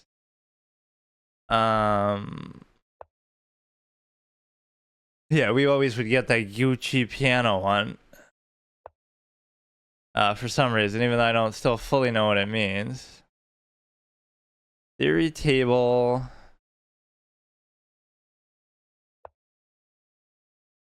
And then, you know, I would almost do this if that was the case. So, you know, I obviously have that precedent and priority of like, oh, I value the knight or the bishop more, so I'm going to make moves like that. Not even that it's a bad move, but I'll prioritize that. Wow, I get to trade the knight for the bishop, so I'm really going to jump on that because the knight is garbage. Let me try one thing just to test, like, if you can actually find a match in this. Jess, by hosting, there's always that one viewer, his name starts with a V, I forget, I don't want to say it wrong, but he's always in here and he, you know, he'll play me because I'll host stuff, but it shouldn't rely on that. I guess if you had a bigger community, it would be no issue. Right, just you have enough people and you can always have people from that. So I was doing it in like a permadeath way, where like I'm allowed to, if I lose a game. Wait, what? I thought I just did that. Where, what the fuck? Where if I lose a variant, I can't play that one anymore. If I draw, I can still keep going. So I lost in regular chess, which I counted still that I could do, but then, okay, we lost in 960 eventually. So we lost Chaturanga, we lost Horde, we lost Anti-Chess, we lost Placement, we basically lost all of them. We eventually lost 960, we lost Atomic, we lost Crazy House, we won King of the Hill against somebody who I guess hijacked it when I was trying to host it for the other guy. So let's try to do that again. And see, that's what ends up happening. I'll win that not so much because I am good at the variant, but because I, you know, just in a regular context, I just might outplay them. And then you would think there'd be people waiting here to, like 61 players. I guess they're all in games, but 0 auto pairings. Is that what that? No, I guess this isn't an auto pairing though. I just love how some of these pieces look too. And as much as I hate knights, they're often the piece that gets tacked onto other pieces, like combine a bishop with a knight, combine a rook with a knight. Because if you combine the rook and the bishop, it becomes too much just like a queen. So then what's the point?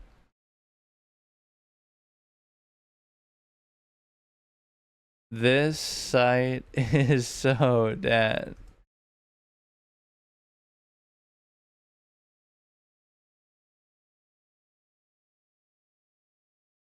Like, and that's part of my punishment that you get, you know, I can't go on chess.com even to play variants necessarily. Like, so true. I really want checkmate. Even though there are apparently 290 games in play, does that mean they're correspondence games, or what does it mean? Or they're against bots? Which is still fun to see that you have, you know, you have all these different choices to play, but...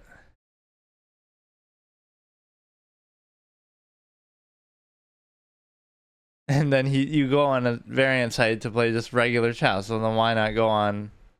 I guess you can't complain because I could just do that. I could just do it on chess.com, which I almost might allow that still, but I kind of wanted that to be part of my punishment, that for failing that challenge, right? I shouldn't be able to do that. And even on the chess, like, I'm only allowed to play unrated stuff and bots and just... I don't mind doing variants on there, I guess, but... Stockfish 8 is no match for the god of ducks. Yeah, you probably could beat it in duck chess itself. Which, surprisingly, the engine can play a lot of these at all.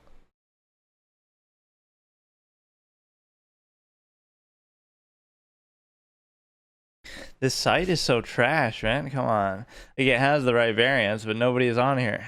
And I don't think there's any other really good sites for it besides chess.com. There's gonna be him yet again. He saves the day. And I won the first game, but I didn't actually play him in the first game. Somebody else hijacked it. Oh, here we go. And sometimes this can be deceptive because, like, you know, that could have been a bad move. That's gonna make him lose the game because now you're, you know, he's doing too much to try to win in a cheeky way. But in the big picture, it's like, you know, he's putting himself at a disadvantage. So if I can just survive what he's doing, he can't go there though. That's the thing. He just can't go there. Like how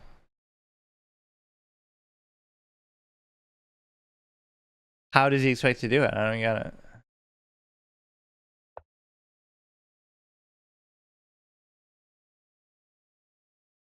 Yeah, I mean, he ruined it. If you push F5,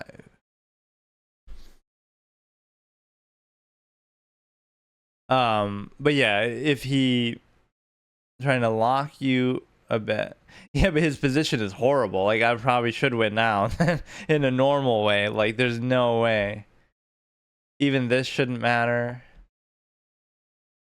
This is very dangerous, right? This is like what you fall in love with the variant too much, where you're trying to play into that, which it can work sometimes, but I don't think this is one where that happens as much, not like atomic and stuff.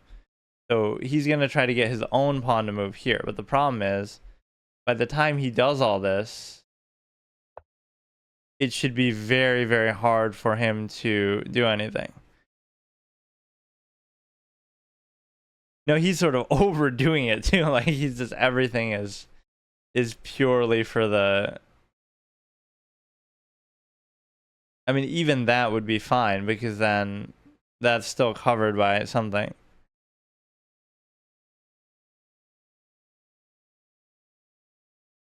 He saves the day every time. What are the chances he's always on when I'm on? Because I stream for such short periods of time.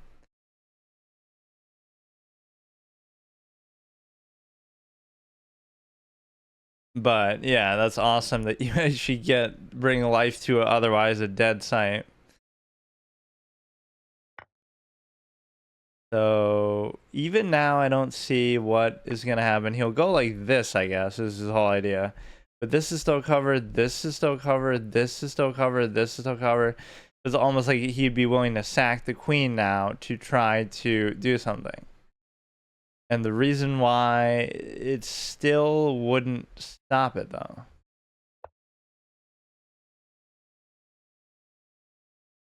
It would allow him to come here, but even then the pawn is there.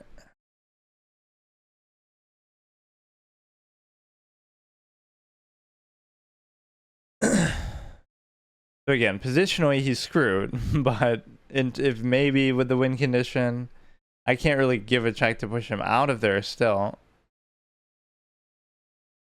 So yeah, you have to be careful not to take their pawns. Like, his own pawn there is my best friend, because I want that to be there. Hey Russ, thanks for the follow. So yeah, with all due respect to, obviously he's a good player and he's beaten me in a lot of these, this is the sort of insidious temptation with some of them is, oh, I'm gonna try to play it into the variant a lot, right? Whereas you'd be better served in this most of the time, probably just playing it normally, and then, you know, you'll be in the late game, you can just, you're up a piece and then you can easily just win with the king or just win normally. See, if I was a better attacking player, I could easily take advantage of this terrible position his king is in. I just am not the type to do that. Like, the squares are locked down, but now I can't figure out what to do. If I move this technically isn't needed there, but I don't... You don't want to make these kind of moves. Like, I'm tempted to try to open something up, but I don't want to do that.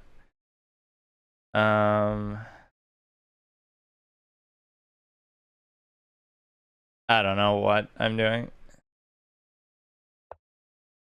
I always do that even in regular chess. I'll create good positions and advantages, but then I won't know what to do with them.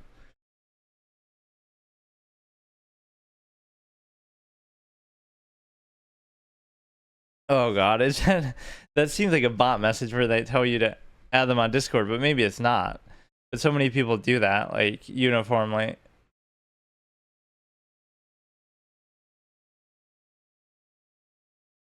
They probably want to try to sell you something or some shit. Now this you can't take with, but it doesn't matter because I wouldn't want that to move anyway. Or no, I guess now you got to just keep looking. This is covered, this is covered, this is double cover. I mean, this is covered, this is covered. And Discord spam. I don't get what they want though.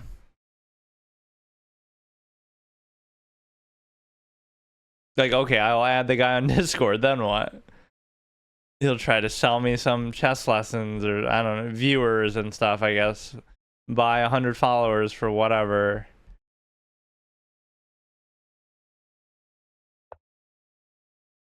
Okay, now that's a pleasant move because now he's moving himself further and further out of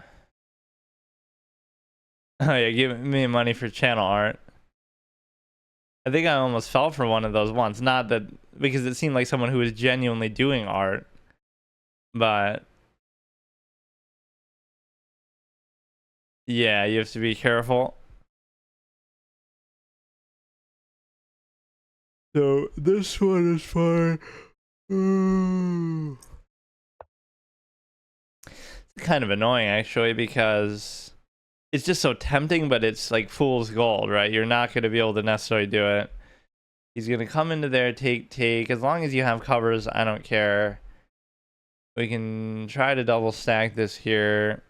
The most dangerous part is the big opening. There's been a few in the past, obviously not on this site because if I lost, I wouldn't be playing this, but where you will be caught in a weird spot where you just lose in the opening purely. And so even doing that is fine because the knight's still there, but then you can push the knight out, but then it'll still take the king a move or two to get there, I guess. So this is actually very dangerous because he takes the bishop, then now how does he get his king there though? And it's still covered. The pawn covers, his own pawn blocks, my pawn cover. So I'm relying on the pawns a little bit too much is the problem. So this is such a complicated position for no good reason. So his plan is to push one of these pawns. And see, I have no interest even. This is a good philosophical difference, right? The person like me who wants to just play it cleanly and then win in a normal position, or even if I win because of the king, it'll be for a different reason. Why is it saying I'm like away? So again, these pawns are very important and I can't reinforce them. And so now I can't find anything to do with the queen. So the knights have to really just do something here. This covers here. You can try to push it out. This move I'm kind of at a loss because there's something bad's going to happen. He's going to bring his knight in. Try to take it maybe there.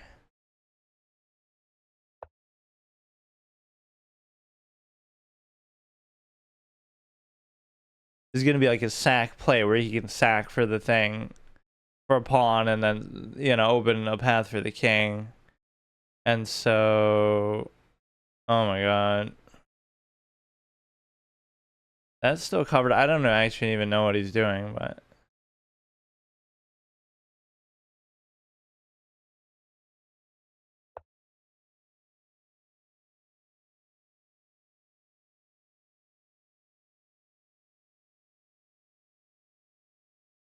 Oh, he pressed refresh?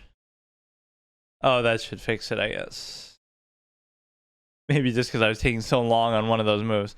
It's like football, just sack, hoping sack, touchdown.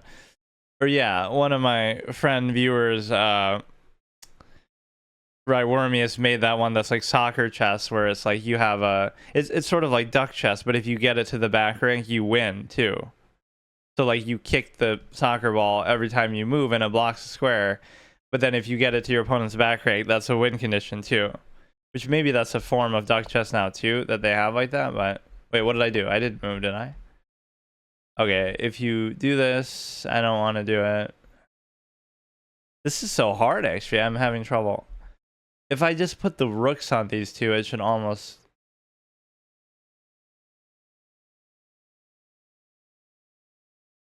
account for any issues later. Say this one isn't covered at all if that pawn moves, but I guess I don't have to make that happen. Even if you move this, I take, then he'll take. At no point does he actually get to take the thing here. I don't know why these games are so intense. This is either what variants do in general, but a lot of the time, if you play random people, they just suck, or... Okay...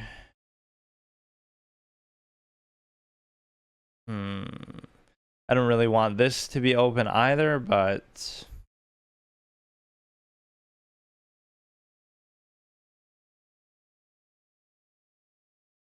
I don't really have much of a choice because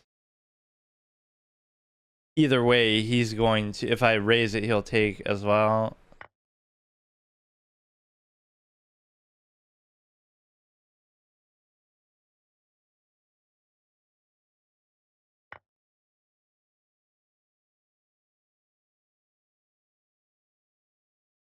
So now the trade could commence, and one of the problems is, again, I'm covering here, you got to just keep checking these. This is maybe a good principle to just show very different board from regular. The fact that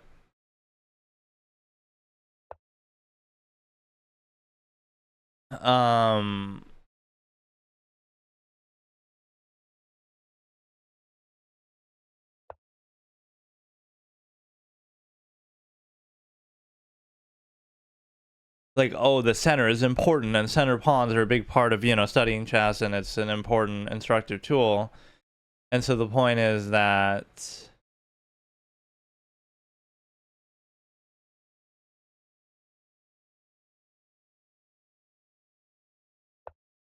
this kind of emphasizes that to a crazy degree, that, oh, you have to value the center, even though it doesn't matter this much normally. Oh my god. He's playing pretty well in terms of just the overall position, despite everything else that's happening. So he'll take there, and then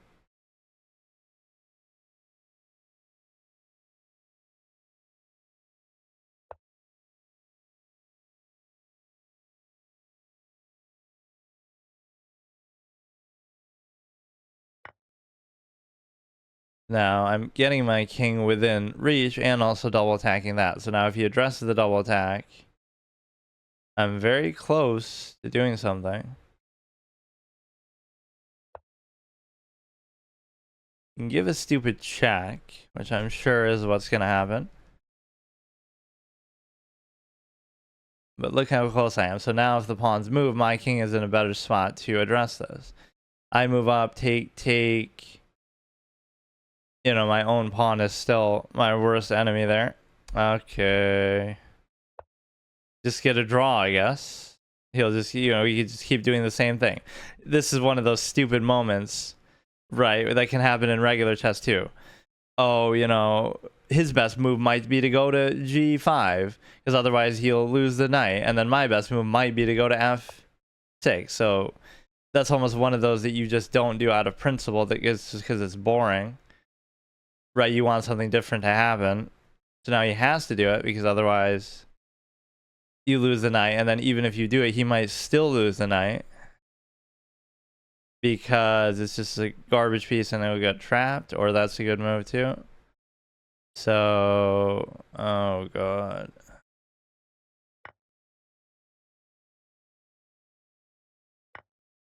Now if he moves this, I take the rook, but it double attack, but it's covered anyway. And he can even cover it again. Or no, he can't really move it though.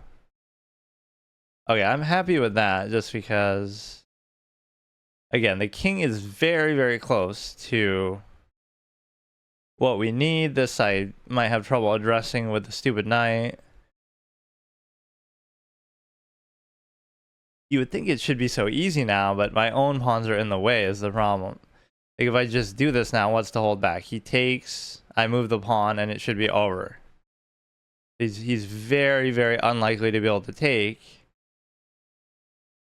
But then again, he'll cover with some other stupid knight.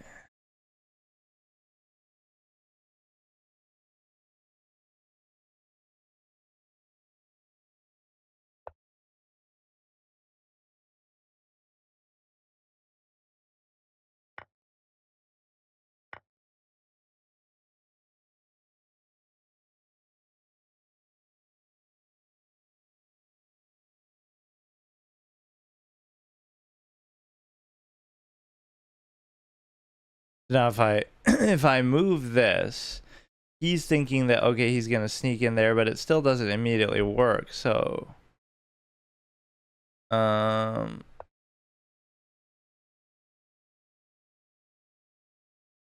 this pawn is very tricky to move.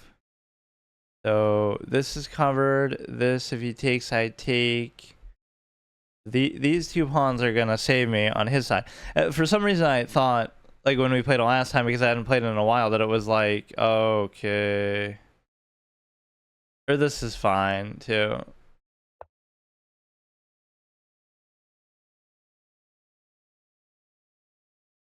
I should see now. You should almost tunnel vision on it now at this stage in the game where I shouldn't even worry about that. But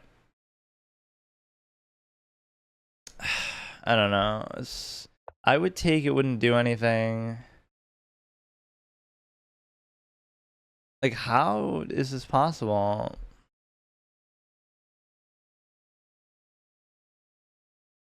I would take. He would take, and that doesn't solve anything.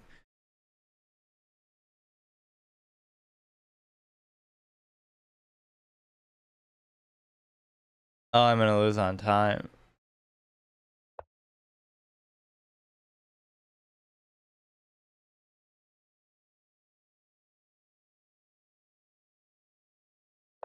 If he does that, he would take, I would take, he would take.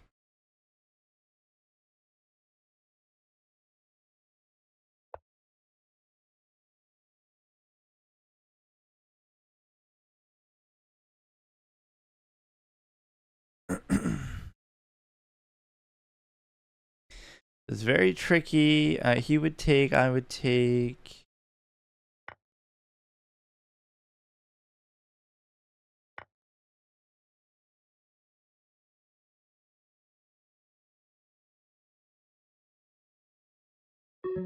Okay.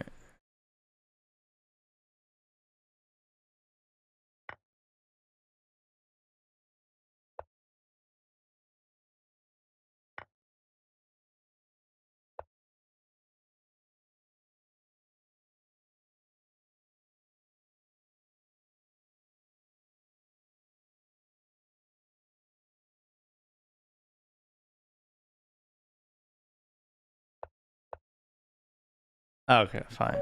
So, good game. I often lose, to be fair, on time in a lot of these. I start off even saying, oh, you shouldn't play for that thing, but then ran king for d6 earlier. Yeah, sometimes you have to be creative. I go under and go around like that. But yeah, it's like I start off not wanting to do that, but then I think once you get to that little amount of material, then you obviously should start doing it. Or no, I guess I was losing most of the way from pretty early on, according to the Stockfish that may not understand this fully. So my two pawns on c4 and e4 are blocking my knights. I still felt like I had a good thing going here, but apparently not, right? Like, I'm just imagining it. But it doesn't mean that he's going to do exactly what it tells him to do. Right, so that I don't need to do. But yeah, obviously I can't stop that. Good game. He keeps slaying all my variants. Spartan is unbalanced. I'm sure a lot of these variants are